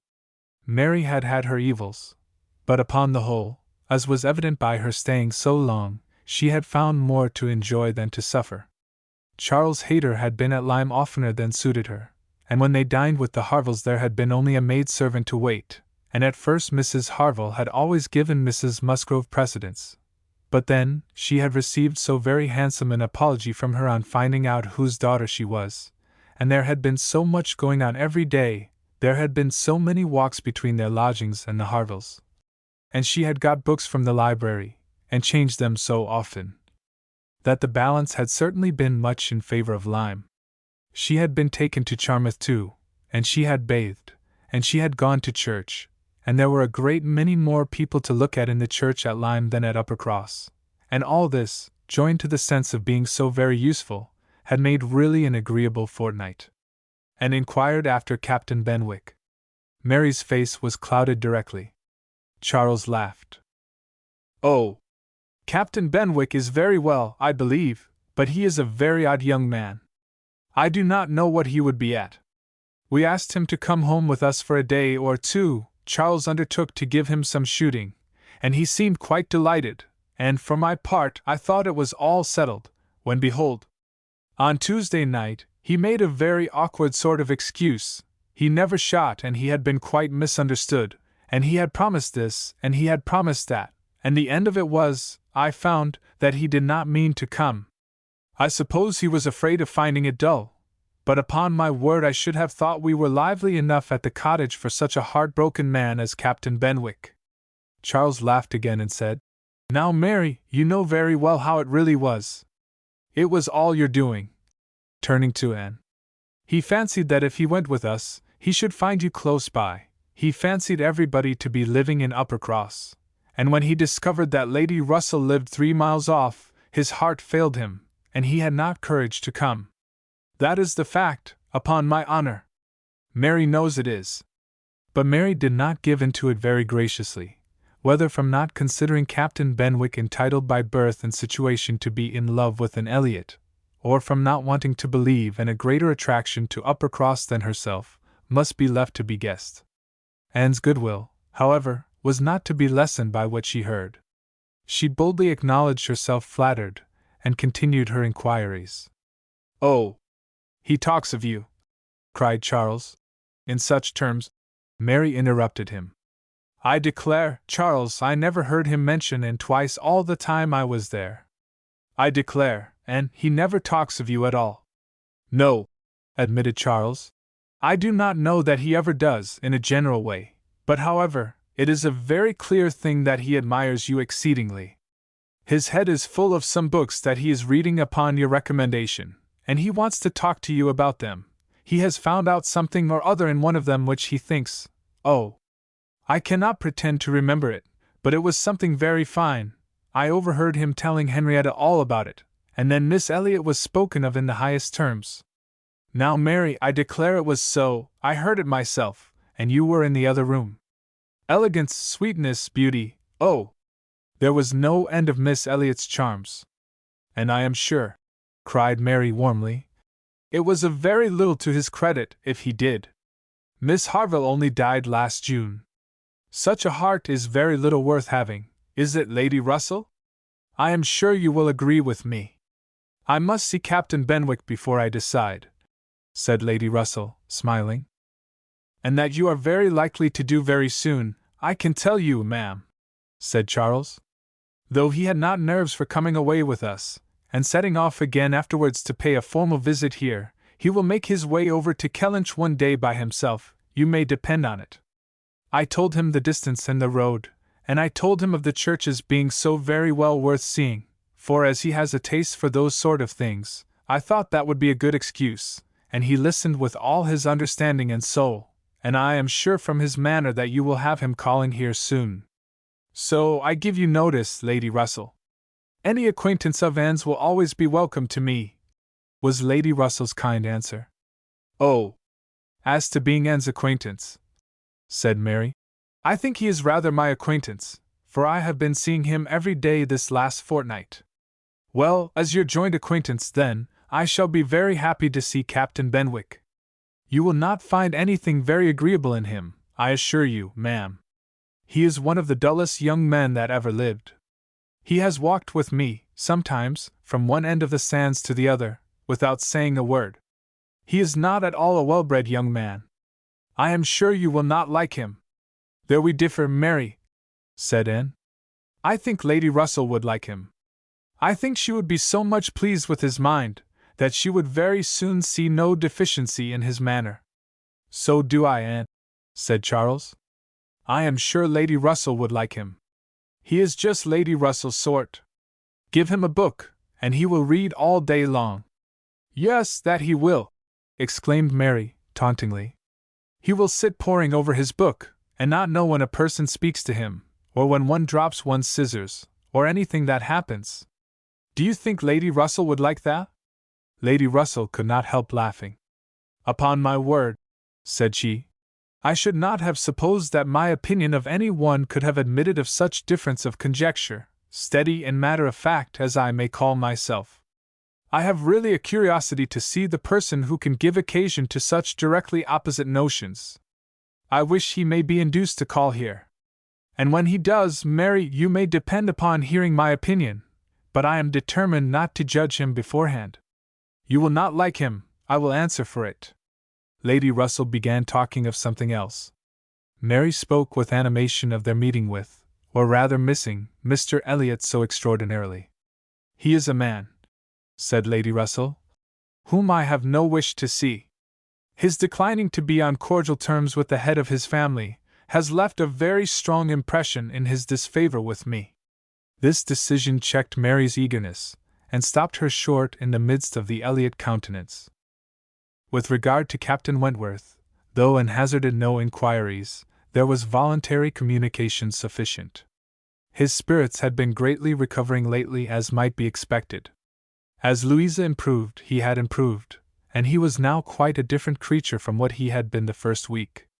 He had not seen Louisa, and was so extremely fearful of any ill consequence to her from an interview, that he did not press for it at all, and, on the contrary, seemed to have a plan of going away for a week or 10 days, till her head was stronger. He had talked of going down to Plymouth for a week, and wanted to persuade Captain Benwick to go with him. But, as Charles maintained to the last, Captain Benwick seemed much more disposed to ride over to Kellynch.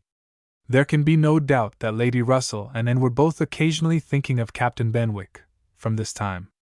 Lady Russell could not hear the door-bell without feeling that it might be his herald, nor could Anne return from any stroll of solitary indulgence in her father's grounds, or any visit of charity in the village, without wondering whether she might see him, or hear of him.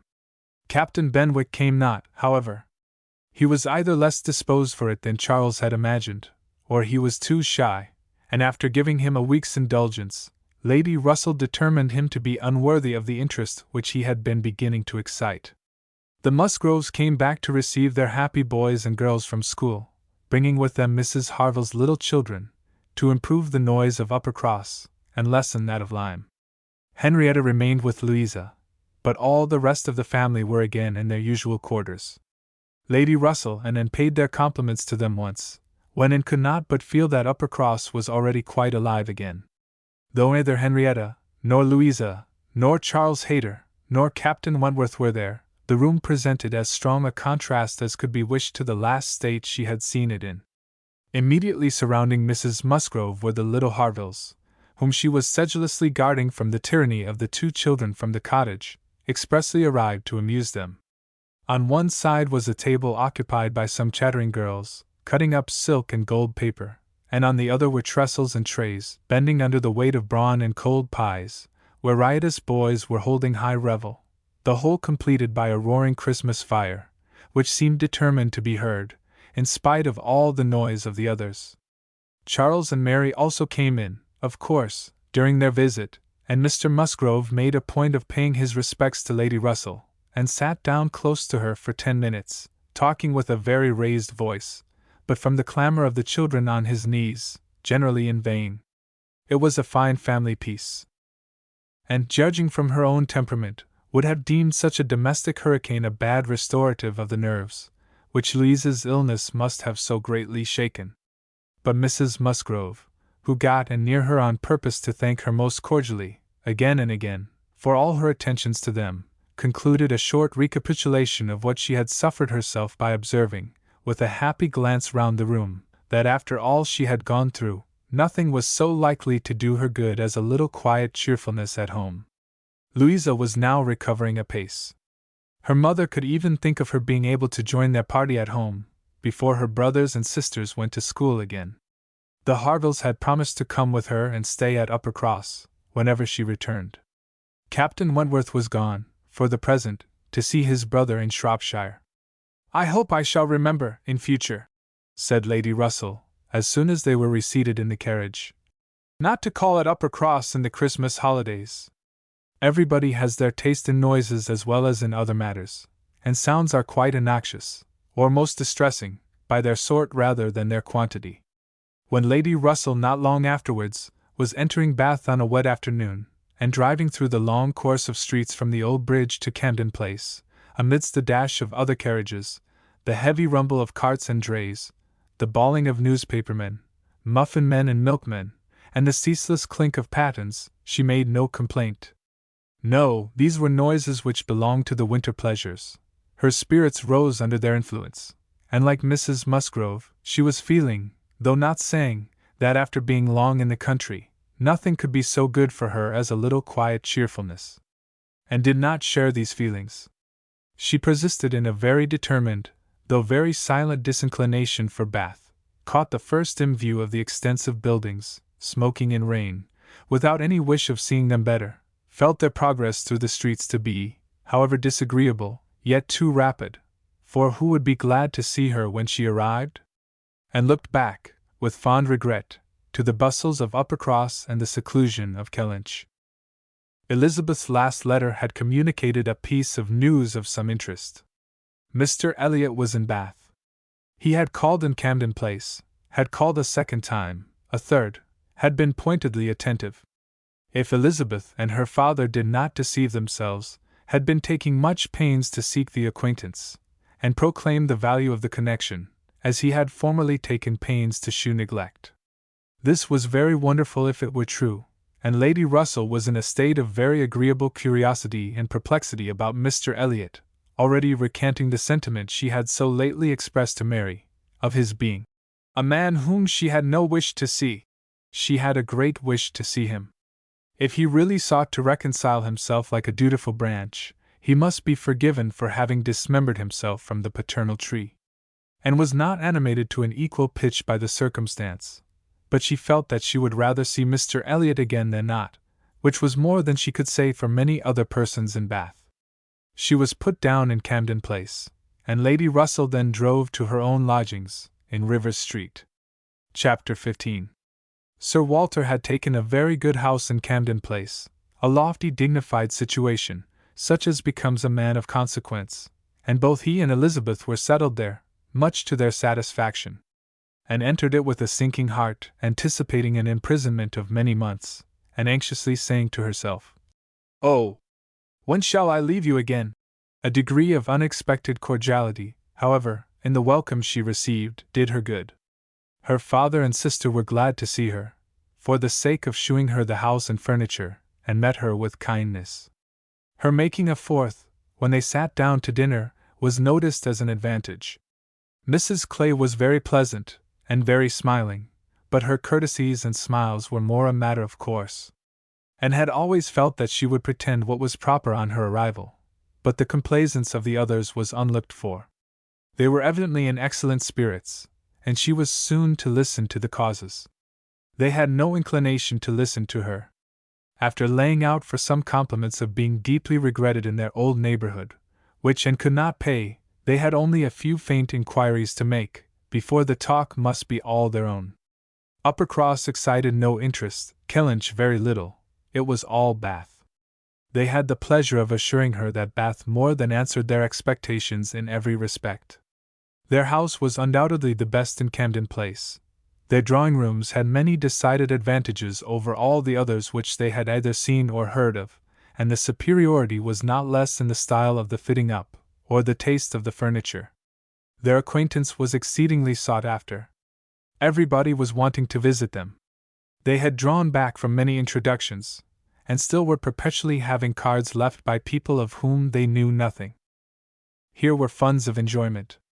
Could Anne wonder that her father and sister were happy?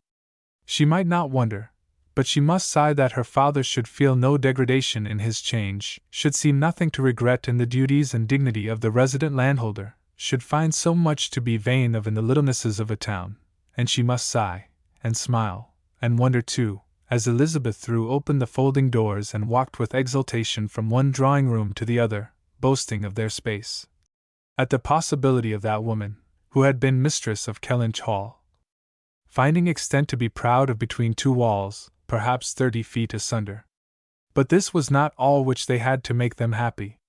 They had Mr. Elliot too, and had a great deal to hear of Mr. Elliot. He was not only pardoned, they were delighted with him. He had been in Bath about a fortnight. He had passed through Bath in November, in his way to London, when the intelligence of Sir Walter's being settled there had of course reached him, though only 24 hours in the place, but he had not been able to avail himself of it. Winky face, but he had now been a fortnight in Bath, and his first object on arriving had been to leave his card in Camden Place, following it up by such assiduous endeavors to meet, and when they did meet, by such great openness of conduct, such readiness to apologize for the past, such solicitude to be received as a relation again, that their former good understanding was completely re-established. They had not a fault to find in him. He had explained away all the appearance of neglect on his own side. It had originated in misapprehension entirely. He had never had an idea of throwing himself off. He had feared that he was thrown off, but knew not why, and delicacy had kept him silent. Upon the hint of having spoken disrespectfully or carelessly of the family, and the family honors, he was quite indignant. He, who had ever boasted of being an Elliot, and whose feelings, as to connection, were only too strict to suit the unfeudal tone of the present day. He was astonished, indeed, but his character and general conduct must refute it. He could refer Sir Walter to all who knew him, and certainly, the pains he had been taking on this, the first opportunity of reconciliation, to be restored to the footing of a relation and heir presumptive, was a strong proof of his opinions on the subject. The circumstances of his marriage, too, were found to admit of much extenuation. This was an article not to be entered on by himself, but a very intimate friend of his, a Colonel Wallace, a highly respectable man, perfectly the gentleman, and not an ill-looking man, Sir Walter added, who was living in very good style in Marlborough Buildings, and had, at his own particular request, been admitted to their acquaintance through Mr. Elliot, had mentioned one or two things relative to the marriage, which made a material difference in the discredit of it. Colonel Wallace had known Mr. Elliot long, had been well acquainted also with his wife, had perfectly understood the whole story. She was certainly not a woman of family, but well educated, accomplished, rich, and excessively in love with his friend. There had been the charm. She had sought him. Without that attraction, not all her money would have tempted Elliot, and Sir Walter was, moreover, assured of her having been a very fine woman. Here was a great deal to soften the business. A very fine woman with a large fortune, in love with him. Sir Walter seemed to admit it as complete apology, and though Elizabeth could not see the circumstance in quite so favorable a light, she allowed it be a great extenuation. Mr. Elliot had called repeatedly, had dined with them once, evidently delighted by the distinction of being asked, for they gave no dinners in general, delighted, in short, by every proof of cousinly notice, and placing his whole happiness in being on intimate terms in Camden Place. And listened, but without quite understanding it.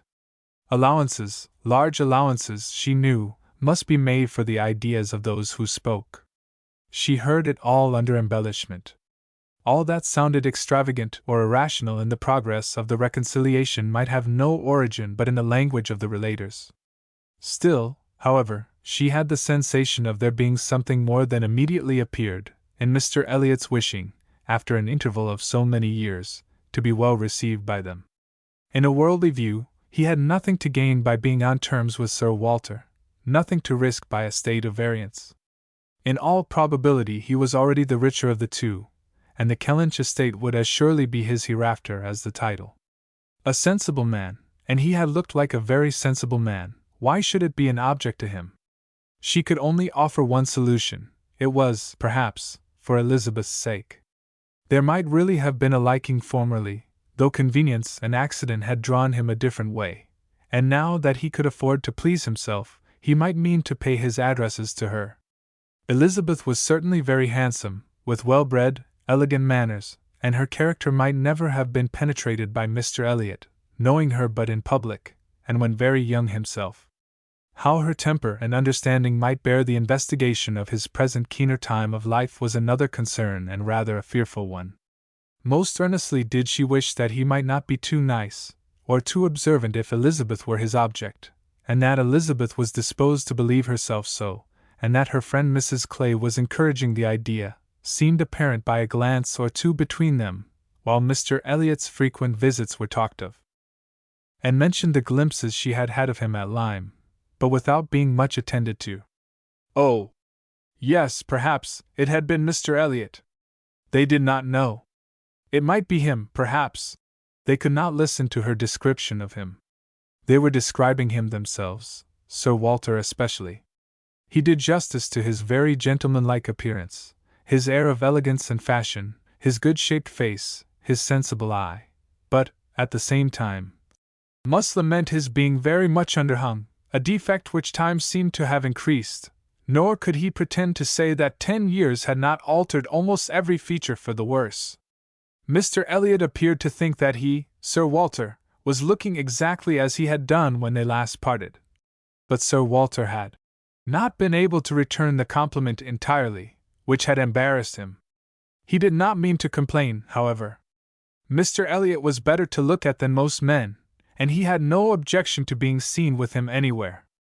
Mr. Elliot, and his friends in Marlborough Buildings, were talked of the whole evening. Colonel Wallis had been so impatient to be introduced to them, and Mr. Elliot so anxious that he should, and there was a Mrs. Wallis, at present known only to them by description, as she was in daily expectation of her confinement, but Mr. Elliot spoke of her as a most charming woman, quite worthy of being known in Camden Place, and as soon as she recovered they were to be acquainted. Sir Walter thought much of Mrs. Wallis. She was said to be an excessively pretty woman, beautiful. He longed to see her. He hoped she might make some amends for the many very plain faces he was continually passing in the streets. The worst of Bath was the number of its plain women. He did not mean to say that there were no pretty women, but the number of the plain was out of all proportion. He had frequently observed, as he walked, that one handsome face would be followed by 30 or 35 frights, and once, as he had stood in a shop on Bond Street, he had counted 87 women go by, one after another, without there being a tolerable face among them. It had been a frosty morning, to be sure, a sharp frost, which hardly one woman in 1,000 could stand the test of. But still, there certainly were a dreadful multitude of ugly women in Bath, and as for the men, they were infinitely worse. Such scarecrows as the streets were full of. It was evident how little the women were used to the sight of anything tolerable, by the effect which a man of decent appearance produced. He had never walked anywhere arm in arm with Colonel Wallis, who was a fine military figure though sandy-haired, without observing that every woman's eye was upon him. Every woman's eye was sure to be upon Colonel Wallis. Modest Sir Walter. He was not allowed to escape, however. His daughter and Mrs. Clay united in hinting that Colonel Wallis's companion might have as good a figure as Colonel Wallis, and certainly was not sandy-haired. "How is Mary looking?" said Sir Walter, in the height of his good humor. "The last time I saw her she had a red nose, but I hope that may not happen every day." "Oh, no, that must have been quite accidental. In general she has been in very good health and very good looks since Michaelmas. If I thought it would not tempt her to go out in sharp winds, and grow coarse, I would send her a new hat and pelisse." and was considering whether she should venture to suggest that a gown, or a cap, would not be liable to any such misuse, when a knock at the door suspended everything. A knock at the door! And so late! It was 10 o'clock. Could it be Mr. Elliot? They knew he was to dine in Lansdowne Crescent. It was possible that he might stop in his way home to ask them how they did. They could think of no one else. Mrs. Clay decidedly thought it Mr. Elliot's knock. Mrs. Clay was right. With all the state which a butler and footboy could give, Mr. Elliot was ushered into the room. It was the very same man, with no difference but of dress, and drew a little back, while the others received his compliments, and her sister his apologies for calling at so unusual an hour. But he could not be so near without wishing to know that neither she nor her friend had taken cold the day before. And see, which was all as politely done, and as politely taken, as possible, but her part must follow then.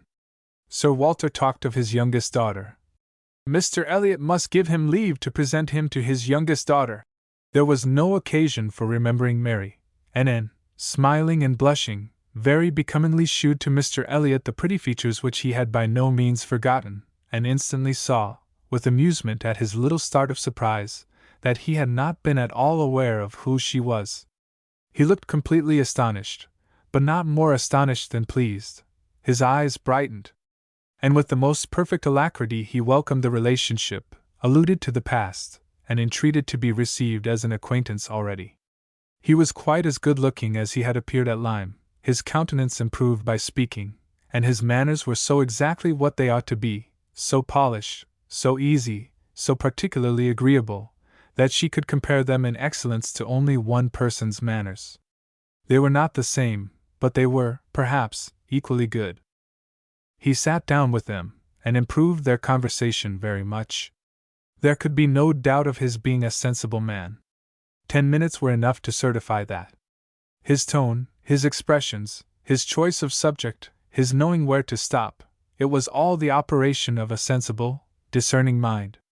As soon as he could, he began to talk to her of Lyme, wanting to compare opinions respecting the place, but especially wanting to speak of the circumstance of their happening to be guests in the same inn at the same time, to give his own route, understand something of hers, and regret that he should have lost such an opportunity of paying his respects to her. She gave him a short account of her party and business at Lyme. His regret increased as he listened.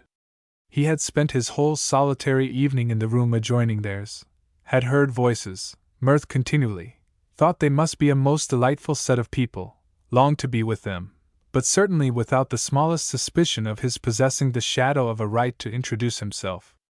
If he had but asked who the party were, the name of Musgrove would have told him enough.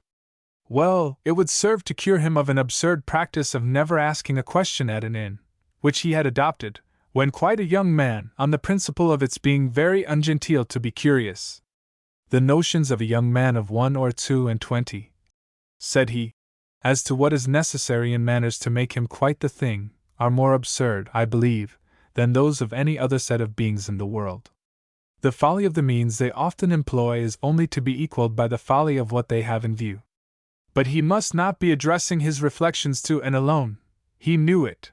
He was soon diffused again among the others, and it was only at intervals that he could return to Lyme.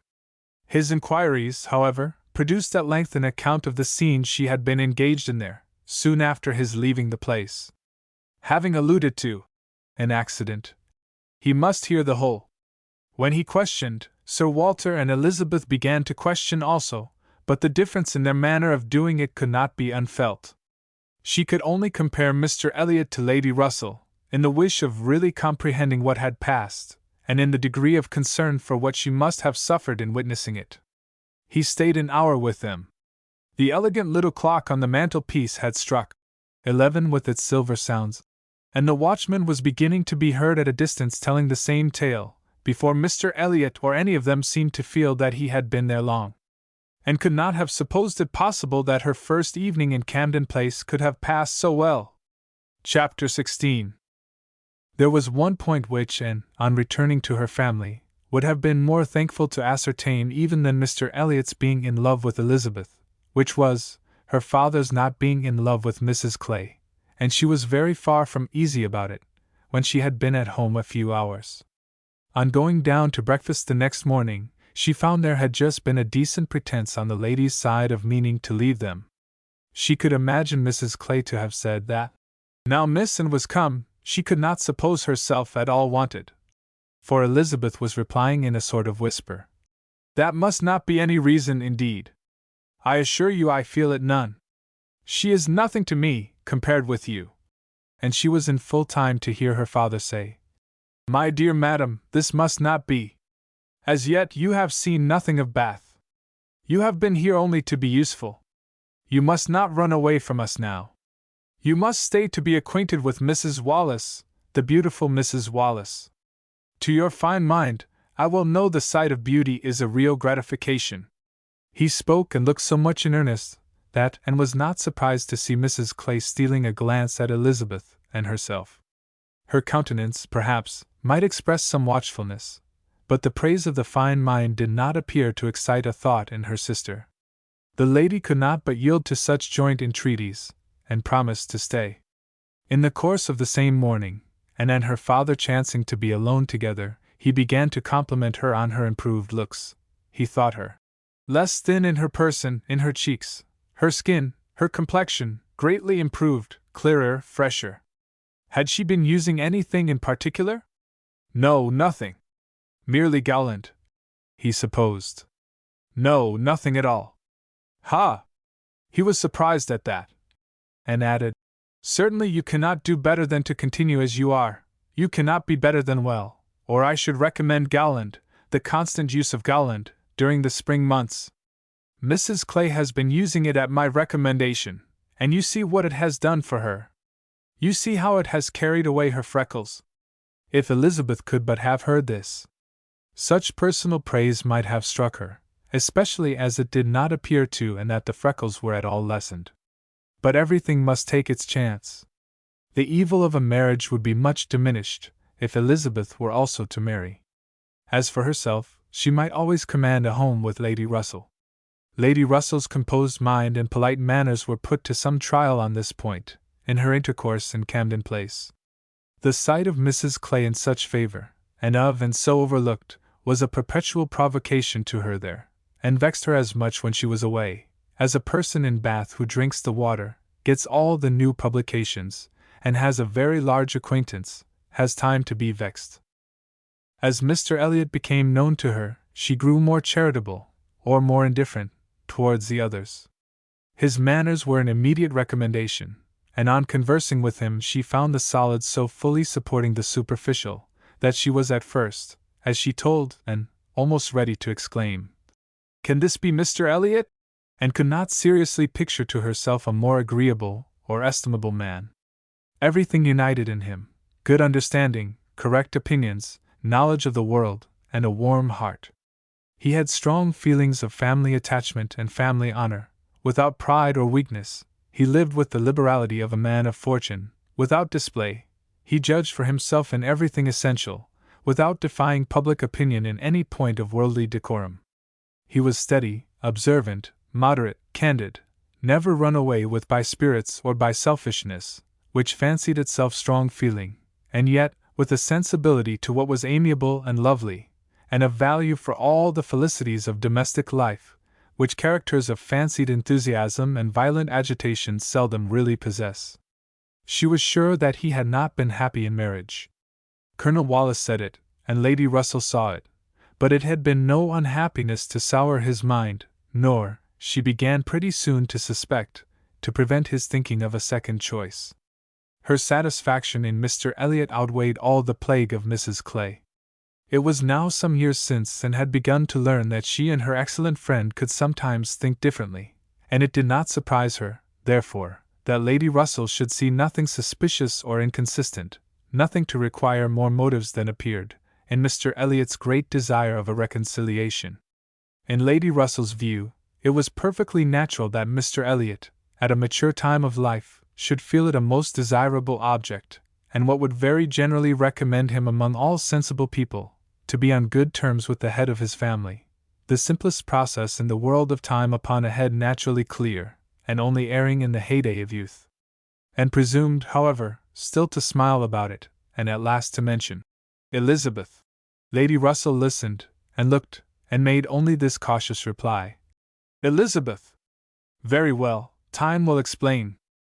It was a reference to the future, which Anne, after a little observation, felt she must submit to. She could determine nothing at present.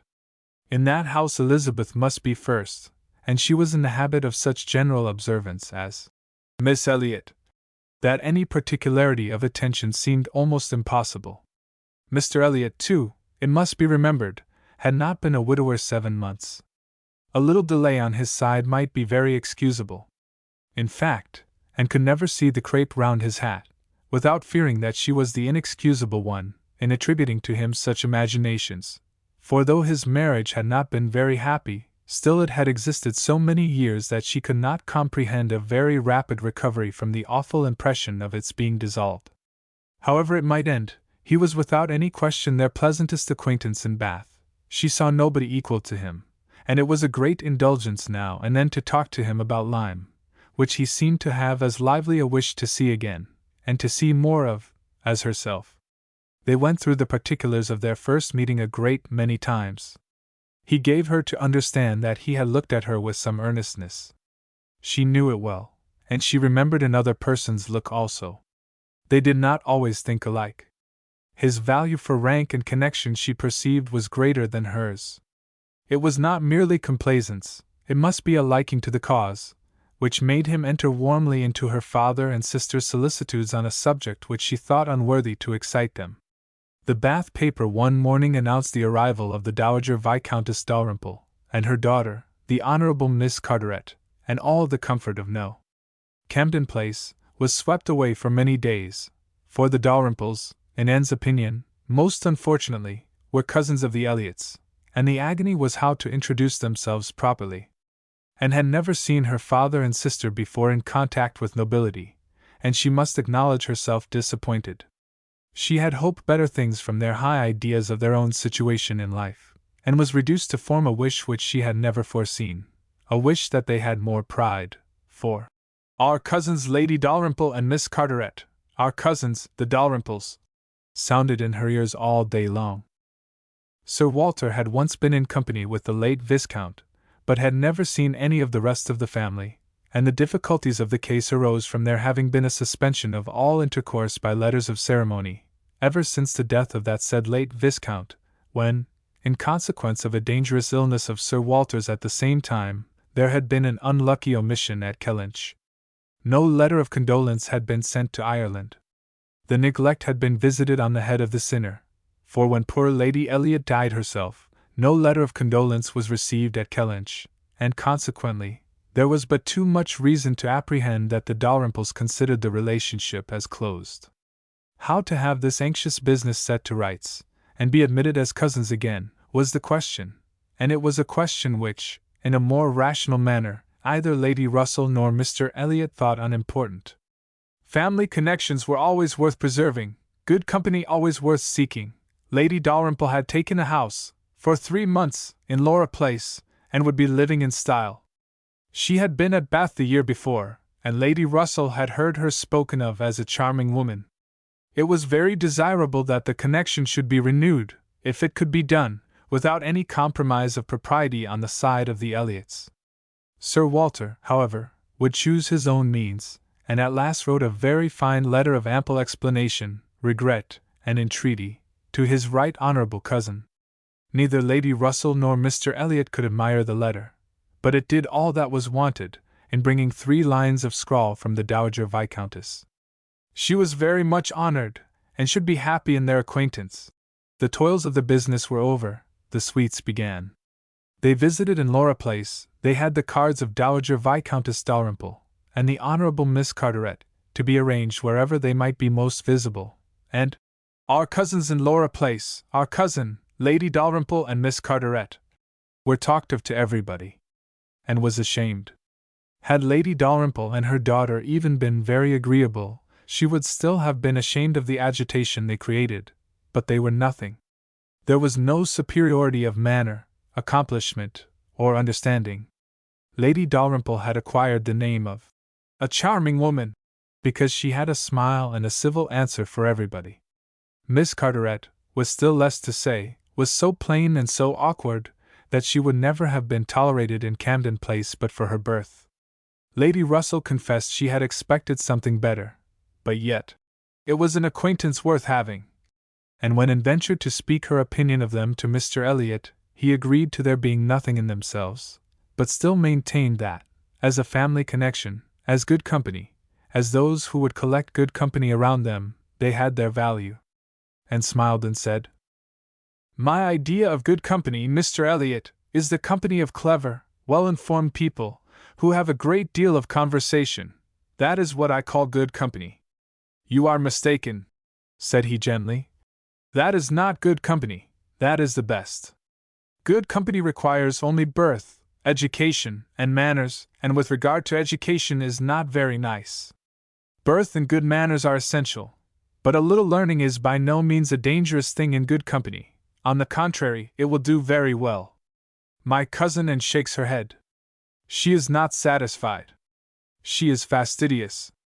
"My dear cousin," sitting down by her, "you have a better right to be fastidious than almost any other woman I know, but will it answer? Will it make you happy? Will it not be wiser to accept the society of those good ladies in Laura Place, and enjoy all the advantages of the connection as far as possible? You may depend upon it that they will move in the first set in Bath this winter, and as rank is rank, your being known to be related to them will have its use in fixing your family, our family, let me say, in that degree of consideration which we must all wish for." "Yes," sighed Anne, "we shall, indeed, be known to be related to them." Then recollecting herself, and not wishing to be answered, she added, "I certainly do think there has been by far too much trouble taken to procure the acquaintance. I suppose," smiling, "I have more pride than any of you, but I confess it does vex me that we should be so solicitous to have the relationship acknowledged, which we may be very sure is a matter of perfect indifference to them. Pardon me, dear cousin, you are unjust in your own claims. In London, perhaps, in your present quiet style of living, it might be as you say, but in Bath, Sir Walter Elliot and his family will always be worth knowing, always acceptable as acquaintance." "Well," said Anne, "I certainly am proud, too proud to enjoy a welcome which depends so entirely upon place." "I love your indignation," said he. "It is very natural. But here you are in Bath, and the object is to be established here with all the credit and dignity which ought to belong to Sir Walter Elliot. You talk of being proud. I am called proud, I know, and I shall not wish to believe myself otherwise, for our pride, if investigated, would have the same object, I have no doubt, though the kind may seem a little different. In one point I am sure, my dear cousin," he continued, speaking lower, though there was no one else in the room, "in one point I am sure we must feel alike.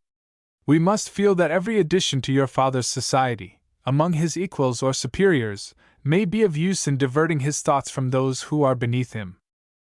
He looked, as he spoke, to the seat which Mrs. Clay had been lately occupying, a sufficient explanation of what he particularly meant, and though Anne could not believe in their having the same sort of pride, she was pleased with him for not liking Mrs. Clay, and her conscience admitted that his wishing to promote her father's getting great acquaintance was more than excusable in the view of defeating her.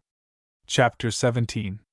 While Sir Walter and Elizabeth were assiduously pushing their good fortune in Laura Place, Anne was renewing an acquaintance of a very different description. She had called on her former governess, and had heard from her of there being an old schoolfellow in Bath, who had the two strong claims on her attention of past kindness and present suffering. Miss Hamilton, now Mrs. Smith, had shown her kindness in one of those periods of her life when it had been most valuable, and had gone unhappy to school, grieving for the loss of a mother whom she had dearly loved, feeling her separation from home, and suffering as a girl of 14, of strong sensibility and not high spirits, must suffer at such a time, and Miss Hamilton, 3 years older than herself, but still from the want of near relations and a settled home, remaining another year at school, had been useful and good to her in a way which had considerably lessened her misery, and could never be remembered with indifference. Miss Hamilton had left school, had married not long afterwards, was said to have married a man of fortune, and this was all that Anne had known of her, till now that their governess's account brought her situation forward in a more decided but very different form. She was a widow and poor. Her husband had been extravagant, and at his death, about 2 years before, had left his affairs dreadfully involved. She had had difficulties of every sort to contend with, and in addition to these distresses had been afflicted with a severe rheumatic fever, which, finally settling in her legs, had made her for the present a cripple. She had come to Bath on that account, and was now in lodgings near the hot baths, living in a very humble way, unable even to afford herself the comfort of a servant, and of course almost excluded from society. Their mutual friend answered for the satisfaction which a visit from Miss Elliot would give Mrs. Smith, and therefore lost no time in going. She mentioned nothing of what she had heard, or what she intended, at home. It would excite no proper interest there. She only consulted Lady Russell, who entered thoroughly into her sentiments, and was most happy to convey her as near to Mrs. Smith's lodgings in Westgate Buildings, as Anne chose to be taken.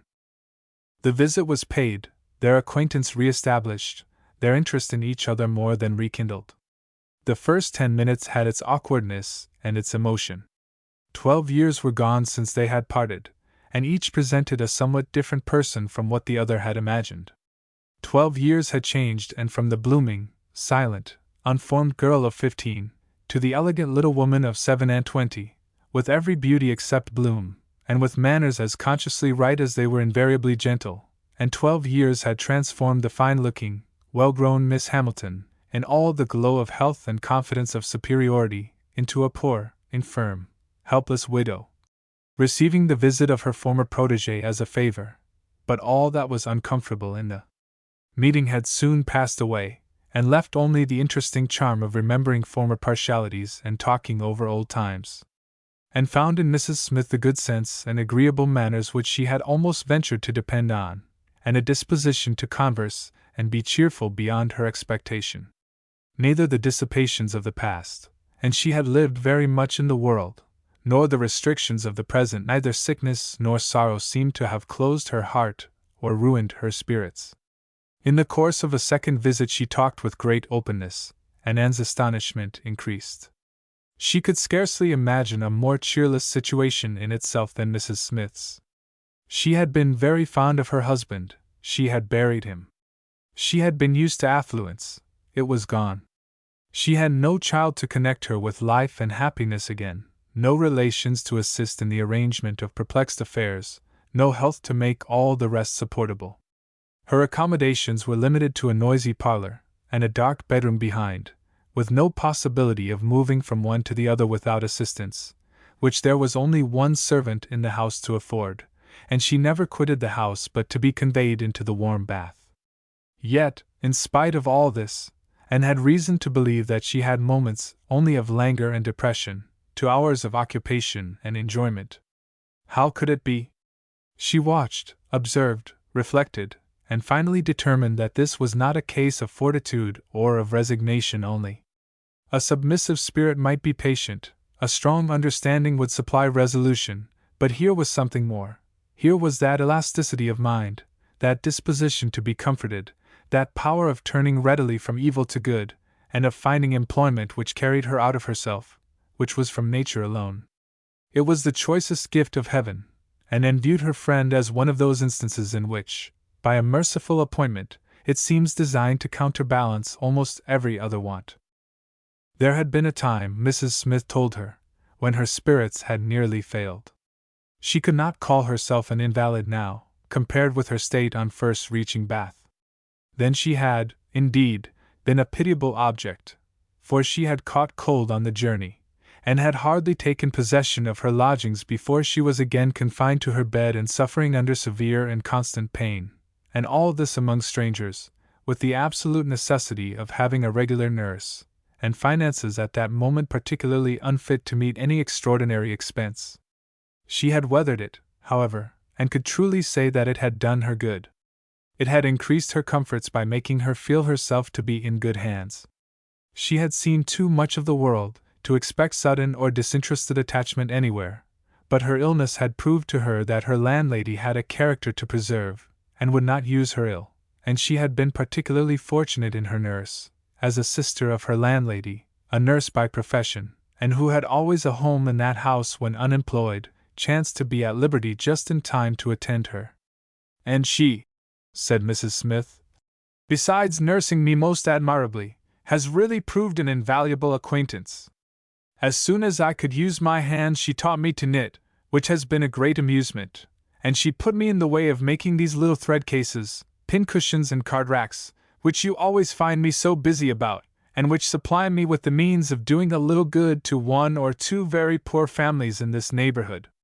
She had a large acquaintance, of course professionally, among those who can afford to buy, and she disposes of my merchandise.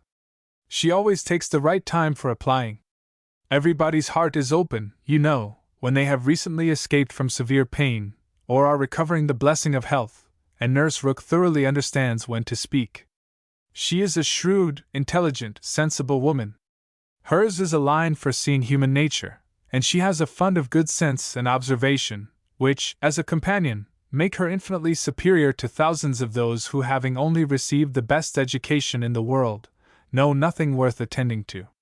Call it gossip, if you will, but when Nurse Rook has half an hour's leisure to bestow on me, she is sure to have something to relate that is entertaining and profitable, something that makes one know one's species better.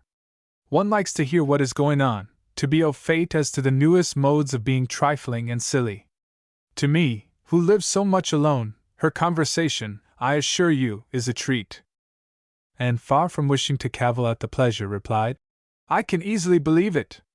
Women of that class have great opportunities, and if they are intelligent may be well worth listening to. Such varieties of human nature as they are in the habit of witnessing. And it is not merely in its follies that they are well read, for they see it occasionally under every circumstance that can be most interesting or affecting. What instances must pass before them of ardent, disinterested, self-denying attachment, of heroism, fortitude, patience, resignation, of all the conflicts and all the sacrifices that ennoble us most. A sick chamber may often furnish the worth of volumes. Yes, said Mrs. Smith more doubtingly. Sometimes it may, though I fear its lessons are not often in the elevated style you describe. Here and there, human nature may be great in times of trial, but generally speaking, it is its weakness and not its strength that appears in a sick chamber. It is selfishness and impatience rather than generosity and fortitude that one hears of. There is so little real friendship in the world. And unfortunately, speaking low and tremulously, there are so many who forget to think seriously till it is almost too late. And saw the misery of such feelings. The husband had not been what he ought, and the wife had been led among that part of mankind which made her think worse of the world than she hoped it deserved. It was but a passing emotion, however, with Mrs. Smith. She shook it off, and soon added in a different tone, I do not suppose the situation my friend Mrs. Rook is in at present will furnish much either to interest or edify me. She is only nursing Mrs. Wallace of Marlborough Buildings, a mere pretty, silly, expensive, fashionable woman, I believe, and of course will have nothing to report but of lace and finery. I mean to make my profit of Mrs. Wallace, however. She has plenty of money, and I intend she shall buy all the high-priced things I have in hand now. And had called several times on her friend, before the existence of such a person was known in Camden Place. At last, it became necessary to speak of her. Sir Walter, Elizabeth and Mrs. Clay returned one morning from Laura Place, with a sudden invitation from Lady Dalrymple for the same evening, and then was already engaged to spend that evening in Westgate Buildings. She was not sorry for the excuse. They were only asked, she was sure, because Lady Dalrymple, being kept at home by a bad cold, was glad to make use of the relationship which had been so pressed on her, and she declined on her own account with great alacrity. She was engaged to spend the evening with an old schoolfellow. They were not much interested in anything relative to Anne, but still there were questions enough asked to make it understood what this old schoolfellow was, and Elizabeth was disdainful, and Sir Walter severe. Westgate Buildings, said he. And who is Miss Anne Elliot to be visiting in Westgate Buildings? A Mrs. Smith. A widow Mrs. Smith, And who was her husband? One of 5,000 Mr. Smiths whose names are to be met with everywhere. And what is her attraction? That she is old and sickly. Upon my word, Miss and Elliot, you have the most extraordinary taste. Everything that revolts other people, low company, paltry rooms, foul air, disgusting associations are inviting to you. But surely you may put off this old lady till tomorrow. She is not so near her end, I presume, but that she may hope to see another day. What is her age? 40? No, sir, she is not 31. But I do not think I can put off my engagement, because it is the only evening for some time which will at once suit her and myself. She goes into the warm bath tomorrow, and for the rest of the week, you know, we are engaged. But what does Lady Russell think of this acquaintance? Asked Elizabeth. She sees nothing to blame in it, replied Anne. On the contrary, she approves it, and has generally taken me when I have called on Mrs. Smith. Westgate Buildings must have been rather surprised by the appearance of a carriage drawn up near its pavement, observed Sir Walter. Sir Henry Russell's widow, indeed, has no honors to distinguish her arms, but still it is a handsome equipage, and no doubt is well known to convey a Miss Elliot. A widow Mrs. Smith lodging in Westgate Buildings! A poor widow barely able to live, between 30 and 40. A mere Mrs. Smith, an everyday Mrs. Smith, of all people and all names in the world, to be the chosen friend of Miss and Elliot, and to be preferred by her to her own family connections among the nobility of England and Ireland. Mrs. Smith! Such a name! Mrs. Clay, who had been present while all this passed, now thought it advisable to leave the room, and Anne could have said much, and did long to say a little in defense of her friends' not very dissimilar claims to theirs, but her sense of personal respect to her father prevented her. She made no reply. She left it to himself to recollect that Mrs. Smith was not the only widow in Bath between 30 and 40, with little to live on, and no surname of dignity. And kept her appointment. The others kept theirs, and of course she heard the next morning that they had had a delightful evening. She had been the only one of the set absent, for Sir Walter and Elizabeth had not only been quite at her ladyship's service themselves, but had actually been happy to be employed by her in collecting others, and had been at the trouble of inviting both Lady Russell and Mr. Elliot, and Mr. Elliot had made a point of leaving Colonel Wallis early, and Lady Russell had fresh arranged all her evening engagements in order to wait on her, and had the whole history of all that such an evening could supply from Lady Russell. To her, its greatest interest must be in having been very much talked of between her friend and Mr. Elliot, in having been wished for, regretted, and at the same time honored for staying away in such a cause. Her kind, compassionate visits to this old schoolfellow, sick and reduced, seemed to have quite delighted Mr. Elliot. He thought her a most extraordinary young woman, in her temper, manners, mind, a model of female excellence. He could meet even Lady Russell in a discussion of her merits, and could not be given to understand so much by her friend, could not know herself to be so highly rated by a sensible man, without many of those agreeable sensations which her friend meant to create. Lady Russell was now perfectly decided in her opinion of Mr. Elliot.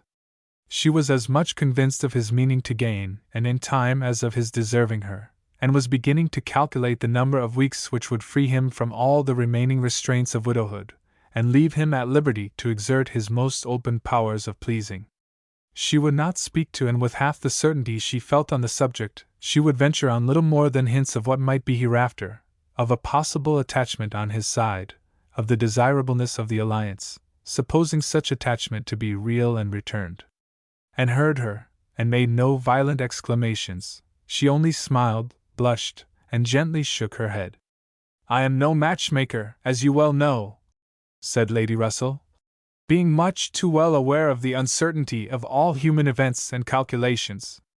I only mean that if Mr. Elliot should some time hence pay his addresses to you, and if you should be disposed to accept him, I think there would be every possibility of your being happy together.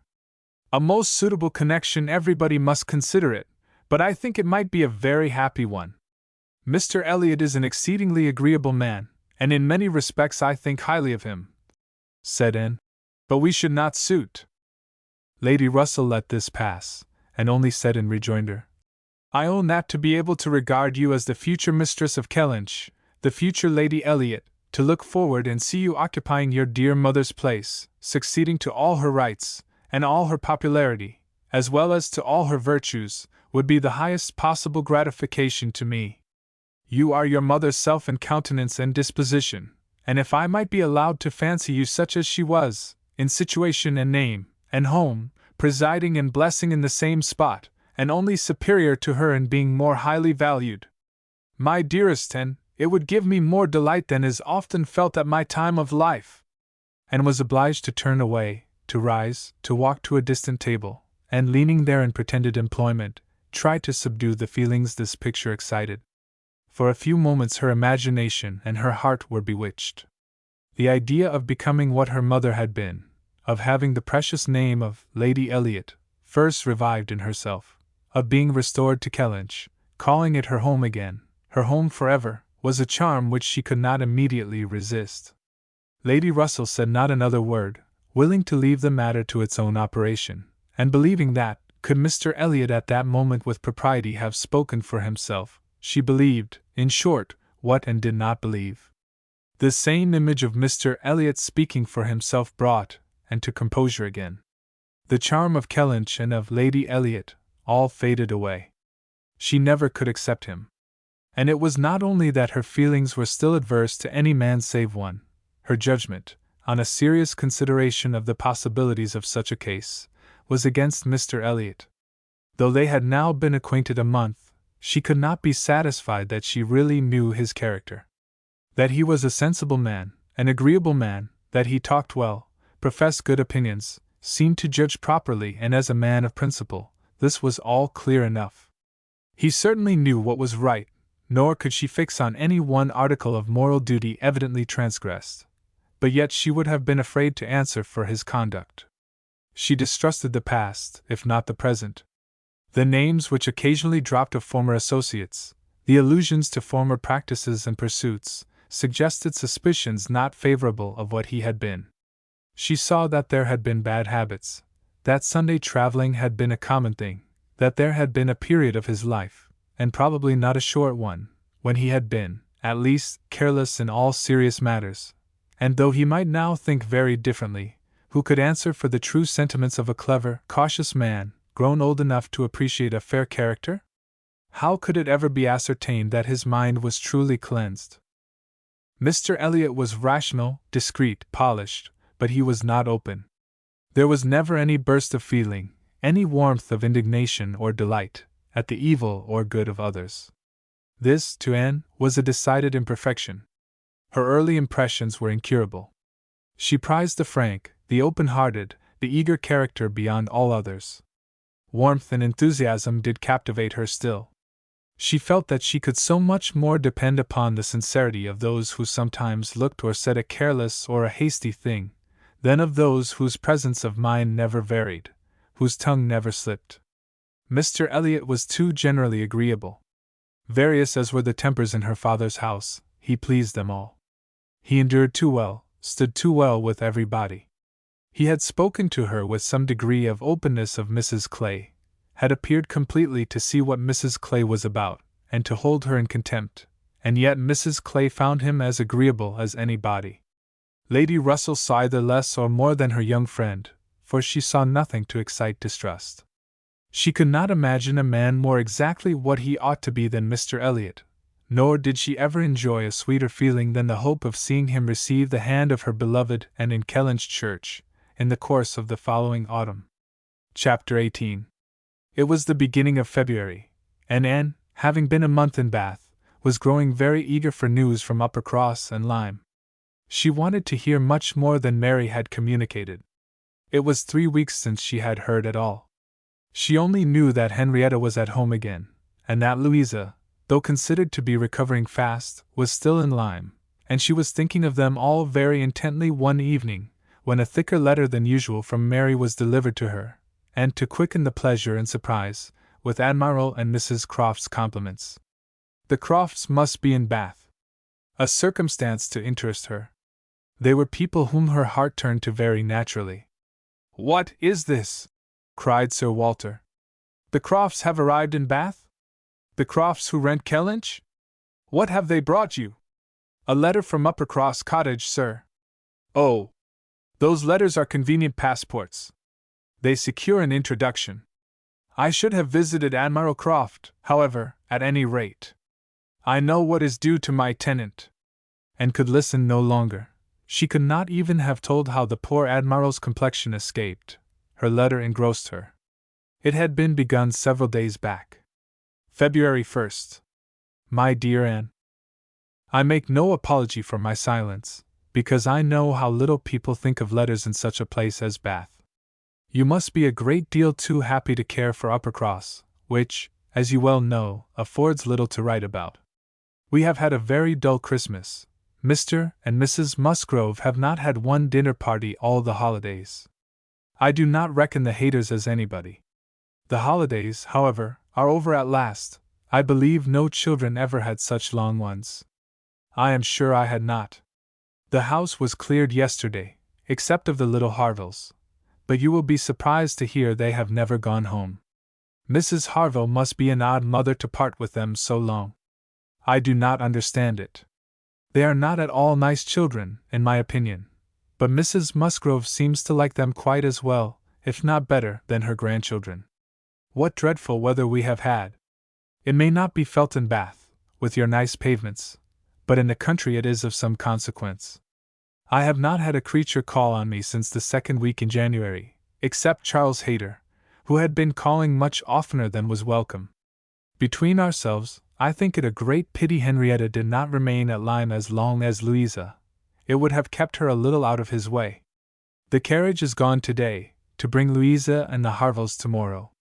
We are not asked to dine with them, however, till the day after. Mrs. Musgrove is so afraid of her being fatigued by the journey, which is not very likely, considering the care that will be taken of her, and it would be much more convenient to me to dine there tomorrow. I am glad you find Mr. Elliot so agreeable, and wish I could be acquainted with him too. But I have my usual luck. I am always out of the way when anything desirable is going on, always the last of my family to be noticed. What an immense time Mrs. Clay has been staying with Elizabeth! Does she never mean to go away? But perhaps if she were to leave the room vacant, we might not be invited. Let me know what you think of this. I do not expect my children to be asked, you know. I can leave them at the great house very well, for a month or 6 weeks. I have this moment heard that the Crofts are going to Bath almost immediately. They think the Admiral gouty. Charles heard it quite by chance. They have not had the civility to give me any notice, or of offering to take anything. I do not think they improve at all as neighbors. We see nothing of them, and this is really an instance of gross inattention. Charles joins me in love, and everything proper. Yours affectionately, Mary M. I am sorry to say that I am very far from well, and Jemima has just told me that the butcher says there is a bad sore throat very much about. I dare say I shall catch it, and my sore throats, you know, are always worse than anybody's. So ended the first part, which had been afterwards put into an envelope, containing nearly as much more. I kept my letter open that I might send you word how Louisa bore her journey, and now I am extremely glad I did, having a great deal to add. In the first place, I had a note from Mrs. Croft yesterday, offering to convey anything to you, a very kind, friendly note indeed, addressed to me, just as it ought. I shall therefore be able to make my letter as long as I like. The Admiral does not seem very ill, and I sincerely hope Bath will do him all the good he wants. I shall be truly glad to have them back again. Our neighborhood cannot spare such a pleasant family. But now for Louisa. I have something to communicate that will astonish you not a little.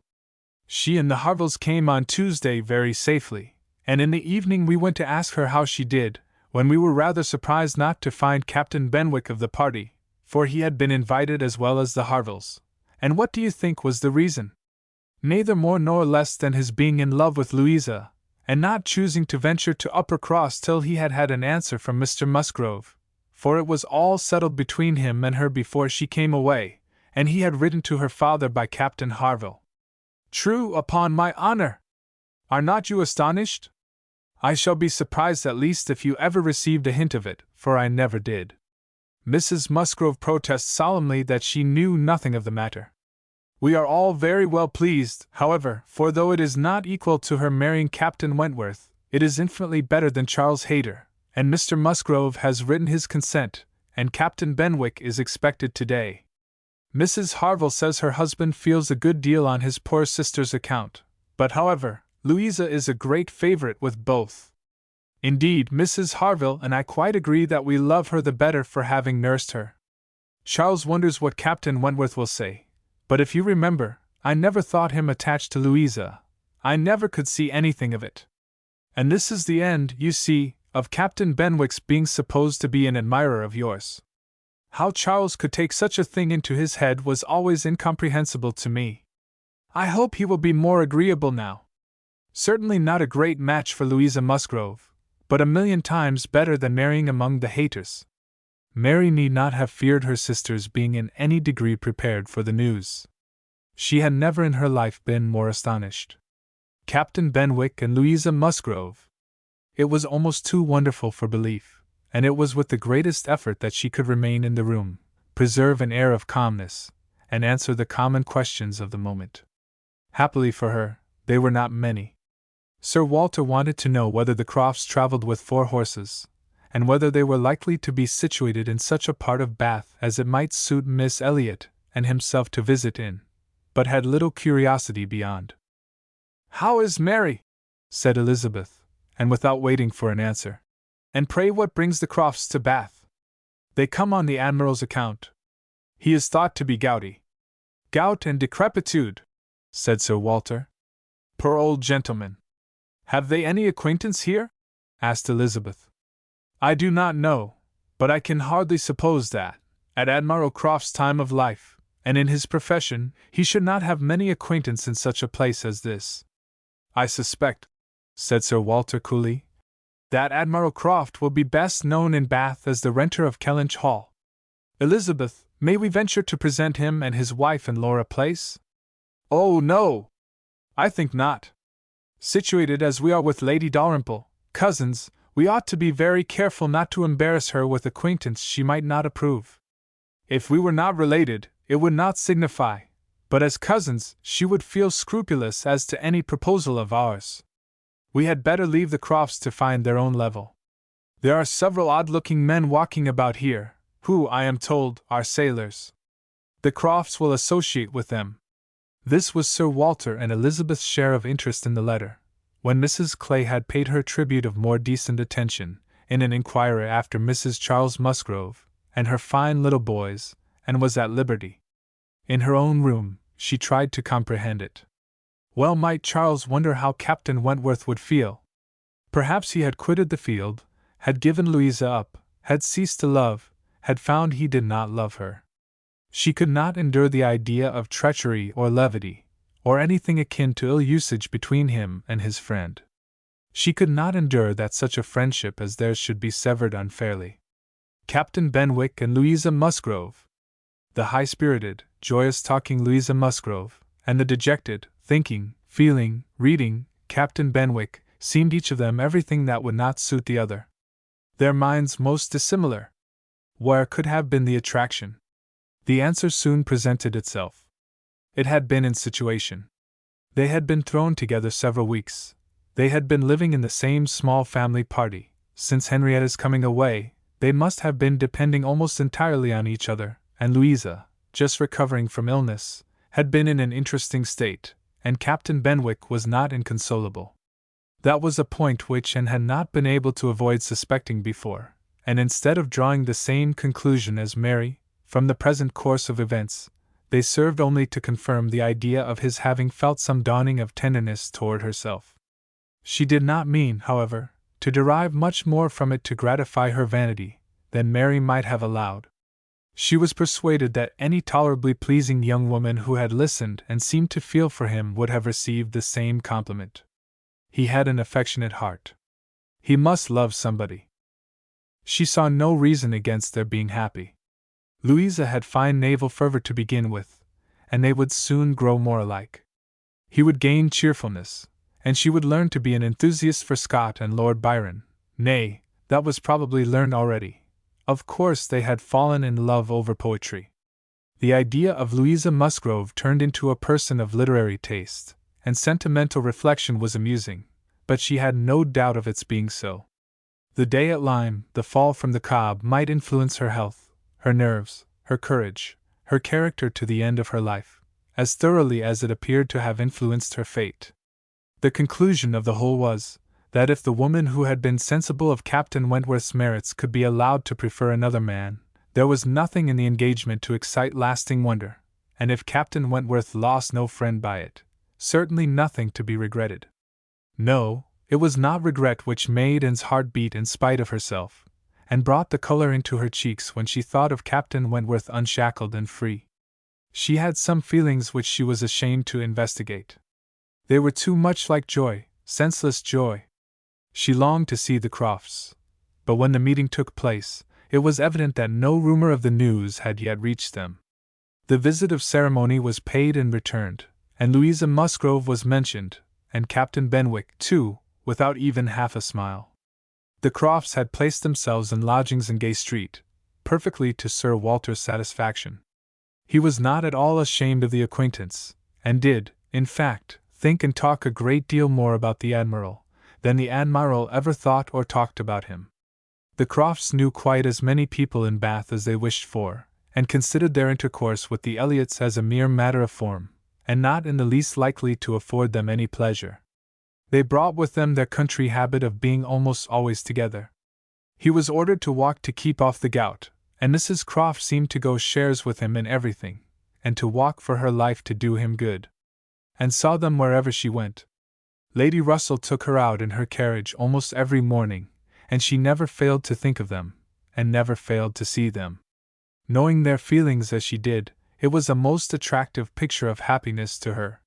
She always watched them as long as she could, delighted to fancy she understood what they might be talking of, as they walked along in happy independence, or equally delighted to see the Admiral's hearty shake of the hand when he encountered an old friend, and observed their eagerness of conversation when occasionally forming into a little knot of the Navy, Mrs. Croft looking as intelligent and keen as any of the officers around her, and was too much engaged with Lady Russell to be often walking herself. But it so happened that one morning, about a week or 10 days after the Crofts' arrival, it suited her best to leave her friend, or her friend's carriage, in the lower part of the town, and return alone to Camden Place, and in walking up Milsom Street she had the good fortune to meet with the Admiral. He was standing by himself at a print shop window, with his hands behind him, in earnest contemplation of some print, and she not only might have passed him unseen, but was obliged to touch as well as address him before she could catch his notice. When he did perceive and acknowledge her, however, it was done with all his usual frankness and good humor. "Ha! Is it you? Thank you, thank you. This is treating me like a friend. Here I am, you see, staring at a picture. I can never get by this shop without stopping. But what a thing here is, by way of a boat! Do look at it. Did you ever see the like? What queer fellows your fine painters must be, to think that anybody would venture their lives in such a shapeless old cockleshell as that. And yet here are two gentlemen stuck up in it mightily at their ease, and looking about them at the rocks and mountains, as if they were not to be upset the next moment, which they certainly must be. I wonder where that boat was built?" Laughing heartily. "I would not venture over a horse pond in it. Well," turning away, "now where are you bound? Can I go anywhere for you or with you? Can I be of any use?" "None, I thank you, unless you will give me the pleasure of your company the little way our road lies together. I am going home." "That I will, with all my heart, and farther too. Yes, yes, we will have a snug walk together, and I have something to tell you as we go along. There, take my arm. That's right. I do not feel comfortable if I have not a woman there. Lord! What a boat it is!" Taking a last look at the picture, as they began to be in motion. "Did you say that you had something to tell me, sir?" "Yes, I have, presently. But here comes a friend, Captain Brigden. I shall only say, 'How d'ye do?' as we pass, however. I shall not stop. How d'ye do? Brigden stares to see anybody with me but my wife. She, poor soul, is tied by the leg. She has a blister on one of her heels, as large as a 3-shilling piece. If you look across the street, you will see Admiral Brand coming down and his brother. Shabby fellows, both of them. I am glad they are not on this side of the way. Sophie cannot bear them. They played me a pitiful trick once, got away with some of my best men. I will tell you the whole story another time. There comes old Sir Archibald Drew and his grandson. Look, he sees us, he kisses his hand to you, he takes you for my wife. Ah! The peace has come too soon for that younker. Poor old Sir Archibald! How do you like Bath, Miss Elliot? It suits us very well. We are always meeting with some old friend or other, the streets full of them every morning, sure to have plenty of chat, and then we get away from them all, and shut ourselves in our lodgings, and draw in our chairs, and are as snug as if we were at Kellynch, or as we used to be even at North Yarmouth and Deal. We do not like our lodgings here the worse, I can tell you, for putting us in mind of those we first had at North Yarmouth. The wind blows through one of the cupboards just in the same way. When they were got a little farther, and ventured to press again for what he had to communicate, she hoped when clear of Milsom Street to have her curiosity gratified, but she was still obliged to wait, for the Admiral had made up his mind not to begin till they had gained the greater space and quiet of Belmont, and as she was not really Mrs. Croft, she must let him have his own way. As soon as they were fairly ascending Belmont, he began. Well, now you shall hear something that will surprise you. But first of all, you must tell me the name of the young lady I am going to talk about. That young lady, you know, that we have all been so concerned for. The Miss Musgrove, that all this has been happening to. Her Christian name, I always forget her Christian name. And had been ashamed to appear to comprehend so soon as she really did, but now she could safely suggest the name of Louisa. Aye, Miss Louisa Musgrove, that is the name. I wish young ladies had not such a number of fine Christian names. I should never be out if they were all Sophies, or something of that sort. Well, this Miss Louisa, we all thought, you know, was to marry Frederick. He was courting her week after week. The only wonder was, what they could be waiting for, till the business at Lyme came. Then, indeed, it was clear enough that they must wait till her brain was set to right. But even then there was something odd in their way of going on. Instead of staying at Lyme, he went off to Plymouth, and then he went off to see Edward. When we came back from Minehead he was gone down to Edward's, and there he has been ever since. We have seen nothing of him since November. Even Sophie could not understand it. But now, the matter has taken the strangest turn of all, for this young lady, the same Miss Musgrove, instead of being to marry Frederick, is to marry James Benwick. You know James Benwick? A little. I am a little acquainted with Captain Benwick. Well, she is to marry him. Nay, most likely they are married already, for I do not know what they should wait for. I thought Captain Benwick a very pleasing young man, said Anne, and I understand that he bears an excellent character. Oh! Yes, there is not a word to be said against James Benwick. He is only a commander, it is true, made last summer, and these are bad times for getting on, but he has not another fault that I know of. An excellent, good-hearted fellow, I assure you, a very active, zealous officer too, which is more than you would think for, perhaps, for that soft sort of manner does not do him justice. Indeed you are mistaken there, sir. I should never augur want of spirit from Captain Benwick's manners. I thought them particularly pleasing, and I will answer for it, they would generally please. Well, ladies are the best judges, but James Benwick is rather too piano for me, and though very likely it is all our partiality, Sophie and I cannot help thinking Frederick's manners better than his. There is something about Frederick more to our taste. And was caught. She had only meant to oppose the too common idea of spirit and gentleness being incompatible with each other, not at all to represent Captain Benwick's manners as the very best that could possibly be, and, after a little hesitation, she was beginning to say, I was not entering into any comparison of the two friends, but the Admiral interrupted her with, and the thing is certainly true. It is not a mere bit of gossip. We have it from Frederick himself. His sister had a letter from him yesterday, in which he tells us of it, and he had just had it in a letter from Harville, written upon the spot, from Uppercross. I fancy they are all at Uppercross. This was an opportunity which Anne could not resist. She said, therefore, I hope, Admiral, I hope there is nothing in the style of Captain Wentworth's letter to make you and Mrs. Croft particularly uneasy. It did seem, last autumn, as if there were an attachment between him and Louisa Musgrove, but I hope it may be understood to have worn out on each side equally, and without violence. I hope his letter does not breathe the spirit of an ill-used man. Not at all, not at all. There is not an oath or a murmur from beginning to end. And looked down to hide her smile. No, no, Frederick is not a man to whine and complain. He has too much spirit for that. If the girl likes another man better, it is very fit she should have him. Certainly. But what I mean is that I hope there is nothing in Captain Wentworth's manner of writing to make you suppose he thinks himself ill-used by his friend, which might appear, you know, without its being absolutely said. I should be very sorry that such a friendship as has subsisted between him and Captain Benwick should be destroyed, or even wounded, by a circumstance of this sort. Yes, yes, I understand you. But there is nothing at all of that nature in the letter.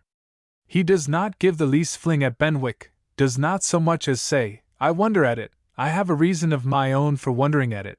No, you would not guess, from his way of writing, that he had ever thought of this Miss, what's her name, for himself. He very handsomely hopes they will be happy together, and there is nothing very unforgiving in that, I think. And did not receive the perfect conviction which the Admiral meant to convey, but it would have been useless to press the inquirer farther. She therefore satisfied herself with commonplace remarks or quiet attention, and the Admiral had it all his own way. Poor Frederick, said he at last. Now he must begin all over again with somebody else. I think we must get him to Bath. Sophie must write, and beg him to come to Bath. Here are pretty girls enough, I am sure. It would be of no use to go to Uppercross again, for that other Miss Musgrove, I find, is bespoke by her cousin, the young parson. Do not you think, Miss Elliot, we had better try to get him to Bath? Chapter 19. While Admiral Croft was taking this walk with Anne, and expressing his wish of getting Captain Wentworth to Bath, Captain Wentworth was already on his way thither. Before Mrs. Croft had written, he was arrived, and the very next time Anne walked out, she saw him. Mr. Elliot was attending his two cousins and Mrs. Clay. They were in Milsom Street. It began to rain, not much, but enough to make shelter desirable for women, and quite enough to make it very desirable for Miss Elliot to have the advantage of being conveyed home in Lady Dalrymple's carriage, which was seen waiting at a little distance. She, Anne, and Mrs. Clay, therefore, turned into Mullins, while Mr. Elliot stepped to Lady Dalrymple, to request her assistance. He soon joined them again, successful, of course. Lady Dalrymple would be most happy to take them home, and would call for them in a few minutes. Her ladyship's carriage was a barouche, and did not hold more than 4 with any comfort. Miss Carteret was with her mother, consequently it was not reasonable to expect accommodation for all the 3 Camden Place ladies. There could be no doubt as to Miss Elliot. Whoever suffered inconvenience, she must suffer none, but it occupied a little time to settle the point of civility between the other two. The rain was a mere trifle, and Anne was most sincere in preferring a walk with Mr. Elliot. But the rain was also a mere trifle to Mrs. Clay.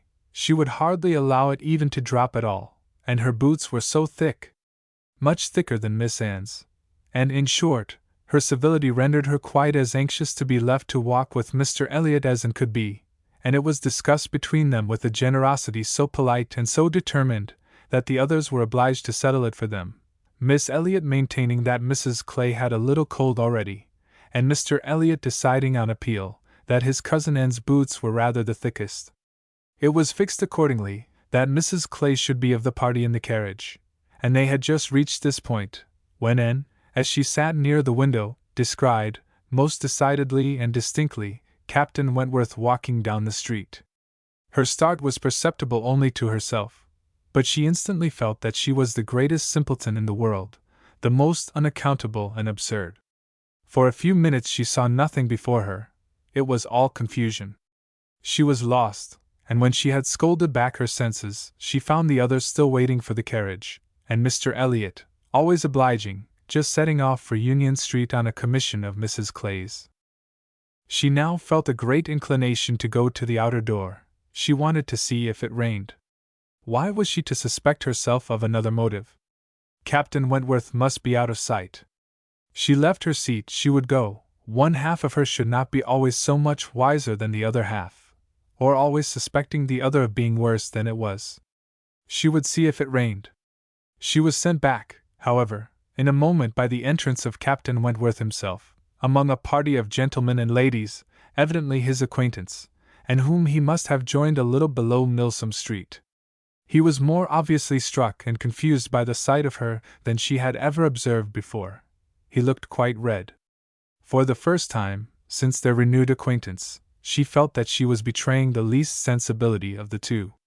She had the advantage of him in the preparation of the last few moments. All the overpowering, blinding, bewildering, first effects of strong surprise were over with her. Still, however, she had enough to feel. It was agitation, pain, pleasure, a something between delight and misery. He spoke to her, and then turned away. The character of his manner was embarrassment. She could not have called it either cold or friendly, or anything so certainly as embarrassed. After a short interval, however, he came towards her, and spoke again. Mutual inquiries on common subjects passed, either of them, probably, much the wiser for what they heard, and continuing fully sensible of his being less at ease than formerly. They had, by dint of being so very much together, got to speak to each other with a considerable portion of apparent indifference and calmness, but he could not do it now. Time had changed him, or Louisa had changed him. There was consciousness of some sort or other. He looked very well, not as if he had been suffering in health or spirits, and he talked of Uppercross, of the Musgroves, nay, even of Louisa, and had even a momentary look of his own arch significance as he named her, but yet it was Captain Wentworth not comfortable, not easy, not able to feign that he was. It did not surprise, but it grieved and to observe that Elizabeth would not know him. She saw that he saw Elizabeth, that Elizabeth saw him, that there was complete internal recognition on each side. She was convinced that he was ready to be acknowledged as an acquaintance, expecting it, and she had the pain of seeing her sister turn away with unalterable coldness. Lady Dalrymple's carriage, for which Miss Elliot was growing very impatient, now drew up. The servant came in to announce it. It was beginning to rain again, and altogether there was a delay, and a bustle, and a talking, which must make all the little crowd in the shop understand that Lady Dalrymple was calling to convey Miss Elliot. At last Miss Elliot and her friend, unattended but by the servant, for there was no cousin returned, were walking off, and Captain Wentworth, watching them, turned again to Anne, and by manner, rather than words, was offering his services to her. "I am much obliged to you," was her answer, "but I am not going with them. The carriage would not accommodate so many. I prefer walking. But it rains." "Oh, very little, nothing that I regard." After a moment's pause he said, "Though I came only yesterday, I have equipped myself properly for Bath already, you see," pointing to a new umbrella. "I wish you would make use of it, if you are determined to walk, though I think it would be more prudent to let me get you a chair." She was very much obliged to him, but declined it all, repeating her conviction that the rain would come to nothing at present, and adding, "I am only waiting for Mr. Elliot. He will be here in a moment, I am sure." She had hardly spoken the words when Mr. Elliot walked in. Captain Wentworth recollected him perfectly. There was no difference between him and the man who had stood on the steps at Lyme, admiring and as she passed, except in the air and look and manner of the privileged relation and friend. He came in with eagerness, appeared to see and think only of her, apologized for his stay, was grieved to have kept her waiting, and anxious to get her away without further loss of time and before the rain increased, and in another moment they walked off together, her arm under his, a gentle and embarrassed glance, and a "Good morning to you," being all that she had time for, as she passed away. As soon as they were out of sight, the ladies of Captain Wentworth's party began talking of them. "Mr. Elliot does not dislike his cousin, I fancy?" "Oh, no, that is clear enough. One can guess what will happen there. He is always with them, half lives in the family, I believe." What a very good-looking man! Yes, and Miss Atkinson, who dined with him once at the Wallaces, says he is the most agreeable man she ever was in company with. She is pretty, I think, and Elliot, very pretty, when one comes to look at her. It is not the fashion to say so, but I confess I admire her more than her sister. Oh, so do I. And so do I, no comparison. But the men are all wild after Miss Elliot, and is too delicate for them. And would have been particularly obliged to her cousin, if he would have walked by her side all the way to Camden Place, without saying a word. She had never found it so difficult to listen to him, though nothing could exceed his solicitude and care, and though his subjects were principally such as were wont to be always interesting, praise, warm, just, and discriminating, of Lady Russell, and insinuations highly rational against Mrs. Clay. But just now she could think only of Captain Wentworth. She could not understand his present feelings, whether he were really suffering much from disappointment or not. Until that point were settled, she could not be quite herself. She hoped to be wise and reasonable in time, but alas! Alas! She must confess to herself that she was not wise yet. Another circumstance very essential for her to know was how long he meant to be in Bath. He had not mentioned it, or she could not recollect it. He might be only passing through. But it was more probable that he should be come to stay. In that case, so liable as everybody was to meet everybody in Bath, Lady Russell would in all likelihood see him somewhere. Would she recollect him? How would it all be? She had already been obliged to tell Lady Russell that Louisa Musgrove was to marry Captain Benwick. It had cost her something to encounter Lady Russell's surprise, and now, if she were by any chance to be thrown into company with Captain Wentworth, her imperfect knowledge of the matter might add another shade of prejudice against him. The following morning Anne was out with her friend, and for the first hour, in an incessant and fearful sort of watch for him in vain. But at last, in returning down Pulteney Street, she distinguished him on the right-hand pavement at such a distance as to have him in view the greater part of the street. There were many other men about him, many groups walking the same way, but there was no mistaking him. She looked instinctively at Lady Russell, but not from any mad idea of her recognizing him so soon as she did herself. No, it was not to be supposed that Lady Russell would perceive him till they were nearly opposite. She looked at her, however, from time to time, anxiously, and when the moment approached which must point him out, though not daring to look again, for her own countenance she knew was unfit to be seen, she was yet perfectly conscious of Lady Russell's eyes being turned exactly in the direction for him, of her being, in short, intently observing him. She could thoroughly comprehend the sort of fascination he must possess over Lady Russell's mind, the difficulty it must be for her to withdraw her eyes, the astonishment she must be feeling that 8 or 9 years should have passed over him, and in foreign climes and in active service too, without robbing him of one personal grace. At last Lady Russell drew back her head. Now, how would she speak of him? "You will wonder," said she, "what has been fixing my eye so long, but I was looking after some window curtains, which Lady Alicia and Mrs. Frankland were telling me of last night. They described the drawing-room window curtains of one of the houses on this side of the way, and this part of the street, as being the handsomest and best hung of any in Bath, but could not recollect the exact number, and I have been trying to find out which it could be, but I confess I can see no curtains hereabouts that answer their description." And sighed and blushed and smiled, in pity and disdain, either at her friend or herself. The part which provoked her most was that in all this waste of foresight and caution, she should have lost the right moment for seeing whether he saw them. A day or two passed without producing anything. The theatre or the rooms, where he was most likely to be, were not fashionable enough for the Elliots, whose evening amusements were solely in the elegant stupidity of private parties, in which they were getting more and more engaged, and Anne, wearied of such a state of stagnation, sick of knowing nothing, and fancying herself stronger because her strength was not tried, was quite impatient for the concert evening. It was a concert for the benefit of a person patronized by Lady Dalrymple. Of course they must attend. It was really expected to be a good one, and Captain Wentworth was very fond of music. If she could only have a few minutes' conversation with him again, she fancied she should be satisfied, and as to the power of addressing him, she felt all over courage if the opportunity occurred.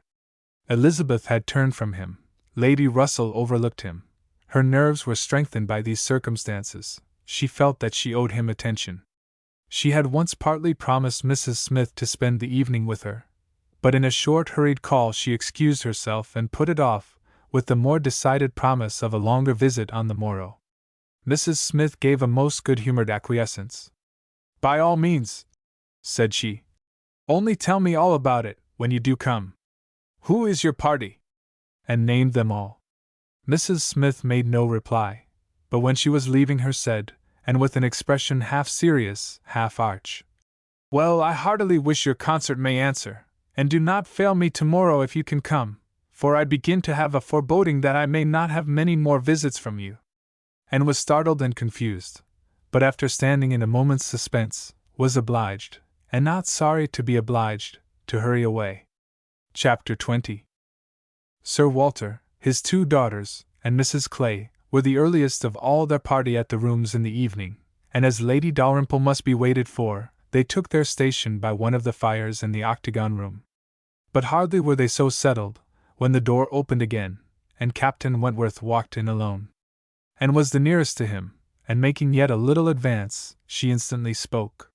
He was preparing only to bow and pass on, but her gentle "How do you do?" brought him out of the straight line to stand near her, and make inquiries in return, in spite of the formidable father and sister in the background. Their being in the background was a support to Anne. She knew nothing of their looks, and felt equal to everything which she believed right to be done. While they were speaking, a whispering between her father and Elizabeth caught her ear. She could not distinguish, but she must guess the subject, and on Captain Wentworth's making a distant bow, she comprehended that her father had judged so well as to give him that simple acknowledgment of acquaintance, and she was just in time by a side glance to see a slight curtsy from Elizabeth herself. This, though late, and reluctant, and ungracious, was yet better than nothing, and her spirits improved. After talking, however, of the weather, and Bath, and the concert, their conversation began to flag, and so little was said at last, that she was expecting him to go every moment, but he did not.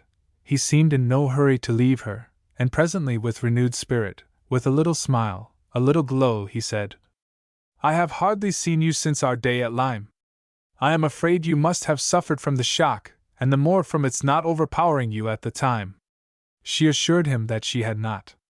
"It was a frightful hour," said he, "a frightful day," and he passed his hand across his eyes as if the remembrance were still too painful, but in a moment, half smiling again, added, "The day has produced some effects, however, has had some consequences which must be considered as the very reverse of frightful.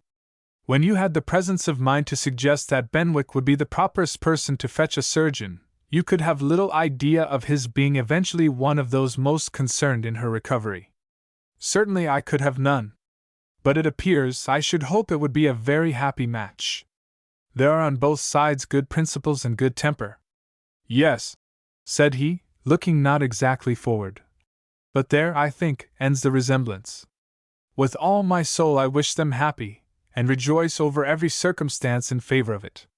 They have no difficulties to contend with at home, no opposition, no caprice, no delays. The Musgroves are behaving like themselves, most honorably and kindly, only anxious with true parental hearts to promote their daughter's comfort. All this is much, very much in favor of their happiness, more than perhaps—" He stopped. A sudden recollection seemed to occur, and to give him some taste of that emotion which was reddening Anne's cheeks and fixing her eyes on the ground. After clearing his throat, however, he proceeded thus. "I confess that I do think there is a disparity, too great a disparity, and in a point no less essential than mind. I regard Louisa Musgrove as a very amiable, sweet-tempered girl, and not deficient in understanding, but Benwick is something more. He is a clever man, a reading man, and I confess that I do consider his attaching himself to her with some surprise.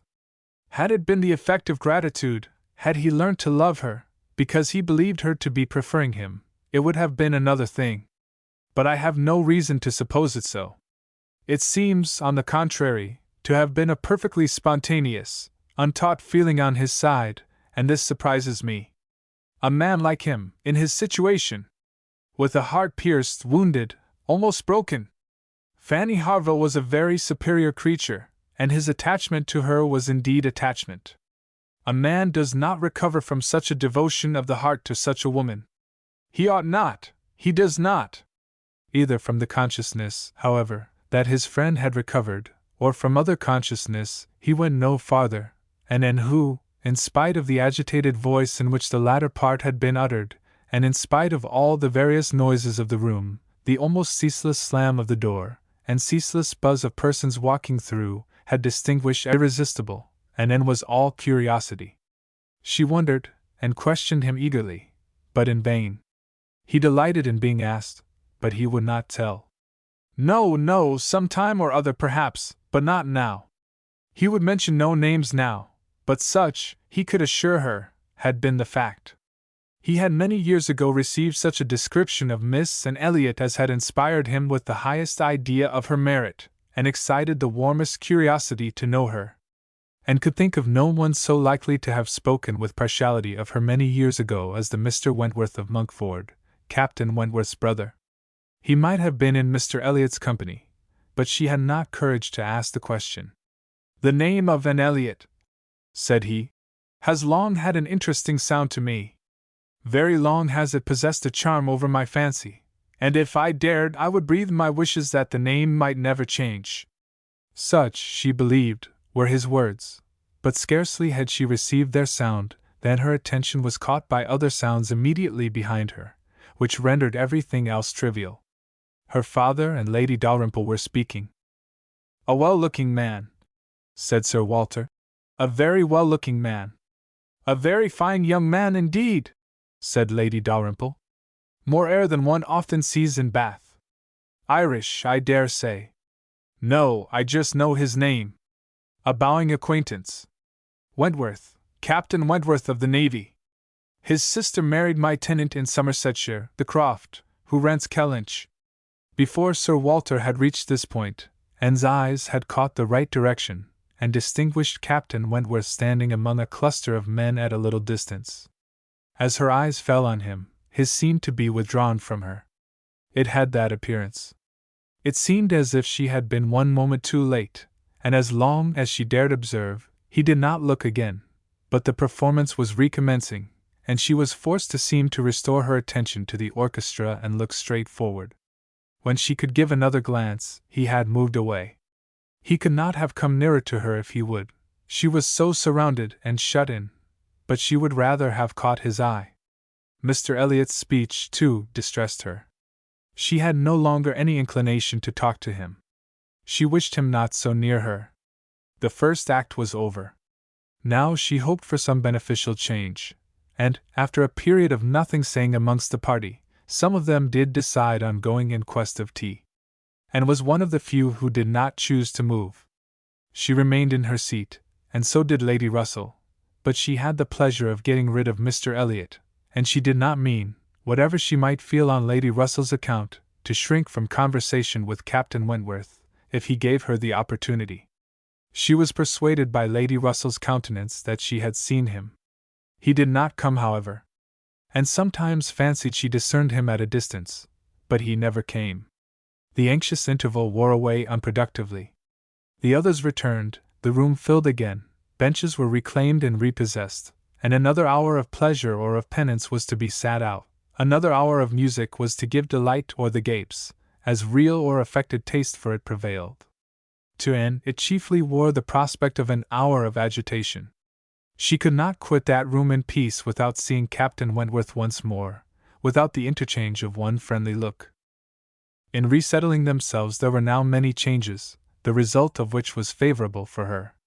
Colonel Wallis declined sitting down again, and Mr. Elliot was invited by Elizabeth and Miss Carteret, in a manner not to be refused, to sit between them, and by some other removals, and a little scheming of her own, and was enabled to place herself much nearer the end of the bench than she had been before, much more within reach of a passer-by. She could not do so, without comparing herself with Miss Larolles, the inimitable Miss Larolles, but still she did it, and not with much happier effect, though by what seemed prosperity in the shape of an early abdication in her next neighbors, she found herself at the very end of the bench before the concert closed.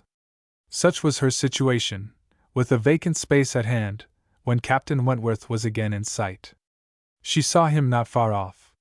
He saw her too, yet he looked grave, and seemed irresolute, and only by very slow degrees came at last near enough to speak to her. She felt that something must be the matter. The change was indubitable. The difference between his present air and what it had been in the octagon room was strikingly great. Why was it? She thought of her father, of Lady Russell. Could there have been any unpleasant glances?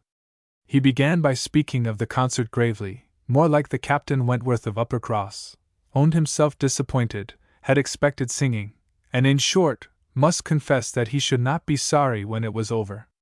And replied, and spoke in defense of the performance so well, and yet in allowance for his feelings so pleasantly, that his countenance improved, and he replied again with almost a smile. They talked for a few minutes more, the improvement held.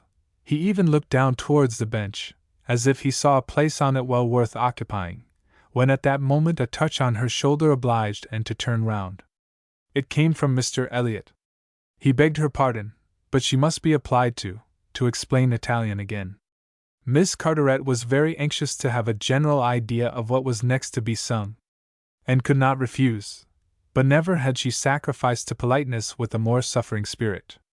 A few minutes, though as few as possible, were inevitably consumed, and when her own mistress again, when able to turn and look as she had done before, she found herself accosted by Captain Wentworth, in a reserved yet hurried sort of farewell. He must wish her good night. He was going. He should get home as fast as he could. "Is not this song worth staying for?" said Anne, suddenly struck by an idea which made her yet more anxious to be encouraging. "No," he replied impressively. "There is nothing worth my staying for." And he was gone directly. Jealousy of Mr. Elliot. It was the only intelligible motive. Captain Wentworth jealous of her affection. Could she have believed it a week ago, 3 hours ago? For a moment the gratification was exquisite. But, alas! There were very different thoughts to succeed. How was such jealousy to be quieted? How was the truth to reach him? How, in all the peculiar disadvantages of their respective situations, would he ever learn of her real sentiments? It was misery to think of Mr. Elliot's attentions. Their evil was incalculable. Chapter 21. And recollected with pleasure the next morning her promise of going to Mrs. Smith, meaning that it should engage her from home at the time when Mr. Elliot would be most likely to call, for to avoid Mr. Elliot was almost the first object. She felt a great deal of goodwill towards him. In spite of the mischief of his attentions, she owed him gratitude and regard, perhaps compassion. She could not help thinking much of the extraordinary circumstances attending their acquaintance, of the right which he seemed to have to interest her, by everything in situation, by his own sentiments, by his early prepossession. It was altogether very extraordinary, flattering, but painful. There was much to regret. How she might have felt had there been no Captain Wentworth in the case, was not worth inquiring, for there was a Captain Wentworth, and be the conclusion of the present suspense good or bad, her affection would be his forever. Their union, she believed, could not divide her more from other men than their final separation. Prettier musings of high-wrought love and eternal constancy could never have passed along the streets of Bath, then and was sporting with from Camden Place to Westgate Buildings. It was almost enough to spread purification and perfume all the way. She was sure of a pleasant reception, and her friend seemed this morning particularly obliged to her for coming, seemed hardly to have expected her, though it had been an appointment. An account of the concert was immediately claimed, and Anne's recollections of the concert were quite happy enough to animate her features and make her rejoice to talk of it. All that she could tell she told most gladly, but the all was little for one who had been there, and unsatisfactory for such an inquirer as Mrs. Smith, who had already heard, through the short cut of a laundress and a waiter, rather more of the general success and produce of the evening than and could relate, and who now asked in vain for several particulars of the company. Everybody of any consequence or notoriety in Bath was well known by name to Mrs. Smith. The little Durans were there, I conclude, said she, with their mouths open to catch the music, like unfledged sparrows ready to be fed. They never miss a concert. Yes, I did not see them myself, but I heard Mr. Elliot say they were in the room. The Ibbotsons, were they there? And the two new beauties, with the tall Irish officer, who is talked of for one of them. I do not know. I do not think they were. Old Lady Mary MacLane? I need not ask after her. She never misses, I know, and you must have seen her. She must have been in your own circle, for as you went with Lady Dalrymple, you were in the seats of grandeur, round the orchestra, of course. No, that was what I dreaded. It would have been very unpleasant to me in every respect. But happily Lady Dalrymple always chooses to be farther off, and we were exceedingly well placed, that is, for hearing. I must not say for seeing, because I appear to have seen very little. Oh! You saw enough for your own amusement. I can understand. There is a sort of domestic enjoyment to be known even in a crowd, and this you had. You were a large party in yourselves, and you wanted nothing beyond. But I ought to have looked about me more, said Anne, conscious while she spoke that there had in fact been no want of looking about, that the object only had been deficient. No, no, you were better employed. You need not tell me that you had a pleasant evening. I see it in your eye. I perfectly see how the hours passed, that you had always something agreeable to listen to. In the intervals of the concert it was conversation. And half smiled and said, Do you see that in my eye? Yes, I do. Your countenance perfectly informs me that you were in company last night with the person whom you think the most agreeable in the world, the person who interests you at this present time more than all the rest of the world put together. A blush overspread Anne's cheeks. She could say nothing. And such being the case, continued Mrs. Smith, after a short pause, I hope you believe that I do know how to value your kindness in coming to me this morning. It is really very good of you to come and sit with me, when you must have so many pleasanter demands upon your time. And heard nothing of this. She was still in the astonishment and confusion excited by her friend's penetration, unable to imagine how any report of Captain Wentworth could have reached her. After another short silence, Pray, said Mrs. Smith, is Mr. Elliot aware of your acquaintance with me? Does he know that I am in Bath? Mr. Elliot! Repeated Anne, looking up surprised. A moment's reflection shewed her the mistake she had been under. She caught it instantaneously, and recovering her courage with the feeling of safety, soon added, more composedly, Are you acquainted with Mr. Elliot? I have been a good deal acquainted with him, replied Mrs. Smith, gravely. But it seems worn out now. It is a great while since we met. I was not at all aware of this. You never mentioned it before. Had I known it, I would have had the pleasure of talking to him about you. To confess the truth, said Mrs. Smith, assuming her usual air of cheerfulness, that is exactly the pleasure I want you to have. I want you to talk about me to Mr. Elliot. I want your interest with him. He can be of essential service to me, and if you would have the goodness, my dear Miss Elliot, to make it an object to yourself, of course it is done. I should be extremely happy. I hope you cannot doubt my willingness to be of even the slightest use to you, replied Anne. But I suspect that you are considering me as having a higher claim on Mr. Elliot, a greater right to influence him, than is really the case. I am sure you have, somehow or other, imbibed such a notion. You must consider me only as Mr. Elliot's relation. If in that light there is anything which you suppose his cousin might fairly ask of him, I beg you would not hesitate to employ me. Mrs. Smith gave her a penetrating glance, and then, smiling, said, I have been a little premature, I perceive. I beg your pardon. I ought to have waited for official information. But now, my dear Miss Elliot, as an old friend, do give me a hint as to when I may speak. Next week? To be sure, by next week I may be allowed to think it all settled, and build my own selfish schemes on Mr. Elliot's good fortune. No, replied Anne. Nor next week, nor next, nor next. I assure you that nothing of the sort you are thinking of will be settled any week. I am not going to marry Mr. Elliot. I should like to know why you imagine I am? Mrs. Smith looked at her again, looked earnestly, smiled, shook her head, and exclaimed, "Now, how I do wish I understood you! How I do wish I knew what you were at! I have a great idea that you do not design to be cruel, when the right moment occurs. Till it does come, you know, we women never mean to have anybody. It is a thing of course among us, that every man is refused, till he offers. But why should you be cruel? Let me plead for my present friend, I cannot call him, but for my former friend. Where can you look for a more suitable match?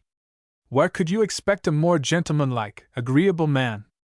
Let me recommend Mr. Elliot. I am sure you hear nothing but good of him from Colonel Wallace, and who can know him better than Colonel Wallace? My dear Mrs. Smith, Mr. Elliot's wife has not been dead much above half a year. He ought not to be supposed to be paying his addresses to any one." "Oh! If these are your only objections," cried Mrs. Smith archly, "Mr. Elliot is safe, and I shall give myself no more trouble about him. Do not forget me when you are married, that's all. Let him know me to be a friend of yours, and then he will think little of the trouble required, which it is very natural for him now, with so many affairs and engagements of his own, to avoid and get rid of as he can. Very natural, perhaps. 99 out of 100 would do the same. Of course, he cannot be aware of the importance to me. Well, my dear Miss Elliot, I hope and trust you will be very happy. Mr. Elliot has sense to understand the value of such a woman. Your peace will not be shipwrecked as mine has been. You are safe in all worldly matters, and safe in his character. He will not be led astray. He will not be misled by others to his ruin." "No," said Anne. "I can readily believe all that of my cousin. He seems to have a calm, decided temper, not at all open to dangerous impressions. I consider him with great respect. I have no reason, from anything that has fallen within my observation, to do otherwise. But I have not known him long, and he is not a man, I think, to be known intimately soon. Will not this manner of speaking of him, Mrs. Smith, convince you that he is nothing to me? Surely this must be calm enough. And, upon my word, he is nothing to me. Should he ever propose to me, which I have very little reason to imagine he has any thought of doing, I shall not accept him. I assure you I shall not. I assure you, Mr. Elliot had not the share which you have been supposing, in whatever pleasure the concert of last night might afford. Not Mr. Elliot. It is not Mr. Elliot that—" She stopped, regretting with a deep blush that she had implied so much, but less would hardly have been sufficient. Mrs. Smith would hardly have believed so soon in Mr. Elliot's failure, but from the perception of there being a somebody else. As it was, she instantly submitted, and with all the semblance of seeing nothing beyond, and Anne, eager to escape farther notice, was impatient to know why Mrs. Smith should have fancied she was to marry Mr. Elliot, where she could have received the idea, or from whom she could have heard it. "Do tell me how it first came into your head." "It first came into my head," replied Mrs. Smith, "upon finding how much you were together, and feeling it to be the most probable thing in the world to be wished for by everybody belonging to either of you, and you may depend upon it that all your acquaintance have disposed of you in the same way. But I never heard it spoken of till 2 days ago. And has it indeed been spoken of? Did you observe the woman who opened the door to you when you called yesterday? No, was not it Mrs. Speed, as usual, or the maid? I observed no one in particular. It was my friend Mrs. Rook, Nurse Rook, who, by the by, had a great curiosity to see you, and was delighted to be in the way to let you in. She came away from Marlborough Buildings only on Sunday, and she it was who told me you were to marry Mr. Elliot. She had had it from Mrs. Wallace herself, which did not seem bad authority. She sat an hour with me on Monday evening, and gave me the whole history." "The whole history," repeated Anne, laughing. "She could not make a very long history, I think, of one such little article of unfounded news." Mrs. Smith said nothing. "But," continued Anne presently, "though there is no truth in my having this claim on Mr. Elliot, I should be extremely happy to be of use to you in any way that I could. Shall I mention to him your being in Bath? Shall I take any message?" "No, I thank you, no, certainly not. In the warmth of the moment, and under a mistaken impression I might, perhaps, have endeavored to interest you in some circumstances, but not now.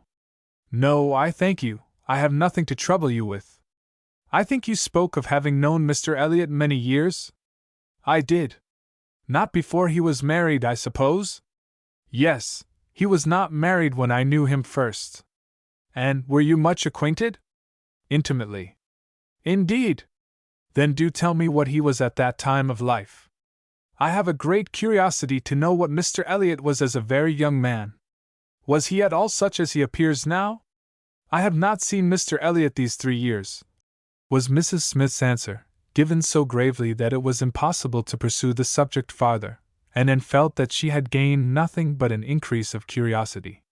They were both silent, Mrs. Smith very thoughtful. At last, "I beg your pardon, my dear Miss Elliot," she cried, in her natural tone of cordiality. "I beg your pardon for the short answers I have been giving you, but I have been uncertain what I ought to do. I have been doubting and considering as to what I ought to tell you. There were many things to be taken into the account. One hates to be officious, to be giving bad impressions, making mischief. Even the smooth surface of family union seems worth preserving, though there may be nothing durable beneath. However, I have determined, I think I am right, I think you ought to be made acquainted with Mr. Elliot's real character. Though I fully believe that, at present, you have not the smallest intention of accepting him, there is no saying what may happen. You might, some time or other, be differently affected towards him. Hear the truth, therefore, now, while you are unprejudiced. Mr. Elliot is a man without heart or conscience, a designing, wary, cold-blooded being, who thinks only of himself, whom for his own interest or ease, would be guilty of any cruelty, or any treachery, that could be perpetrated without risk of his general character. He has no feeling for others. Those whom he has been the chief cause of leading into ruin, he can neglect and desert without the smallest compunction. He is totally beyond the reach of any sentiment of justice or compassion. Oh! He is black at heart, hollow and black. Anne's astonished air, an exclamation of wonder, made her pause, and in a calmer manner she added, "My expressions startle you. You must allow for an injured, angry woman. But I will try to command myself. I will not abuse him. I will only tell you what I have found him. Facts shall speak. He was the intimate friend of my dear husband, who trusted and loved him, and thought him as good as himself. The intimacy had been formed before our marriage. I found them most intimate friends, and I, too, became excessively pleased with Mr. Elliot, and entertained the highest opinion of him. At 19, you know, one does not think very seriously, but Mr. Elliot appeared to me quite as good as others, and much more agreeable than most others, and we were almost always together.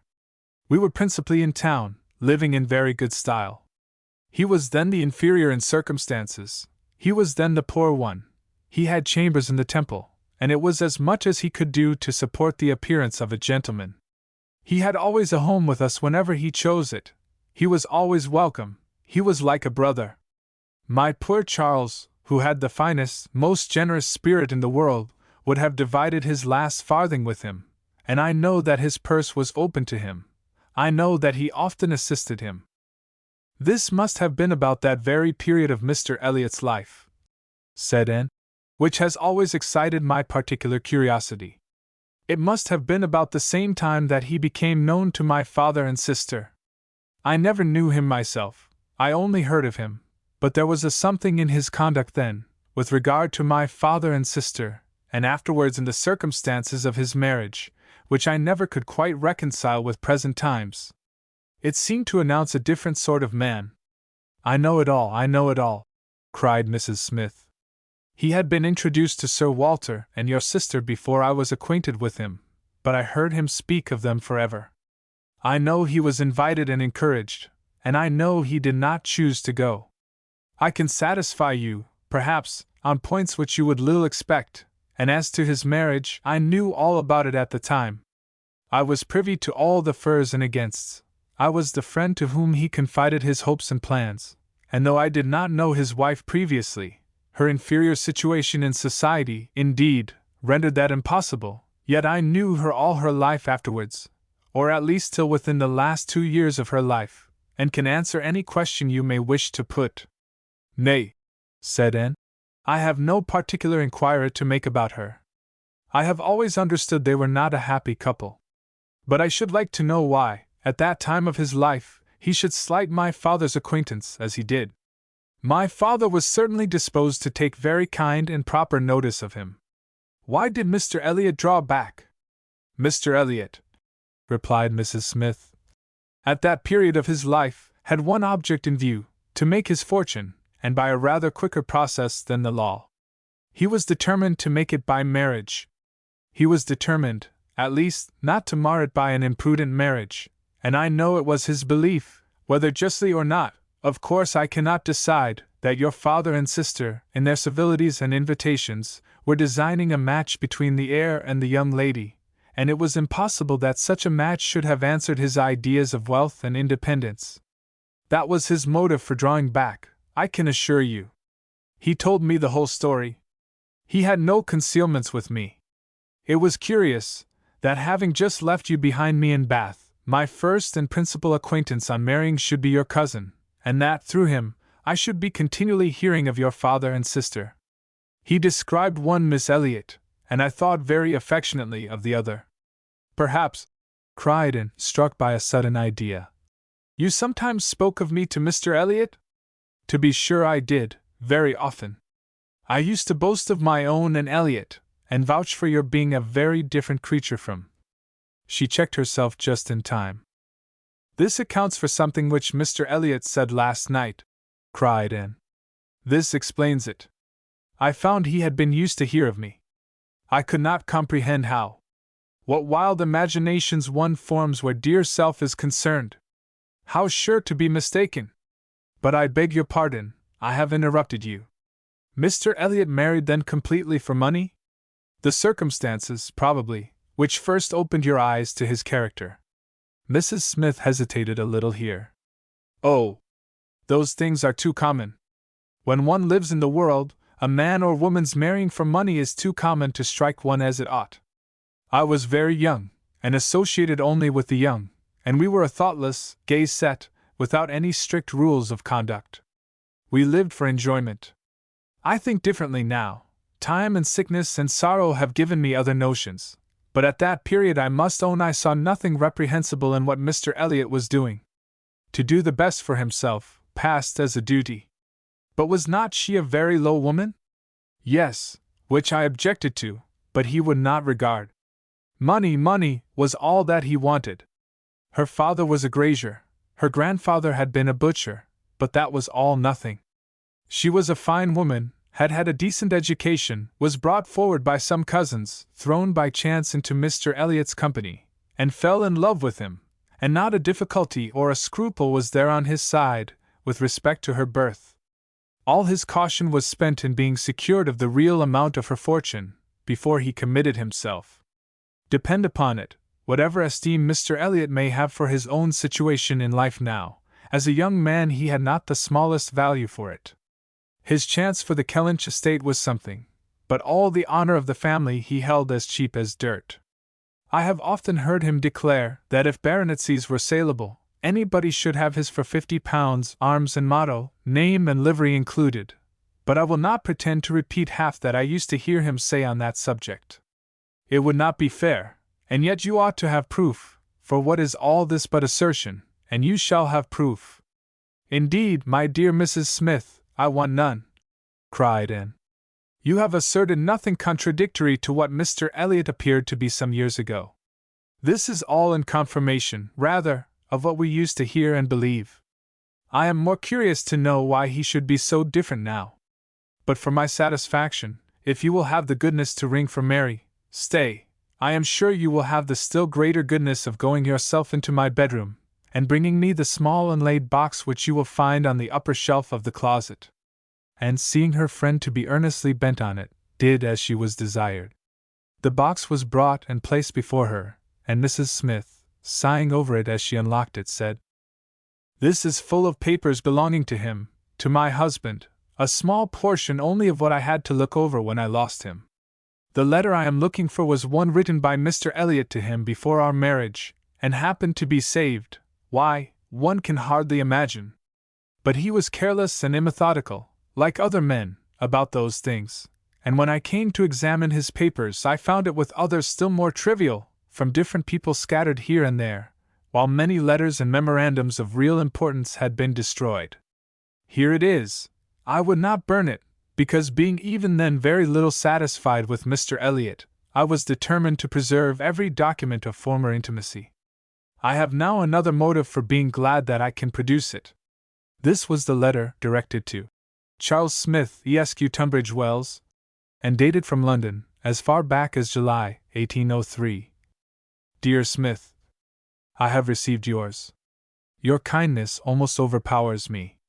I wish nature had made such hearts as yours more common, but I have lived 23 years in the world, and have seen none like it.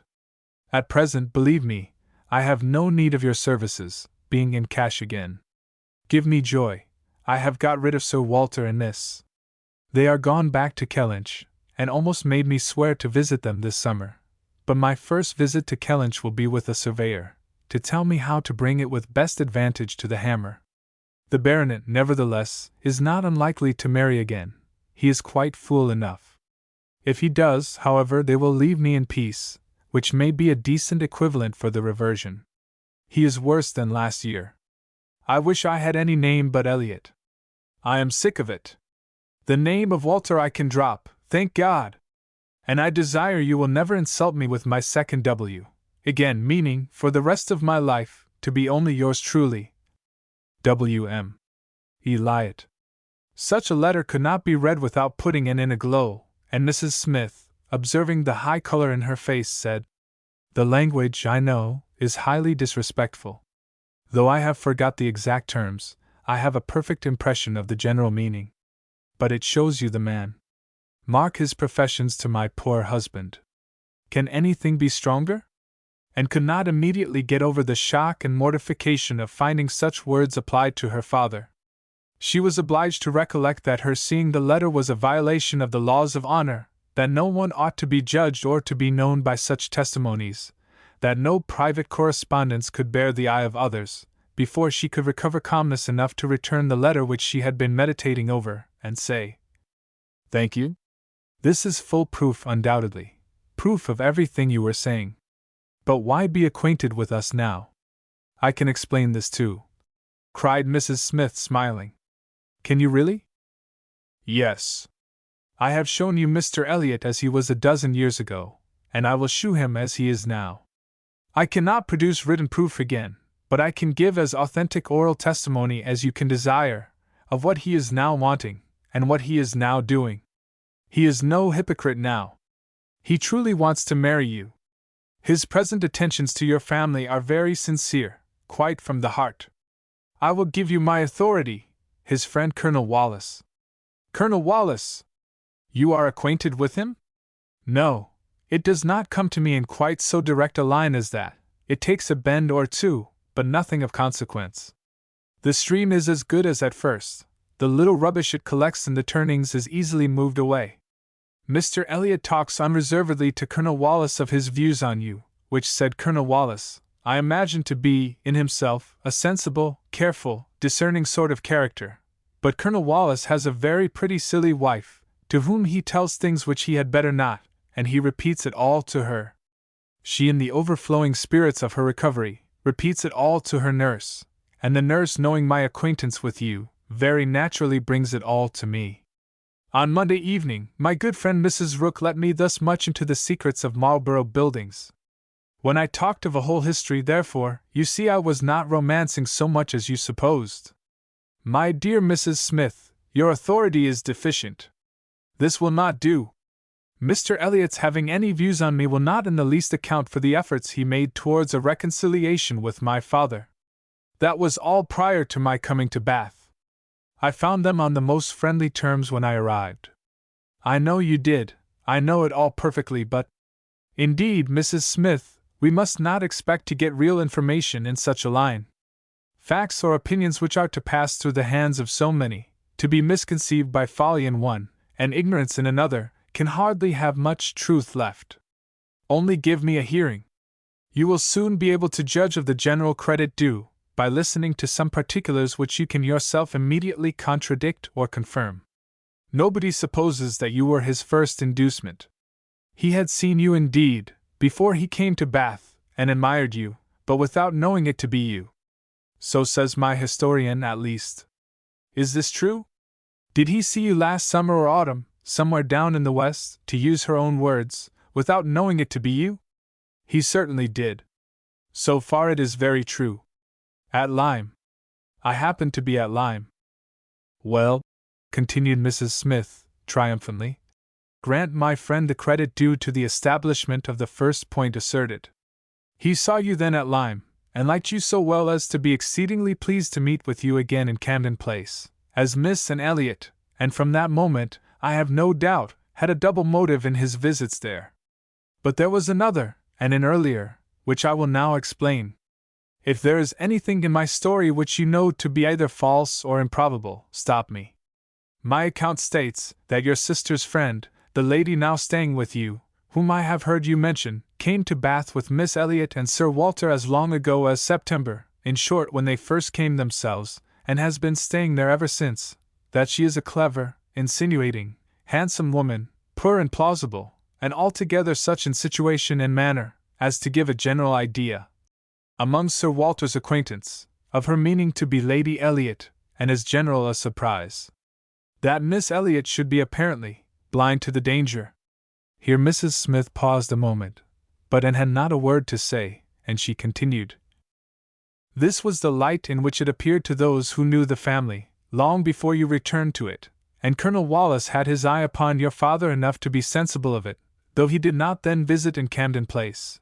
But his regard for Mr. Elliot gave him an interest in watching all that was going on there, and when Mr. Elliot came to Bath for a day or two, as he happened to do a little before Christmas, Colonel Wallace made him acquainted with the appearance of things, and the reports beginning to prevail. Now you are to understand that time had worked a very material change in Mr. Elliot's opinions as to the value of a baronetcy. Upon all points of blood and connection he is a completely altered man. Having long had as much money as he could spend, nothing to wish for on the side of avarice or indulgence, he has been gradually learning to pin his happiness upon the consequence he is heir to. I thought it coming on before our acquaintance ceased, but it is now a confirmed feeling. He cannot bear the idea of not being Sir William. You may guess, therefore, that the news he heard from his friend could not be very agreeable, and you may guess what it produced, the resolution of coming back to Bath as soon as possible, and of fixing himself here for a time, with the view of renewing his former acquaintance, and recovering such a footing in the family as might give him the means of ascertaining the degree of his danger, and of circumventing the lady if he found it material. This was agreed upon between the two friends as the only thing to be done, and Colonel Wallace was to assist in every way that he could. He was to be introduced, and Mrs. Wallace was to be introduced, and everybody was to be introduced. Mr. Elliot came back accordingly, and on application was forgiven, as you know, and readmitted into the family, and there it was his constant object, and his only object, till your arrival added another motive, to watch Sir Walter and Mrs. Clay. He omitted no opportunity of being with them, threw himself in their way, called at all hours, but I need not be particular on this subject. You can imagine what an artful man would do, and with this guide, perhaps, may recollect what you have seen him do. Yes, said Anne. You tell me nothing which does not accord with what I have known, or could imagine. There is always something offensive in the details of cunning. The maneuvers of selfishness and duplicity must ever be revolting, but I have heard nothing which really surprises me. I know those who would be shocked by such a representation of Mr. Elliot, who would have difficulty in believing it, but I have never been satisfied. I have always wanted some other motive for his conduct than appeared. I should like to know his present opinion, as to the probability of the event he has been in dread of, whether he considers the danger to be lessening or not. Lessening, I understand, replied Mrs. Smith. He thinks Mrs. Clay afraid of him, aware that he sees through her, and not daring to proceed as she might do in his absence.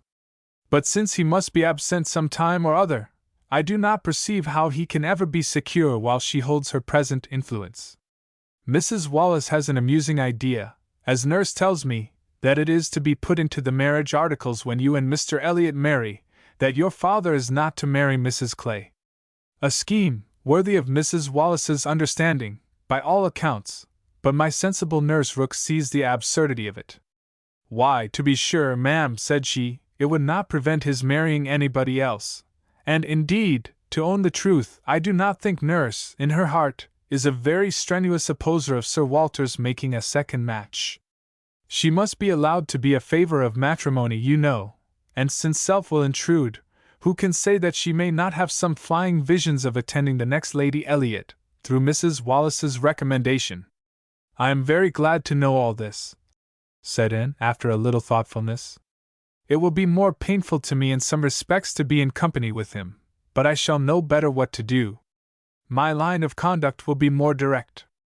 Mr. Elliot is evidently a disingenuous, artificial, worldly man, who has never had any better principle to guide him than selfishness. But Mr. Elliot was not done with. Mrs. Smith had been carried away from her first direction, and had forgotten, in the interest of her own family concerns, how much had been originally implied against him. But her attention was now called to the explanation of those first hints, and she listened to a recital which, if it did not perfectly justify the unqualified bitterness of Mrs. Smith, proved him to have been very unfeeling in his conduct towards her, very deficient both in justice and compassion. She learned that, the intimacy between them continuing unimpaired by Mr. Elliot's marriage, they had been as before always together, and Mr. Elliot had led his friend into expenses much beyond his fortune. Mrs. Smith did not want to take blame to herself, and was most tender of throwing any on her husband, but could collect that their income had never been equal to their style of living, and that from the first there had been a great deal of general and joint extravagance. From his wife's account of him she could discern Mr. Smith to have been a man of warm feelings, easy temper, careless habits, and not strong understanding, much more amiable than his friend, and very unlike him, led by him, and probably despised by him. Mr. Elliot, raised by his marriage to great affluence, and disposed to every gratification of pleasure and vanity which could be commanded without involving himself, for with all his self-indulgence he had become a prudent man, and beginning to be rich, just as his friend ought to have found himself to be poor, seemed to have had no concern at all for that friend's probable finances, but, on the contrary, had been prompting and encouraging expenses which could end only in ruin, and the Smiths, accordingly, had been ruined. The husband had died just in time to be spared the full knowledge of it. They had previously known embarrassments enough to try the friendship of their friends, and to prove that Mr. Elliot's had better not be tried, but it was not till his death that the wretched state of his affairs was fully known. With a confidence in Mr. Elliot's regard, more creditable to his feelings than his judgment, Mr. Smith had appointed him the executor of his will, but Mr. Elliot would not act, and the difficulties and distress which this refusal had heaped on her, in addition to the inevitable sufferings of her situation, had been such as could not be related without anguish of spirit, or listened to without corresponding indignation. And was shown some letters of his on the occasion, answers to urgent applications from Mrs. Smith, which all breathed the same stern resolution of not engaging in a fruitless trouble, and, under a cold civility, the same hard-hearted indifference to any of the evils it might bring on her. It was a dreadful picture of ingratitude and inhumanity, and Anne felt, at some moments, that no flagrant open crime could have been worse. She had a great deal to listen to, all the particulars of past sad scenes, all the minutiae of distress upon distress, which in former conversations had been merely hinted at, were dwelt on now with a natural indulgence, and could perfectly comprehend the exquisite relief, and was only the more inclined to wonder at the composure of her friend's usual state of mind. There was one circumstance in the history of her grievances of particular irritation. She had good reason to believe that some property of her husband in the West Indies, which had been for many years under a sort of sequestration for the payment of its own encumbrances, might be recoverable by proper measures, and this property, though not large, would be enough to make her comparatively rich. But there was nobody to stir in it. Mr. Elliot would do nothing, and she could do nothing herself, equally disabled from personal exertion by her state of bodily weakness, and from employing others by her want of money. She had no natural connections to assist her even with their counsel, and she could not afford to purchase the assistance of the law. This was a cruel aggravation of actually straitened means.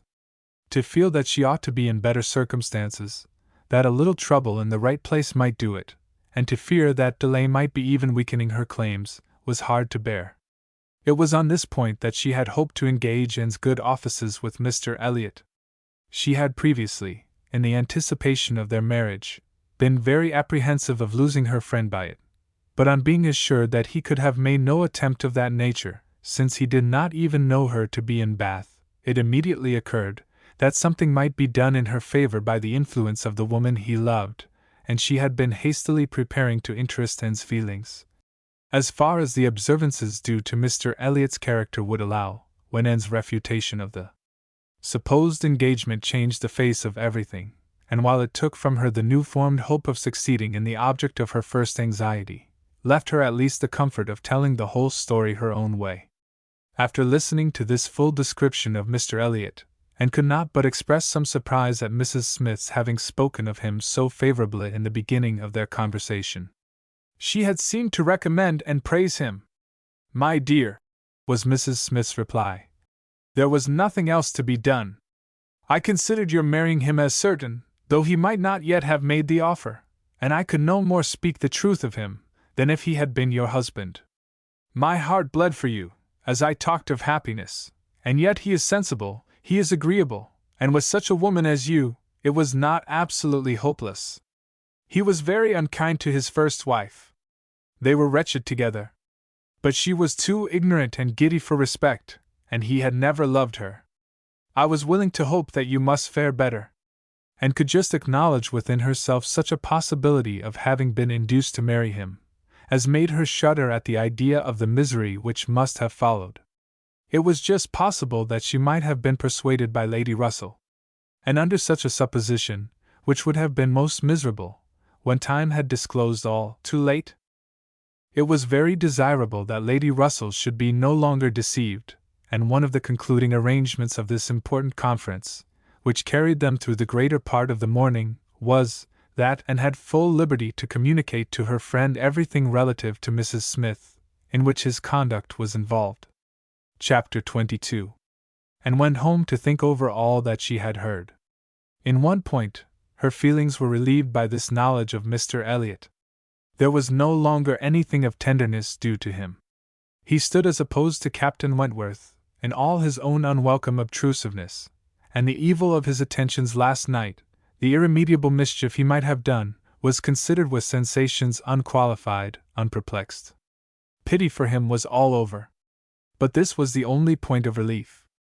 In every other respect, in looking around her, or penetrating forward, she saw more to distrust and to apprehend. She was concerned for the disappointment and pain Lady Russell would be feeling, for the mortifications which must be hanging over her father and sister, and had all the distress of foreseeing many evils, without knowing how to avert any one of them. She was most thankful for her own knowledge of him. She had never considered herself as entitled to reward for not slighting an old friend like Mrs. Smith, but here was a reward indeed springing from it. Mrs. Smith had been able to tell her what no one else could have done. Could the knowledge have been extended through her family? But this was a vain idea. She must talk to Lady Russell, tell her, consult with her, and having done her best, wait the event with as much composure as possible, and after all, her greatest want of composure would be in that quarter of the mind which could not be opened to Lady Russell, in that flow of anxieties and fears which must be all to herself. She found, on reaching home, that she had, as she intended, escaped seeing Mr. Elliot, that he had called and paid them a long morning visit, but hardly had she congratulated herself, and felt safe, when she heard that he was coming again in the evening. "I had not the smallest intention of asking him," said Elizabeth, with affected carelessness. "But he gave so many hints, so Mrs. Clay says, at least. Indeed, I do say it. I never saw anybody in my life spell harder for an invitation. Poor man! I was really in pain for him, for your hard-hearted sister, Miss N, seems bent on cruelty. "Oh," cried Elizabeth, "I have been rather too much used to the game to be soon overcome by a gentleman's hints. However, when I found how excessively he was regretting that he should miss my father this morning, I gave way immediately, for I would never really omit an opportunity of bringing him and Sir Walter together. They appeared to so much advantage in company with each other, each behaving so pleasantly, Mr. Elliot looking up with so much respect." "Quite delightful!" cried Mrs. Clay, not daring, however, to turn her eyes towards Anne. "Exactly like father and son! Dear Miss Elliot, may I not say father and son? Oh, I lay no embargo on anybody's words. If you will have such ideas! But upon my word, I am scarcely sensible of his attentions being beyond those of other men." "My dear Miss Elliot!" exclaimed Mrs. Clay, lifting her hands and eyes, and sinking all the rest of her astonishment in a convenient silence. "Well, my dear Penelope, you need not be so alarmed about him. I did invite him, you know. I sent him away with smiles. When I found he was really going to his friends at Thornbury Park for the whole day tomorrow, I had compassion on him, and admired the good acting of the friend, in being able to shew such pleasure as she did, in the expectation and in the actual arrival of the very person whose presence must really be interfering with her prime object. It was impossible but that Mrs. Clay must hate the sight of Mr. Elliot, and yet she could assume a most obliging, placid look, and appear quite satisfied with the curtailed license of devoting herself only half as much to Sir Walter as she would have done otherwise. To Anne herself it was most distressing to see Mr. Elliot enter the room, and quite painful to have him approach and speak to her. She had been used before to feel that he could not be always quite sincere, but now she saw insincerity in everything. His attentive deference to her father, contrasted with his former language, was odious, and when she thought of his cruel conduct towards Mrs. Smith, she could hardly bear the sight of his present smiles and mildness, or the sound of his artificial good sentiments. She meant to avoid any such alteration of manners as might provoke a remonstrance on his side. It was a great object to her to escape all inquiry or éclat, but it was her intention to be as decidedly cool to him as might be compatible with their relationship, and to retrace, as quietly as she could, the few steps of unnecessary intimacy she had been gradually led along. She was accordingly more guarded, and more cool, than she had been the night before. He wanted to animate her curiosity again as to how and where he could have heard her formerly praised, wanted very much to be gratified by more solicitation, but the charm was broken. He found that the heat and animation of a public room was necessary to kindle his modest cousin's vanity. He found, at least, that it was not to be done now, by any of those attempts which he could hazard among the too commanding claims of the others. He little surmised that it was a subject acting now exactly against his interest, bringing immediately to her thoughts all those parts of his conduct which were least excusable. She had some satisfaction in finding that he was really going out of Bath the next morning, going early, and that he would be gone the greater part of 2 days. He was invited again to Camden Place the very evening of his return, but from Thursday to Saturday evening his absence was certain. It was bad enough that a Mrs. Clay should be always before her, but that a deeper hypocrite should be added to their party seemed the destruction of everything like peace and comfort. It was so humiliating to reflect on the constant deception practiced on her father and Elizabeth, to consider the various sources of mortification preparing for them. Mrs. Clay's selfishness was not so complicated nor so revolting as his, and Anne would have compounded for the marriage at once, with all its evils, to be clear of Mr. Elliot's subtleties in endeavoring to prevent it. On Friday morning she meant to go very early to Lady Russell, and accomplish the necessary communication, and she would have gone directly after breakfast, but that Mrs. Clay was also going out on some obliging purpose of saving her sister trouble, which determined her to wait till she might be safe from such a companion. She saw Mrs. Clay fairly off, therefore, before she began to talk of spending the morning in River Street. "Very well," said Elizabeth. "I have nothing to send but my love. Oh, you may as well take back that tiresome book she would lend me, and pretend I have read it through. I really cannot be plaguing myself forever with all the new poems and states of the nation that come out. Lady Russell quite bores one with her new publications. You need not tell her so, but I thought her dress hideous the other night. I used to think she had some taste in dress, but I was ashamed of her at the concert. Something so formal and arranged in her air. And she sits so upright. My best love, of course. And mine, added Sir Walter. Kindest regards. And you may say that I mean to call upon her soon. Make a civil message, but I shall only leave my card. Morning visits are never fair by women at her time of life, who make themselves up so little. If she would only wear rouge, she would not be afraid of being seen. But last time I called, I observed the blinds were let down immediately. While her father spoke, there was a knock at the door. Who could it be?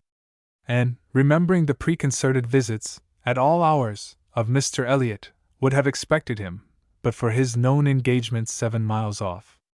After the usual period of suspense, the usual sounds of approach were heard, and Mr. and Mrs. Charles Musgrove were ushered into the room.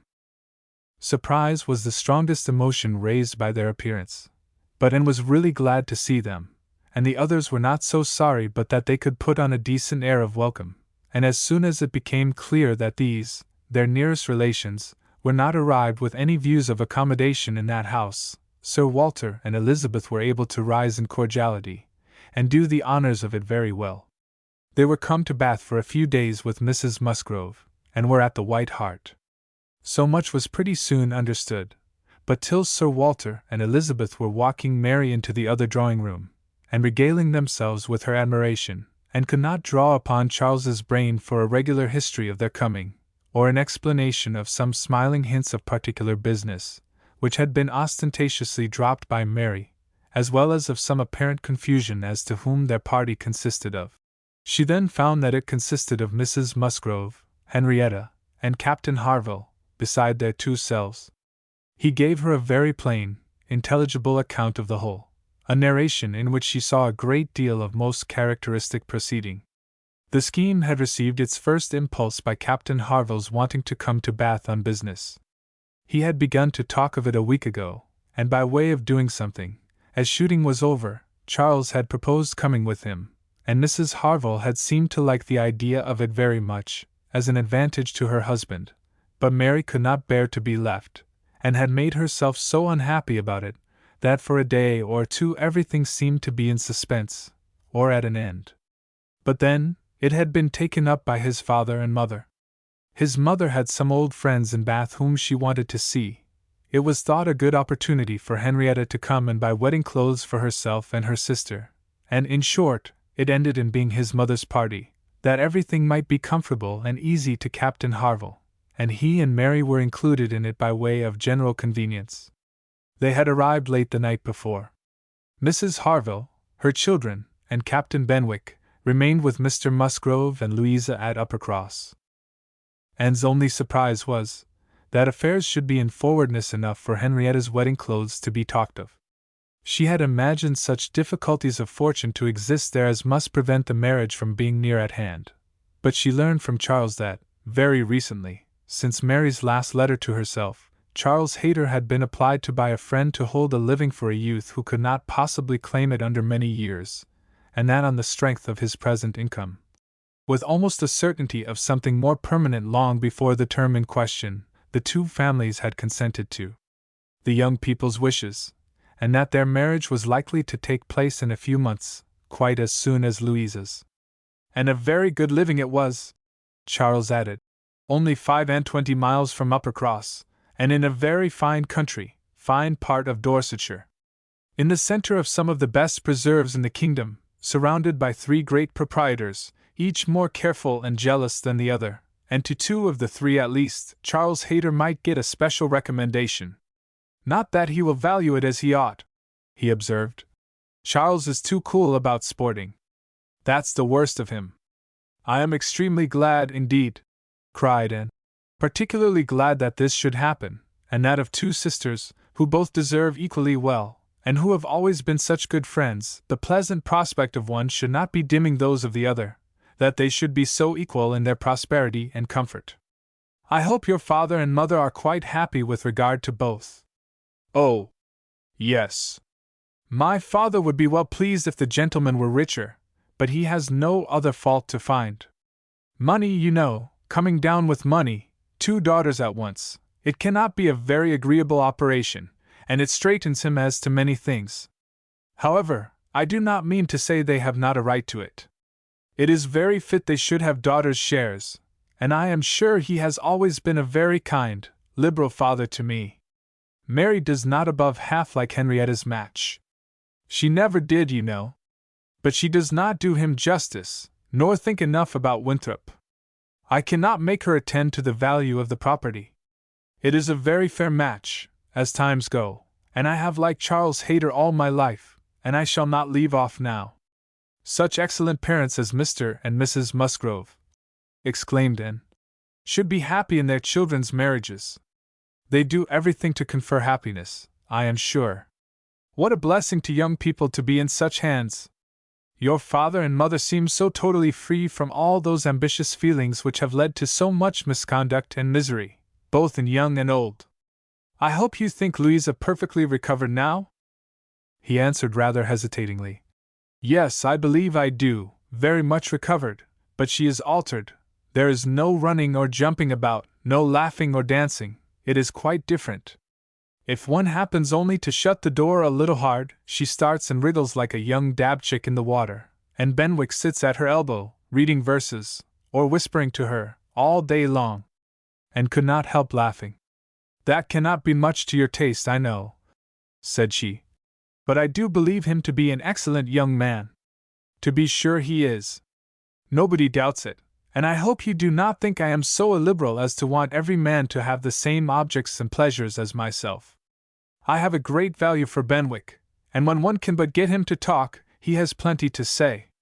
His reading has done him no harm, for he has fought as well as read. He is a brave fellow. I got more acquainted with him last Monday than ever I did before. We had a famous set to at rat hunting all the morning in my father's great barns, and he played his part so well that I have liked him the better ever since. Here they were interrupted by the absolute necessity of Charles's following the others to admire mirrors and china, but and had heard enough to understand the present state of Uppercross, and rejoice in its happiness, and though she sighed as she rejoiced, her sigh had none of the ill will of envy in it. She would certainly have risen to their blessings if she could, but she did not want to lessen theirs. The visit passed off altogether in high good humor. Mary was in excellent spirits, enjoying the gaiety and the change, and so well satisfied with the journey in her mother-in-law's carriage with 4 horses, and with her own complete independence of Camden Place, that she was exactly in a temper to admire everything as she ought, and enter most readily into all the superiorities of the house, as they were detailed to her. She had no demands on her father or sister, and her consequence was just enough increased by their handsome drawing-rooms. Elizabeth was, for a short time, suffering a good deal. She felt that Mrs. Musgrove and all her party ought to be asked to dine with them, but she could not bear to have the difference of style, the reduction of servants, which a dinner must betray, witnessed by those who had been always so inferior to the Elliots of Kellynch. It was a struggle between propriety and vanity. But vanity got the better, and then Elizabeth was happy again. These were her internal persuasions. Old-fashioned notions, country hospitality. We do not profess to give dinners, few people in Bath do, Lady Alicia never does, did not even ask her own sister's family, though they were here a month, and I dare say it would be very inconvenient to Mrs. Musgrove, put her quite out of her way. I am sure she would rather not come, she cannot feel easy with us. I will ask them all for an evening, that will be much better, that will be a novelty and a treat. They have not seen 2 such drawing-rooms before. They will be delighted to come tomorrow evening.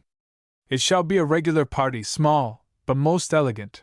And this satisfied Elizabeth, and when the invitation was given to the 2 present, and promised for the absent, Mary was as completely satisfied.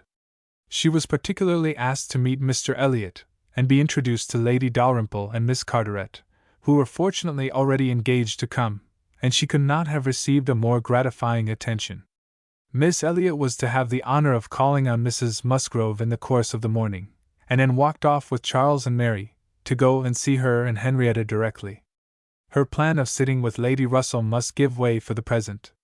They all three called in River Street for a couple of minutes, but Anne convinced herself that a day's delay of the intended communication could be of no consequence, and hastened forward to the White Hart, to see again the friends and companions of the last autumn, with an eagerness of goodwill which many associations contributed to form. They found Mrs. Musgrove and her daughter within, and by themselves, and Anne had the kindest welcome from each. Henrietta was exactly in that state of recently improved views, of fresh-formed happiness, which made her full of regard and interest for everybody she had ever liked before at all, and Mrs. Musgrove's real affection had been won by her usefulness when they were in distress. It was a heartiness, and a warmth, and a sincerity which Anne delighted in the more, from the sad want of such blessings at home. She was entreated to give them as much of her time as possible, invited for every day and all day long, or rather claimed as part of the family, and in return, she naturally fell into all her wonted ways of attention and assistance, and on Charles's leaving them together, was listening to Mrs. Musgrove's history of Louisa, and to Henrietta's of herself, giving opinions on business, and recommendations to shops, with intervals of every help which Mary required, from altering her ribbon to settling her accounts, from finding her keys, and assorting her trinkets, to trying to convince her that she was not ill-used by anybody, which Mary, well amused as she generally was, in her station at a window overlooking the entrance to the pump-room, could not but have her moments of imagining. A morning of thorough confusion was to be expected. A large party in an hotel ensured a quick-changing, unsettled scene. 5 minutes brought a note, the next a parcel, and Anne had not been there half an hour, when their dining-room, spacious as it was, seemed more than half filled. A party of steady old friends were seated around Mrs. Musgrove, and Charles came back with Captains Harville and Wentworth. The appearance of the latter could not be more than the surprise of the moment. It was impossible for her to have forgotten to feel that this arrival of their common friends must be soon bringing them together again. Their last meeting had been most important in opening his feelings. She had derived from it a delightful conviction, but she feared from his looks that the same unfortunate persuasion, which had hastened him away from the concert-room, still governed. He did not seem to want to be near enough for conversation. She tried to be calm, and leave things to take their course, and tried to dwell much on this argument of rational dependence. Surely, if there be constant attachment on each side, our hearts must understand each other ere long. We are not boy and girl, to be captiously irritable, misled by every moment's inadvertence, and wantonly playing with our own happiness. And yet, a few minutes afterwards, she felt as if their being in company with each other, under their present circumstances, could only be exposing them to inadvertencies and misconstructions of the most mischievous kind. "And," cried Mary, still at her window, "there is Mrs. Clay, I am sure, standing under the colonnade, and a gentleman with her. I saw them turn the corner from Bath Street just now. They seemed deep in talk. Who is it? Come and tell me. Good heavens! I recollect. It is Mr. Elliot himself." "No," cried Anne quickly. "It cannot be Mr. Elliot, I assure you. He was to leave Bath at 9 this morning, and does not come back till tomorrow." As she spoke, she felt that Captain Wentworth was looking at her, the consciousness of which vexed and embarrassed her, and made her regret that she had said so much, simple as it was. Mary, resenting that she should be supposed not to know her own cousin, began talking very warmly about the family features, and protesting still more positively that it was Mr. Elliot, calling again upon Anne to come and look for herself, but Anne did not mean to stir, and tried to be cool and unconcerned. Her distress returned, however, on perceiving smiles and intelligent glances pass between 2 or 3 of the lady visitors, as if they believed themselves quite in the secret. It was evident that the report concerning her had spread, and a short pause succeeded, which seemed to ensure that it would now spread farther. "Do come, Anne," cried Mary. "Come and look yourself. You will be too late if you do not make haste. They are parting, they are shaking hands. He is turning away. Not know Mr. Elliot, indeed! You seem to have forgot all about Lyme." To pacify Mary, and perhaps screen her own embarrassment, Anne did move quietly to the window. She was just in time to ascertain that it really was Mr. Elliot, which she had never believed, before he disappeared on one side, as Mrs. Clay walked quickly off on the other, and checking the surprise which she could not but feel at such an appearance of friendly conference between two persons of totally opposite interest, she calmly said, "Yes, it is Mr. Elliot, certainly.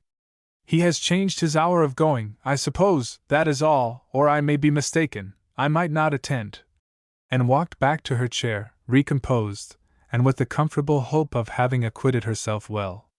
The visitors took their leave, and Charles, having civilly seen them off, and then made a face at them, and abused them for coming, began with, "Well, mother, I have done something for you that you will like. I have been to the theatre, and secured a box for tomorrow night. Ain't I a good boy? I know you love a play, and there is room for us all. It holds 9. I have engaged Captain Wentworth, and will not be sorry to join us, I am sure. We all like a play.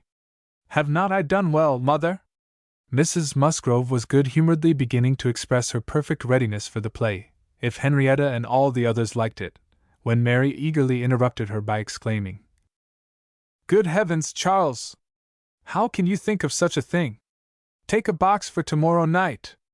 Have you forgot that we are engaged to Camden Place tomorrow night? And that we were most particularly asked to meet Lady Dalrymple and her daughter, and Mr. Elliot, and all the principal family connections, on purpose to be introduced to them? How can you be so forgetful?" "Phoo! Phoo!" replied Charles. "What's an evening party? Never worth remembering.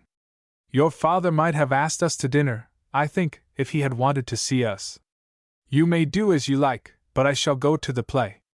"Oh, Charles, I declare it will be too abominable if you do, when you promised to go." "No, I did not promise. I only smirked and bowed, and said the word happy. There was no promise. But you must go, Charles. It would be unpardonable to fail. We were asked on purpose to be introduced. There was always such a great connection between the Dalrymples and ourselves. Nothing ever happened on either side that was not announced immediately. We are quite near relations, you know, and Mr. Elliot too, whom you ought so particularly to be acquainted with. Every attention is due to Mr. Elliot. Consider my father's heir, the future representative of the family." "Don't talk to me about heirs and representatives," cried Charles. "I am not one of those who neglect the reigning power to bow to the rising Sunday. If I would not go for the sake of your father, I should think it scandalous to go for the sake of his heir. What is Mr. Elliot to me?" The careless expression was life to him, who saw that Captain Wentworth was all attention, looking and listening with his whole soul, and that the last words brought his inquiring eyes from Charles to herself. Charles and Mary still talked on in the same style, he, half serious and half jesting, maintaining the scheme for the play, and she, invariably serious, most warmly opposing it, and not omitting to make it known that, however determined to go to Camden Place herself, she should not think herself very well used, if they went to the play without her. Mrs. Musgrove interposed. "We had better put it off. Charles, you had much better go back and change the box for Tuesday. It would be a pity to be divided, and we should be losing Miss N too, if there is a party at her father's, and I am sure either Henrietta nor I should care at all for the play, if Miss N could not be with us," and felt truly obliged to her for such kindness, and quite as much so for the opportunity it gave her of decidedly saying, "If it depended only on my inclination, ma'am, the party at home, excepting on Mary's account, would not be the smallest impediment. I have no pleasure in the sort of meeting, and should be too happy to change it for a play, and with you. But it had better not be attempted, perhaps." She had spoken it, but she trembled when it was done, conscious that her words were listened to, and daring not even to try to observe their effect. It was soon generally agreed that Tuesday should be the day, Charles only reserving the advantage of still teasing his wife, by persisting that he would go to the play tomorrow if nobody else would. Captain Wentworth left his seat, and walked to the fireplace, probably for the sake of walking away from it soon afterwards, and taking a station, with less barefaced design, by Anne. "You have not been long enough in Bath," said he, "to enjoy the evening parties of the place." "Oh, no, the usual character of them has nothing for me. I am no card player. You were not formerly, I know. You did not use to like cards, but time makes many changes. I am not yet so much changed, cried Anne and stopped, fearing she hardly knew what misconstruction. After waiting a few moments he said, and as if it were the result of immediate feeling, It is a period, indeed. 8 years and a half is a period. Whether he would have proceeded farther was left to Anne's imagination to ponder over in a calmer hour, for while still hearing the sounds he had uttered, she was startled to other subjects by Henrietta, eager to make use of the present leisure for getting out, and calling on her companions to lose no time, lest somebody else should come in. They were obliged to move, and talked of being perfectly ready, and tried to look it, but she felt that could Henrietta have known the regret and reluctance of her heart in quitting that chair, in preparing to quit the room, she would have found, in all her own sensations for her cousin, in the very security of his affection, wherewith to pity her. Their preparations, however, were stopped short. Alarming sounds were heard, other visitors approached, and the door was thrown open for Sir Walter and Miss Elliot, whose entrance seemed to give a general chill. And felt an instant oppression, and wherever she looked saw symptoms of the same. The comfort, the freedom, the gaiety of the room was over, hushed into cold composure, determined silence, or insipid talk, to meet the heartless elegance of her father and sister. How mortifying to feel that it was so! Her jealous eye was satisfied in one particular. Captain Wentworth was acknowledged again by each, by Elizabeth more graciously than before. She even addressed him once, and looked at him more than once. Elizabeth was, in fact, revolving a great measure. The sequel explained it. After the waste of a few minutes in saying the proper nothings, she began to give the invitation which was to comprise all the remaining dues of the Musgroves. Tomorrow evening, to meet a few friends, no formal party. It was all said very gracefully, and the cards with which she had provided herself, the Miss Elliot at home, were laid on the table, with a courteous, comprehensive smile to all, and one smile and one card more decidedly for Captain Wentworth. The truth was that Elizabeth had been long enough in Bath to understand the importance of a man of such an air and appearance as his. The past was nothing. The present was that Captain Wentworth would move about well in her drawing-room. The card was pointedly given, and Sir Walter and Elizabeth arose and disappeared. The interruption had been short, though severe, and ease and animation returned to most of those they left as the door shut them out, but not to Anne. She could think only of the invitation she had with such astonishment witnessed, and of the manner in which it had been received, a manner of doubtful meaning, of surprise rather than gratification, of polite acknowledgment rather than acceptance. She knew him, she saw disdain in his eye, and could not venture to believe that he had determined to accept such an offering, as an atonement for all the insolence of the past. Her spirits sank. He held the card in his hand after they were gone, as if deeply considering it. "Only think of Elizabeth's including everybody," whispered Mary very audibly. "I do not wonder Captain Wentworth is delighted. You see he cannot put the card out of his hand." And caught his eye, saw his cheeks glow, and his mouth form itself into a momentary expression of contempt, and turned away, that she might neither see nor hear more to vex her. The party separated. The gentlemen had their own pursuits, the ladies proceeded on their own business, and they met no more while and belonged to them. She was earnestly begged to return and dine, and give them all the rest of the day, but her spirits had been so long exerted that at present she felt unequal to more, and fit only for home, where she might be sure of being as silent as she chose. Promising to be with them the whole of the following morning, therefore, she closed the fatigues of the present by a toilsome walk to Camden Place, there to spend the evening chiefly in listening to the busy arrangements of Elizabeth and Mrs. Clay for the morrow's party, the frequent enumeration of the persons invited, and the continually improving detail of all the embellishments which were to make it the most completely elegant of its kind in Bath, while harassing herself with the never-ending question of whether Captain Wentworth would come or not. They were reckoning him as certain, but with her it was a gnawing solicitude never appeased for 5 minutes together. She generally thought he would come, because she generally thought he ought, but it was a case which she could not so shape into any positive act of duty or discretion, as inevitably to defy the suggestions of very opposite feelings. She only roused herself from the broodings of this restless agitation, to let Mrs. Clay know that she had been seen with Mr. Elliot 3 hours after his being supposed to be out of Bath, for having watched in vain for some intimation of the interview from the lady herself, she determined to mention it, and it seemed to her there was guilt in Mrs. Clay's face as she listened.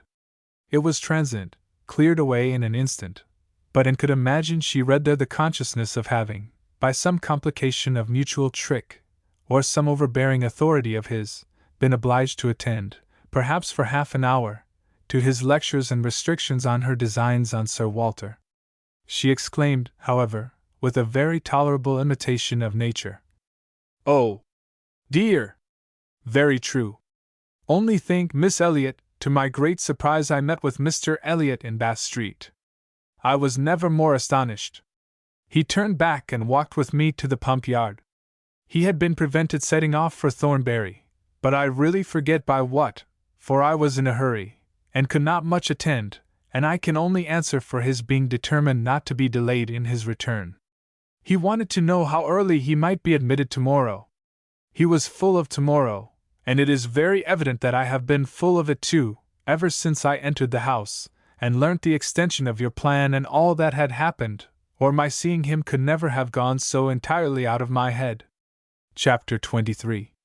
One day only had passed since Anne's conversation with Mrs. Smith, but a keener interest had succeeded, and she was now so little touched by Mr. Elliot's conduct, except by its effects in one quarter, that it became a matter of course the next morning, still to defer her explanatory visit in Rivers Street. She had promised to be with the Musgroves from breakfast to dinner. Her faith was plighted, and Mr. Elliot's character, like the Sultaness Scheherazada's head, must live another day. She could not keep her appointment punctually, however. The weather was unfavorable, and she had grieved over the rain on her friend's account, and felt it very much on her own, before she was able to attempt the walk. When she reached the White Hart, and made her way to the proper apartment, she found herself either arriving quite in time, nor the first to arrive.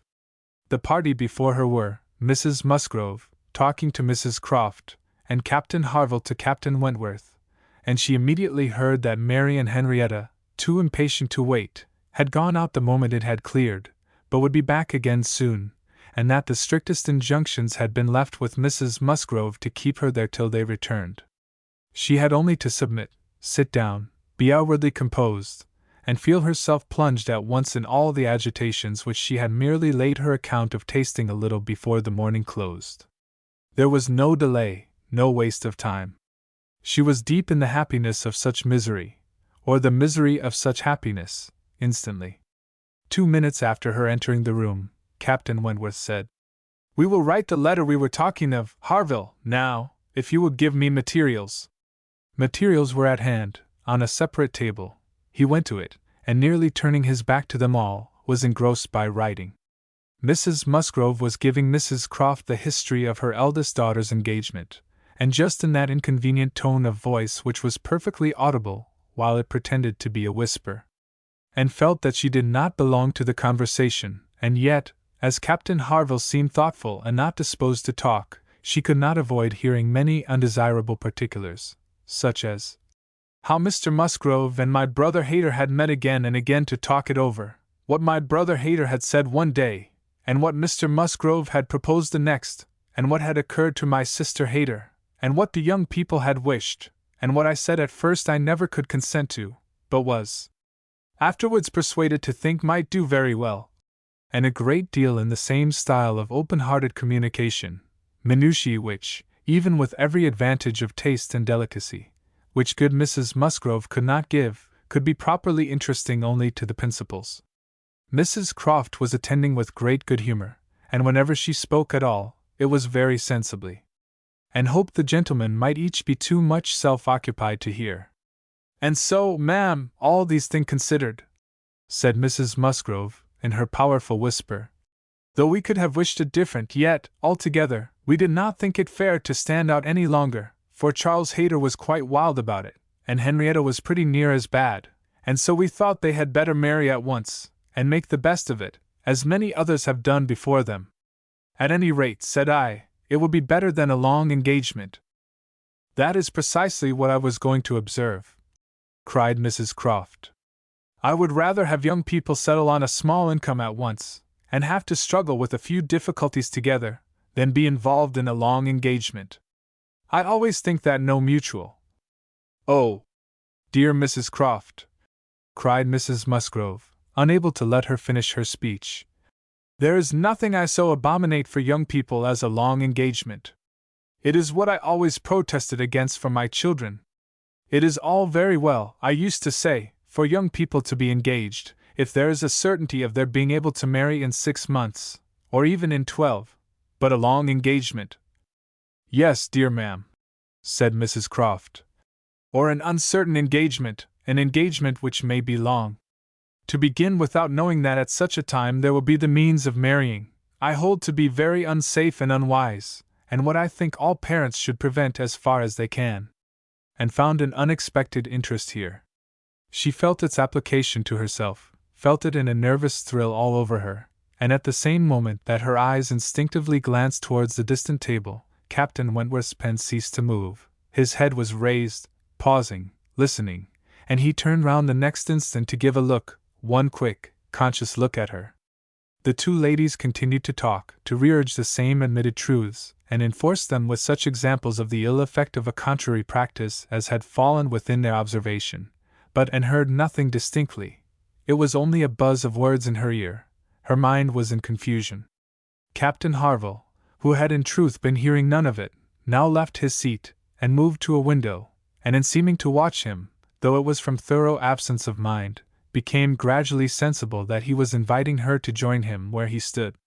He looked at her with a smile, and a little motion of the head, which expressed, "Come to me, I have something to say," and the unaffected, easy kindness of manner which denoted the feelings of an older acquaintance than he really was, strongly enforced the invitation.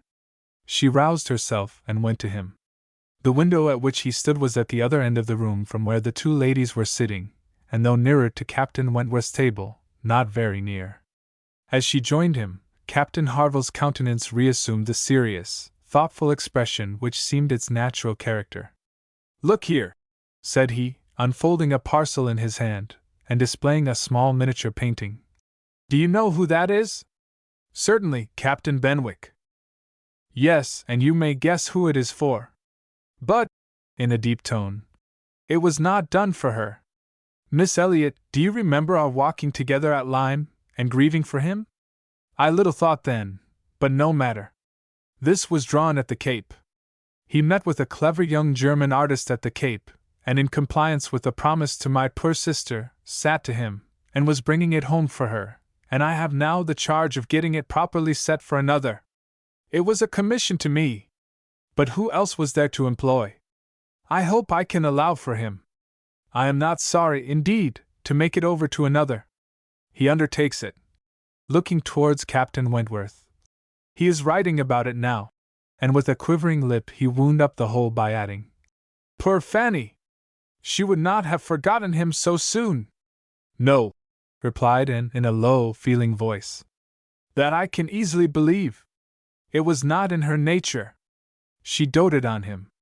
It would not be the nature of any woman who truly loved." Captain Harville smiled, as much as to say, "Do you claim that for your sex?" And she answered the question, smiling also, "Yes. We certainly do not forget you as soon as you forget us. It is, perhaps, our fate rather than our merit. We cannot help ourselves. We live at home, quiet, confined, and our feelings prey upon us. You are forced on exertion. You have always a profession, pursuits, business of some sort or other, to take you back into the world immediately, and continual occupation and change soon weaken impressions. Granting your assertion that the world does all this so soon for men, which, however, I do not think I shall grant, it does not apply to Benwick. He has not been forced upon any exertion.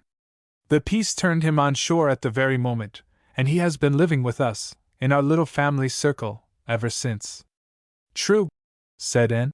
"Very true, I did not recollect, but what shall we say now, Captain Harville?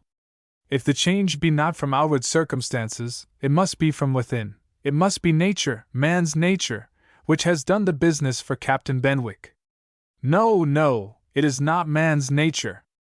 I will not allow it to be more man's nature than woman's to be inconstant and forget those they do love, or have loved.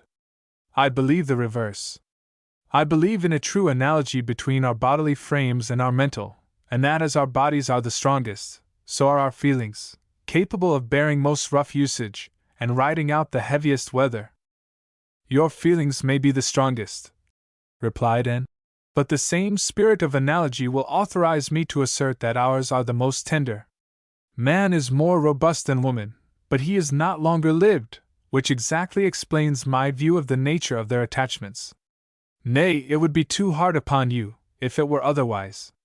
You have difficulties, and privations, and dangers enough to struggle with. You are always laboring and toiling, exposed to every risk and hardship. Your home, country, friends all quitted. Neither time, nor health, nor life, to be called your own. It would be hard, indeed, with a faltering voice, if woman's feelings were to be added to all this. We shall never agree upon this question, Captain Harville was beginning to say, when a slight noise called their attention to Captain Wentworth's hitherto perfectly quiet division of the room. It was nothing more than that his pen had fallen down, but Anne was startled at finding him nearer than she had supposed, and half inclined to suspect that the pen had only fallen because he had been occupied by them, striving to catch sounds, which yet she did not think he could have caught. "Have you finished your letter?" said Captain Harville. "Not quite, a few lines more. I shall have done in 5 minutes. There is no hurry on my side. I am only ready whenever you are. I am in very good anchorage here," smiling at Anne, "well supplied, and want for nothing. No hurry for a signal at all. Well, Miss Elliot," lowering his voice, "as I was saying, we shall never agree, I suppose, upon this point. No man and woman would probably. But let me observe that all histories are against you, all stories, prose and verse. If I had such a memory as Benwick, I could bring you 50 quotations in a moment on my side the argument, and I do not think I ever opened a book in my life which had not something to say upon woman's inconstancy. Songs and proverbs, all talk of woman's fickleness. But perhaps you will say, these were all written by men. Perhaps I shall. Yes, if you please, no reference to examples in books. Men have had every advantage of us in telling their own story. Education has been theirs in so much higher a degree, the pen has been in their hands. I will not allow books to prove anything. But how shall we prove anything? We never shall. We never can expect to prove anything upon such a point. It is a difference of opinion which does not admit of proof.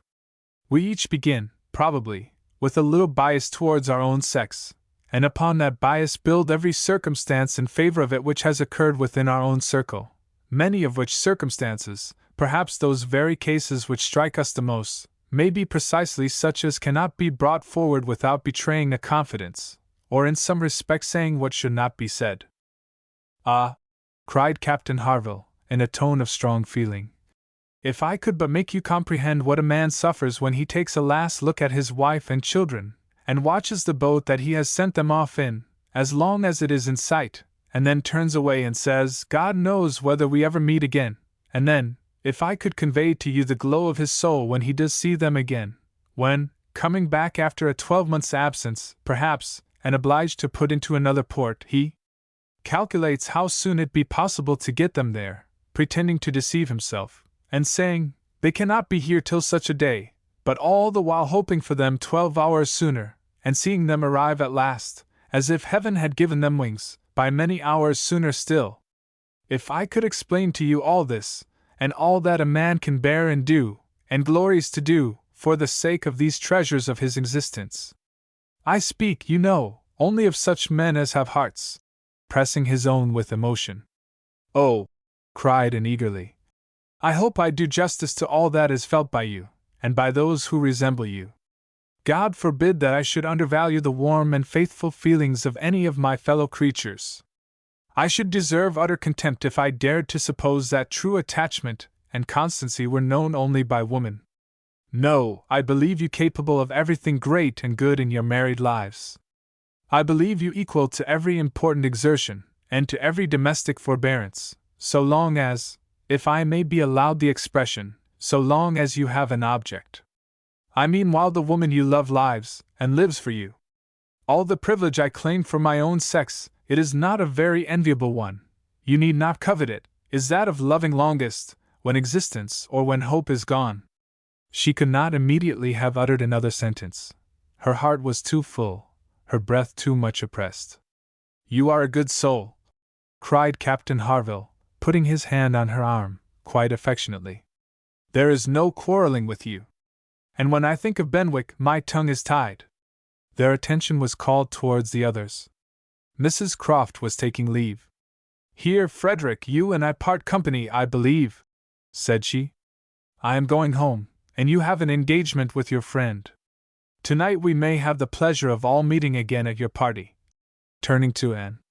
We had your sister's card yesterday, and I understood Frederick had a card too, though I did not see it. And you are disengaged, Frederick, are you not, as well as ourselves?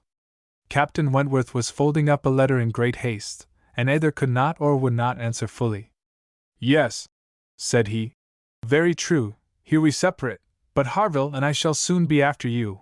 That is, Harville, if you are ready, I am in half a minute. I know you will not be sorry to be off. I shall be at your service in half a minute. Mrs. Croft left them, and Captain Wentworth, having sealed his letter with great rapidity, was indeed ready, and had even a hurried, agitated air, which shewed impatience to be gone, and knew not how to understand it. She had the kindest "Good morning, God bless you!" from Captain Harville, but from him not a word, nor a look. He had passed out of the room without a look. She had only time, however, to move closer to the table where he had been writing, when footsteps were heard returning. The door opened, it was himself. He begged their pardon, but he had forgotten his gloves, and instantly crossing the room to the writing table, he drew out a letter from under the scattered paper, placed it before and with eyes of glowing entreaty fixed on her for a time, and hastily collecting his gloves, was again out of the room, almost before Mrs. Musgrove was aware of his being in it, the work of an instant. The revolution which one instant had made in Anne was almost beyond expression. The letter, with a direction hardly legible, to Miss A. was evidently the one which he had been folding so hastily. While supposed to be writing only to Captain Benwick, he had been also addressing her. On the contents of that letter depended all which this world could do for her. Anything was possible, anything might be defied rather than suspense.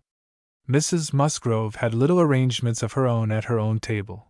To their protection she must trust, and sinking into the chair which he had occupied, succeeding to the very spot where he had leaned and written, her eyes devoured the following words. I can listen no longer in silence. I must speak to you by such means as are within my reach. You pierce my soul. I am half agony, half hope. Tell me not that I am too late, that such precious feelings are gone forever. I offer myself to you again with a heart even more your own than when you almost broke it 8 years and a half ago. Dare not say that man forgets sooner than woman, that his love has an earlier death. I have loved none but you. Unjust I may have been, weak and resentful I have been, but never inconstant. You alone have brought me to Bath. For you alone, I think and plan. Have you not seen this? Can you fail to have understood my wishes? I had not waited even these 10 days, could I have read your feelings, as I think you must have penetrated mine. I can hardly write. I am every instant hearing something which overpowers me. You sink your voice, but I can distinguish the tones of that voice when they would be lost on others. Too good, too excellent creature! You do us justice, indeed. You do believe that there is true attachment and constancy among men. Believe it to be most fervent, most undeviating in F.W.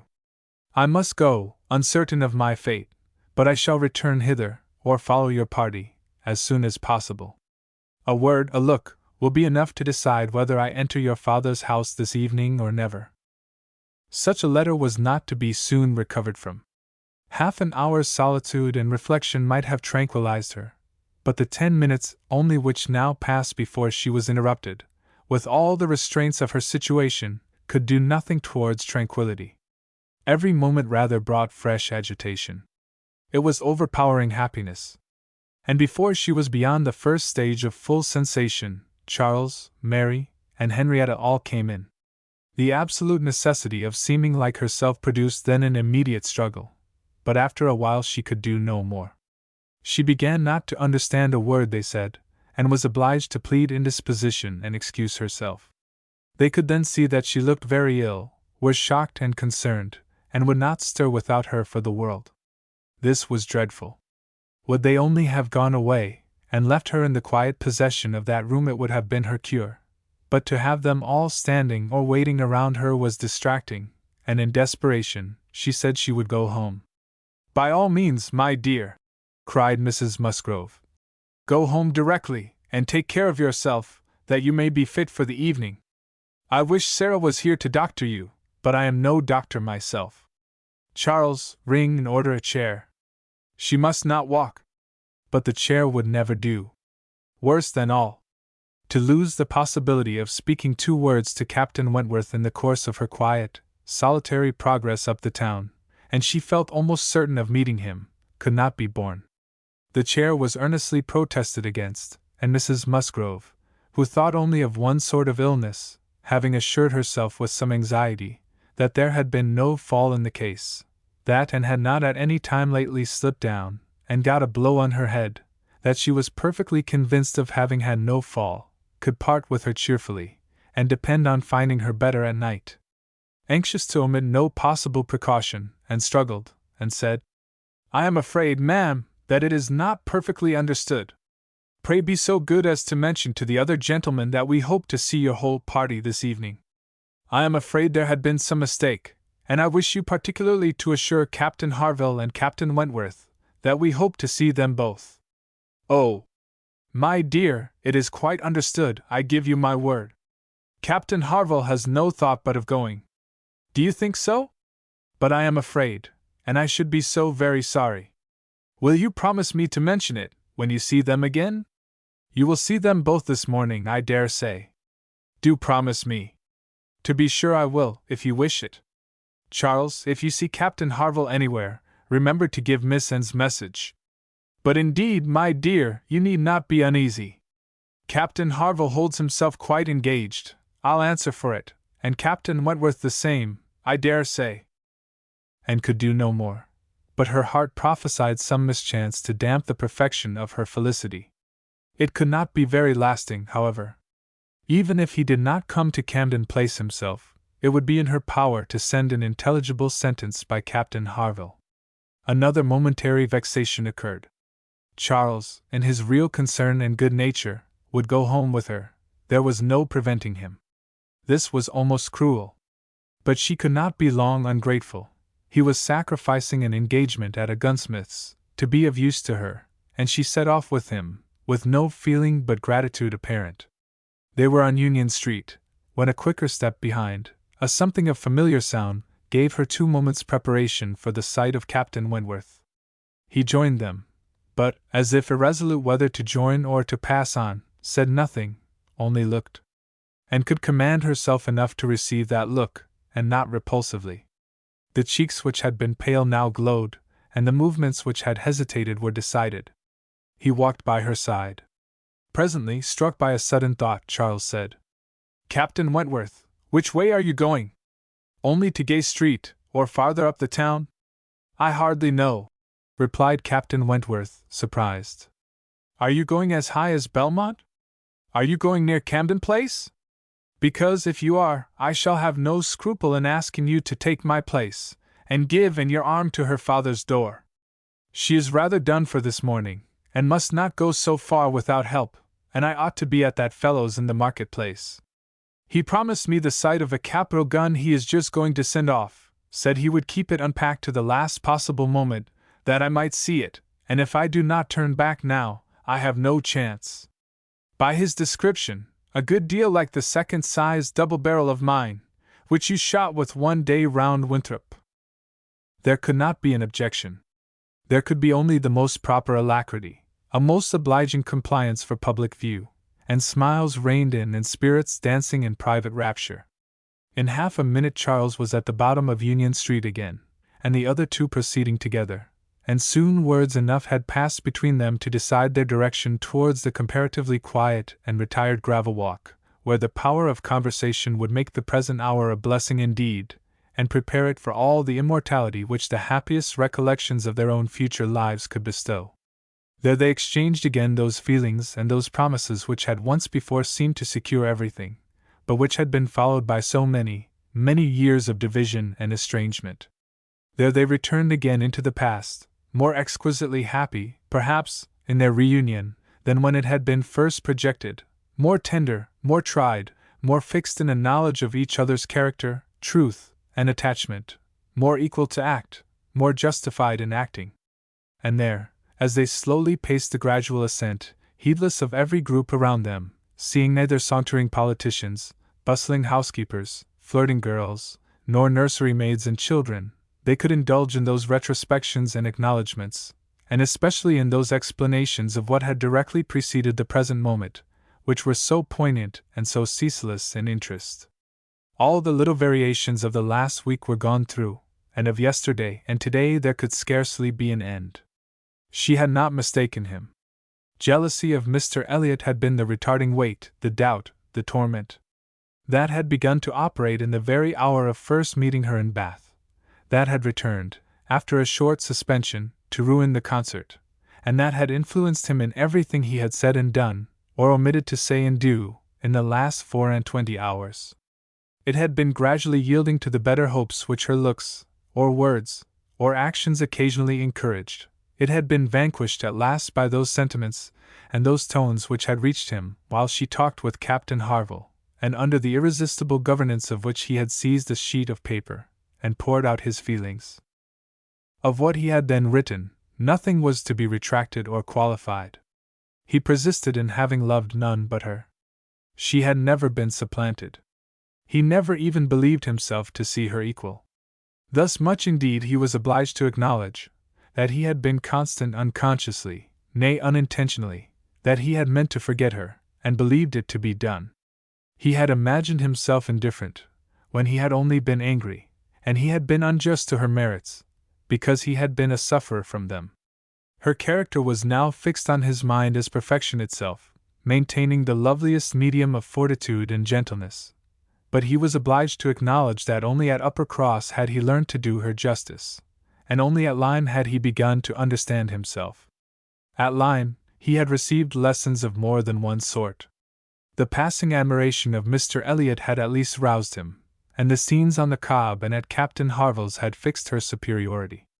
In his preceding attempts to attach himself to Louisa Musgrove, the attempts of angry pride, he protested that he had forever felt it to be impossible, that he had not cared, could not care, for Louisa, though till that day, till the leisure for reflection which followed it, he had not understood the perfect excellence of the mind with which Louisa's could so ill bear a comparison, or the perfect unrivaled hold it possessed over his own.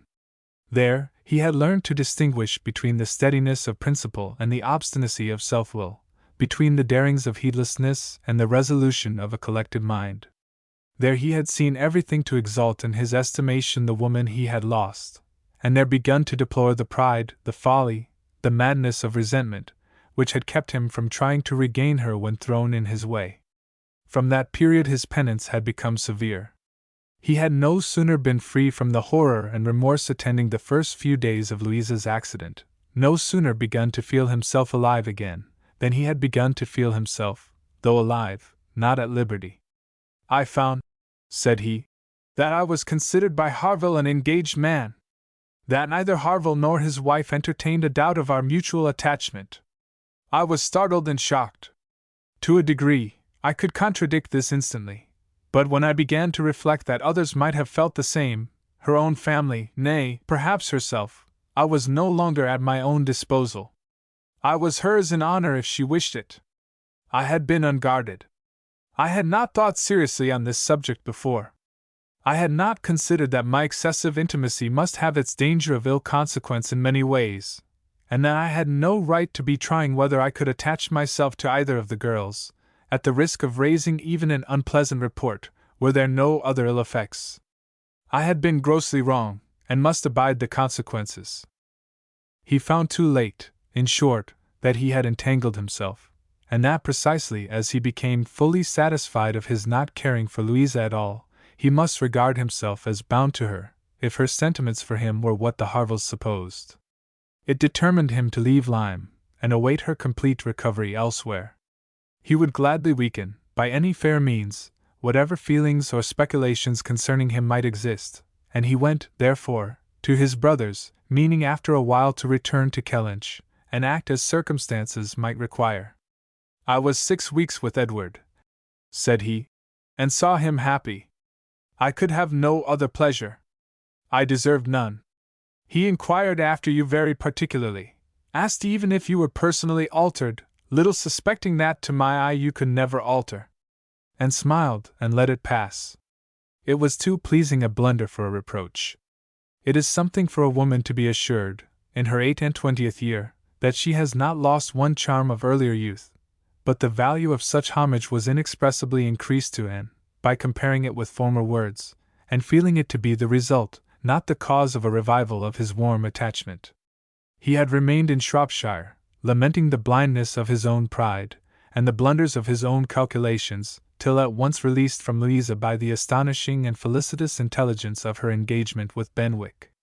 "Here," said he, "ended the worst of my state, for now I could at least put myself in the way of happiness, I could exert myself, I could do something. But to be waiting so long in inaction, and waiting only for evil, had been dreadful. Within the first 5 minutes I said, 'I will be at Bath on Wednesday,' and I was. Was it unpardonable to think it worth my while to come? And to arrive with some degree of hope? You were single. It was possible that you might retain the feelings of the past, as I did, and one encouragement happened to be mine. I could never doubt that you would be loved and sought by others, but I knew to a certainty that you had refused one man, at least, of better pretensions than myself, and I could not help often saying, 'Was this for me?' Their first meeting in Milsom Street afforded much to be said, but the concert still more. That evening seemed to be made up of exquisite moments. The moment of her stepping forward in the octagon room to speak to him, the moment of Mr. Elliott's appearing and tearing her away, and 1 or 2 subsequent moments, marked by returning hope or increasing despondency, were dwelt on with energy. "To see you," cried he, "in the midst of those who could not be my well-wishers, to see your cousin close by you, conversing and smiling, and feel all the horrible eligibilities and proprieties of the match. To consider it as the certain wish of every being who could hope to influence you. Even if your own feelings were reluctant or indifferent, to consider what powerful supports would be his. Was it not enough to make the fool of me which I appeared? How could I look on without agony? Was not the very sight of the friend who sat behind you, was not the recollection of what had been, the knowledge of her influence, the indelible, immovable impression of what Persuasion had once done, was it not all against me? You should have distinguished," replied Anne. "You should not have suspected me now, the case is so different, and my age is so different. If I was wrong in yielding to Persuasion once, remember that it was to Persuasion exerted on the side of safety, not of risk. When I yielded, I thought it was to duty, but no duty could be called an aid here. In marrying a man indifferent to me, all risk would have been incurred, and all duty violated. Perhaps I ought to have reasoned thus," he replied, "but I could not. I could not derive benefit from the late knowledge I had acquired of your character. I could not bring it into play, it was overwhelmed, buried, lost in those earlier feelings which I had been smarting under year after year. I could think of you only as one who had yielded, who had given me up, who had been influenced by any one rather than by me. I saw you with the very person who had guided you in that year of misery. I had no reason to believe her of less authority now. The force of habit was to be added. I should have thought," said Anne, "that my manner to yourself might have spared you much or all of this." "No, no! Your manner might be only the ease which your engagement to another man would give. I left you in this belief, and yet I was determined to see you again. My spirits rallied with the morning, and I felt that I had still a motive for remaining here. At last and was at home again, and happier than any one in that house could have conceived. All the surprise and suspense, and every other painful part of the morning dissipated by this conversation, she re-entered the house so happy as to be obliged to find an alloy in some momentary apprehensions of its being impossible to last. An interval of meditation, serious and grateful, was the best corrective of everything dangerous in such high-wrought felicity, and she went to her room, and grew steadfast and fearless in the thankfulness of her enjoyment. The evening came, the drawing-rooms were lighted up, the company assembled. It was but a card party, it was but a mixture of those who had never met before, and those who met too often, a commonplace business, too numerous for intimacy, too small for variety, but Anne had never found an evening shorter. Glowing and lovely in sensibility and happiness, and more generally admired than she thought about or cared for, she had cheerful or forbearing feelings for every creature around her.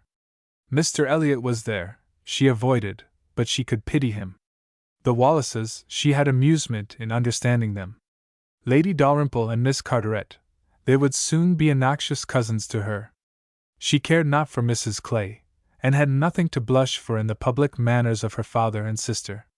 With the Musgroves, there was the happy chat of perfect ease; with Captain Harville, the kind-hearted intercourse of brother and sister; with Lady Russell, attempts at conversation, which a delicious consciousness cut short; with Admiral and Mrs. Croft, everything of peculiar cordiality and fervent interest, which the same consciousness sought to conceal; and with Captain Wentworth, some moments of communications continually occurring, and always the hope of more, and always the knowledge of his being there. It was in one of these short meetings, each apparently occupied in admiring a fine display of greenhouse plants, that she said, "I have been thinking over the past, and trying impartially to judge of the right and wrong, I mean with regard to myself, and I must believe that I was right, much as I suffered from it, that I was perfectly right in being guided by the friend whom you will love better than you do now. To me, she was in the place of a parent. Do not mistake me, however. I am not saying that she did not err in her advice. It was, perhaps, one of those cases in which advice is good or bad only as the event decides, and for myself, I certainly never should, in any circumstance of tolerable similarity, give such advice.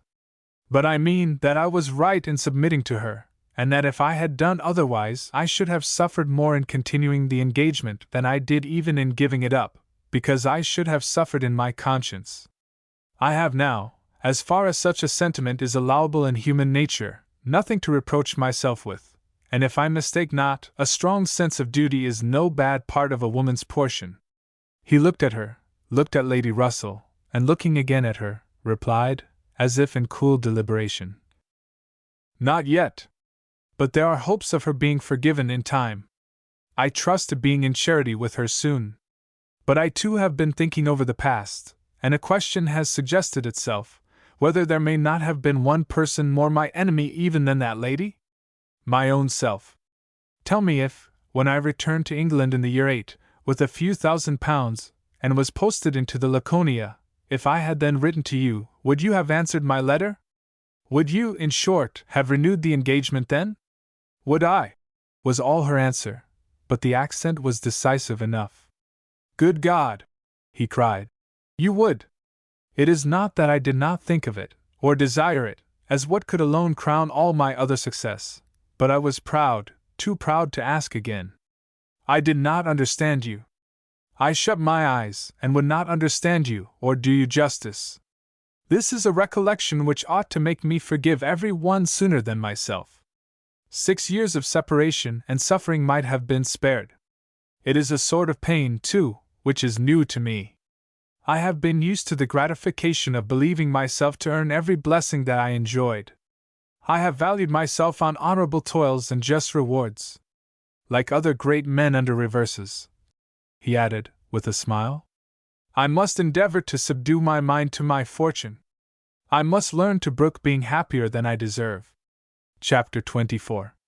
Who can be in doubt of what followed? When any two young people take it into their heads to marry, they are pretty sure by perseverance to carry their point, be they ever so poor, or ever so imprudent, or ever so little likely to be necessary to each other's ultimate comfort. This may be bad morality to conclude with, but I believe it to be truth, and if such parties succeed, how should a Captain Wentworth and an Anne Elliot, with the advantage of maturity of mind, consciousness of right, and one independent fortune between them, fail of bearing down every opposition. They might, in fact, have borne down a great deal more than they met with, for there was little to distress them beyond the want of graciousness and warmth. Sir Walter made no objection, and Elizabeth did nothing worse than look cold and unconcerned. Captain Wentworth, with £25,000, and as high in his profession as merit and activity could place him, was no longer nobody. He was now esteemed quite worthy to address the daughter of a foolish, spendthrift baronet, who had not had principle or sense enough to maintain himself in the situation in which Providence had placed him, and who could give his daughter at present but a small part of the share of £10,000 which must be hers hereafter. Sir Walter, indeed, though he had no affection for Anne, and no vanity flattered to make him really happy on the occasion, was very far from thinking it a bad match for her. On the contrary, when he saw more of Captain Wentworth, saw him repeatedly by daylight, and eyed him well, he was very much struck by his personal claims, and felt that his superiority of appearance might be not unfairly balanced against her superiority of rank, and all this, assisted by his well-sounding name, enabled Sir Walter at last to prepare his pen, with a very good grace, for the insertion of the marriage in the volume of honor. The only one among them, whose opposition of feeling could excite any serious anxiety, was Lady Russell, and knew that Lady Russell must be suffering some pain in understanding and relinquishing Mr. Elliot, and be making some struggles to become truly acquainted with, and do justice to Captain Wentworth. This, however, was what Lady Russell had now to do. She must learn to feel that she had been mistaken with regard to both, that she had been unfairly influenced by appearances in each, that because Captain Wentworth's manners had not suited her own ideas, she had been too quick in suspecting them to indicate a character of dangerous impetuosity, and that because Mr. Elliot's manners had precisely pleased her in their propriety and correctness, their general politeness and suavity, she had been too quick in receiving them as the certain result of the most correct opinions and well-regulated mind. There was nothing less for Lady Russell to do than to admit that she had been pretty completely wrong, and to take up a new set of opinions and of hopes. There is a quickness of perception in some, a nicety in the discernment of character, a natural penetration, in short, which no experience in others can equal, and Lady Russell had been less gifted in this part of understanding than her young friend. But she was a very good woman, and if her second object was to be sensible and well-judging, her first was to see and happy. She loved and better than she loved her own abilities, and when the awkwardness of the beginning was over, found little hardship in attaching herself as a mother to the man who was securing the happiness of her other child. Of all the family, Mary was probably the one most immediately gratified by the circumstance. It was creditable to have a sister married, and she might flatter herself with having been greatly instrumental to the connection, by keeping in with her in the autumn, and as her own sister must be better than her husband's sisters, it was very agreeable that Captain Wentworth should be a richer man than either Captain Benwick or Charles Hayter. She had something to suffer, perhaps, when they came into contact again, in seeing and restored to the rights of seniority, and the mistress of a very pretty landaulette, but she had a future to look forward to, of powerful consolation, and had no Uppercross Hall before her, no landed estate, no headship of a family, and if they could but keep Captain Wentworth from being made a baronet, she would not change situations with Anne. It would be well for the eldest sister if she were equally satisfied with her situation, for a change is not very probable there. She had soon the mortification of seeing Mr. Elliot withdraw, and no one of proper condition has since presented himself to raise even the unfounded hopes which sunk with him. The news of his cousin Anne's engagement burst on Mr. Elliot most unexpectedly. It deranged his best plan of domestic happiness, his best hope of keeping Sir Walter single by the watchfulness which a son-in-law's rights would have given. But though discomfited and disappointed, he could still do something for his own interest and his own enjoyment.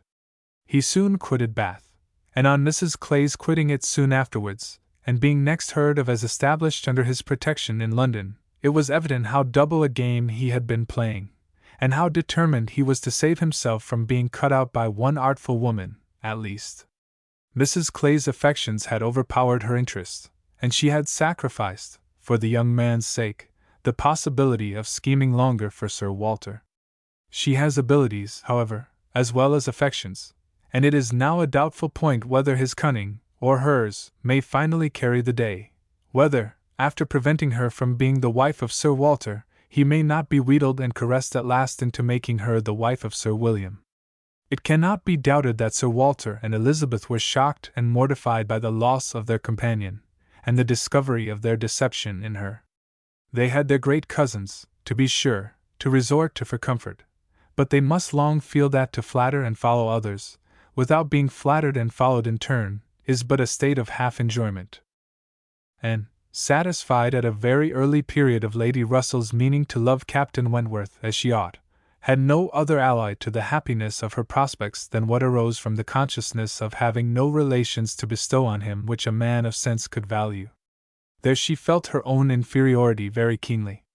The disproportion in their fortune was nothing, it did not give her a moment's regret, but to have no family to receive and estimate him properly, nothing of respectability, of harmony, of goodwill to offer in return for all the worth and all the prompt welcome which met her and his brothers and sisters, was a source of as lively pain as her mind could well be sensible of under circumstances of otherwise strong felicity.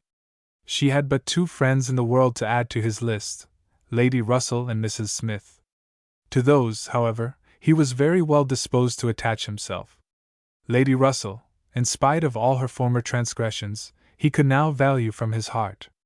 While he was not obliged to say that he believed her to have been right in originally dividing them, he was ready to say almost everything else in her favor, and as for Mrs. Smith, she had claims of various kinds to recommend her quickly and permanently. Her recent good offices by and had been enough in themselves, and their marriage, instead of depriving her of one friend, secured her two. She was their earliest visitor in their settled life, and Captain Wentworth, by putting her in the way of recovering her husband's property in the West Indies, by writing for her, acting for her, and seeing her through all the petty difficulties of the case with the activity and exertion of a fearless man and a determined friend, fully requited the services which she had rendered, or ever meant to render, to his wife.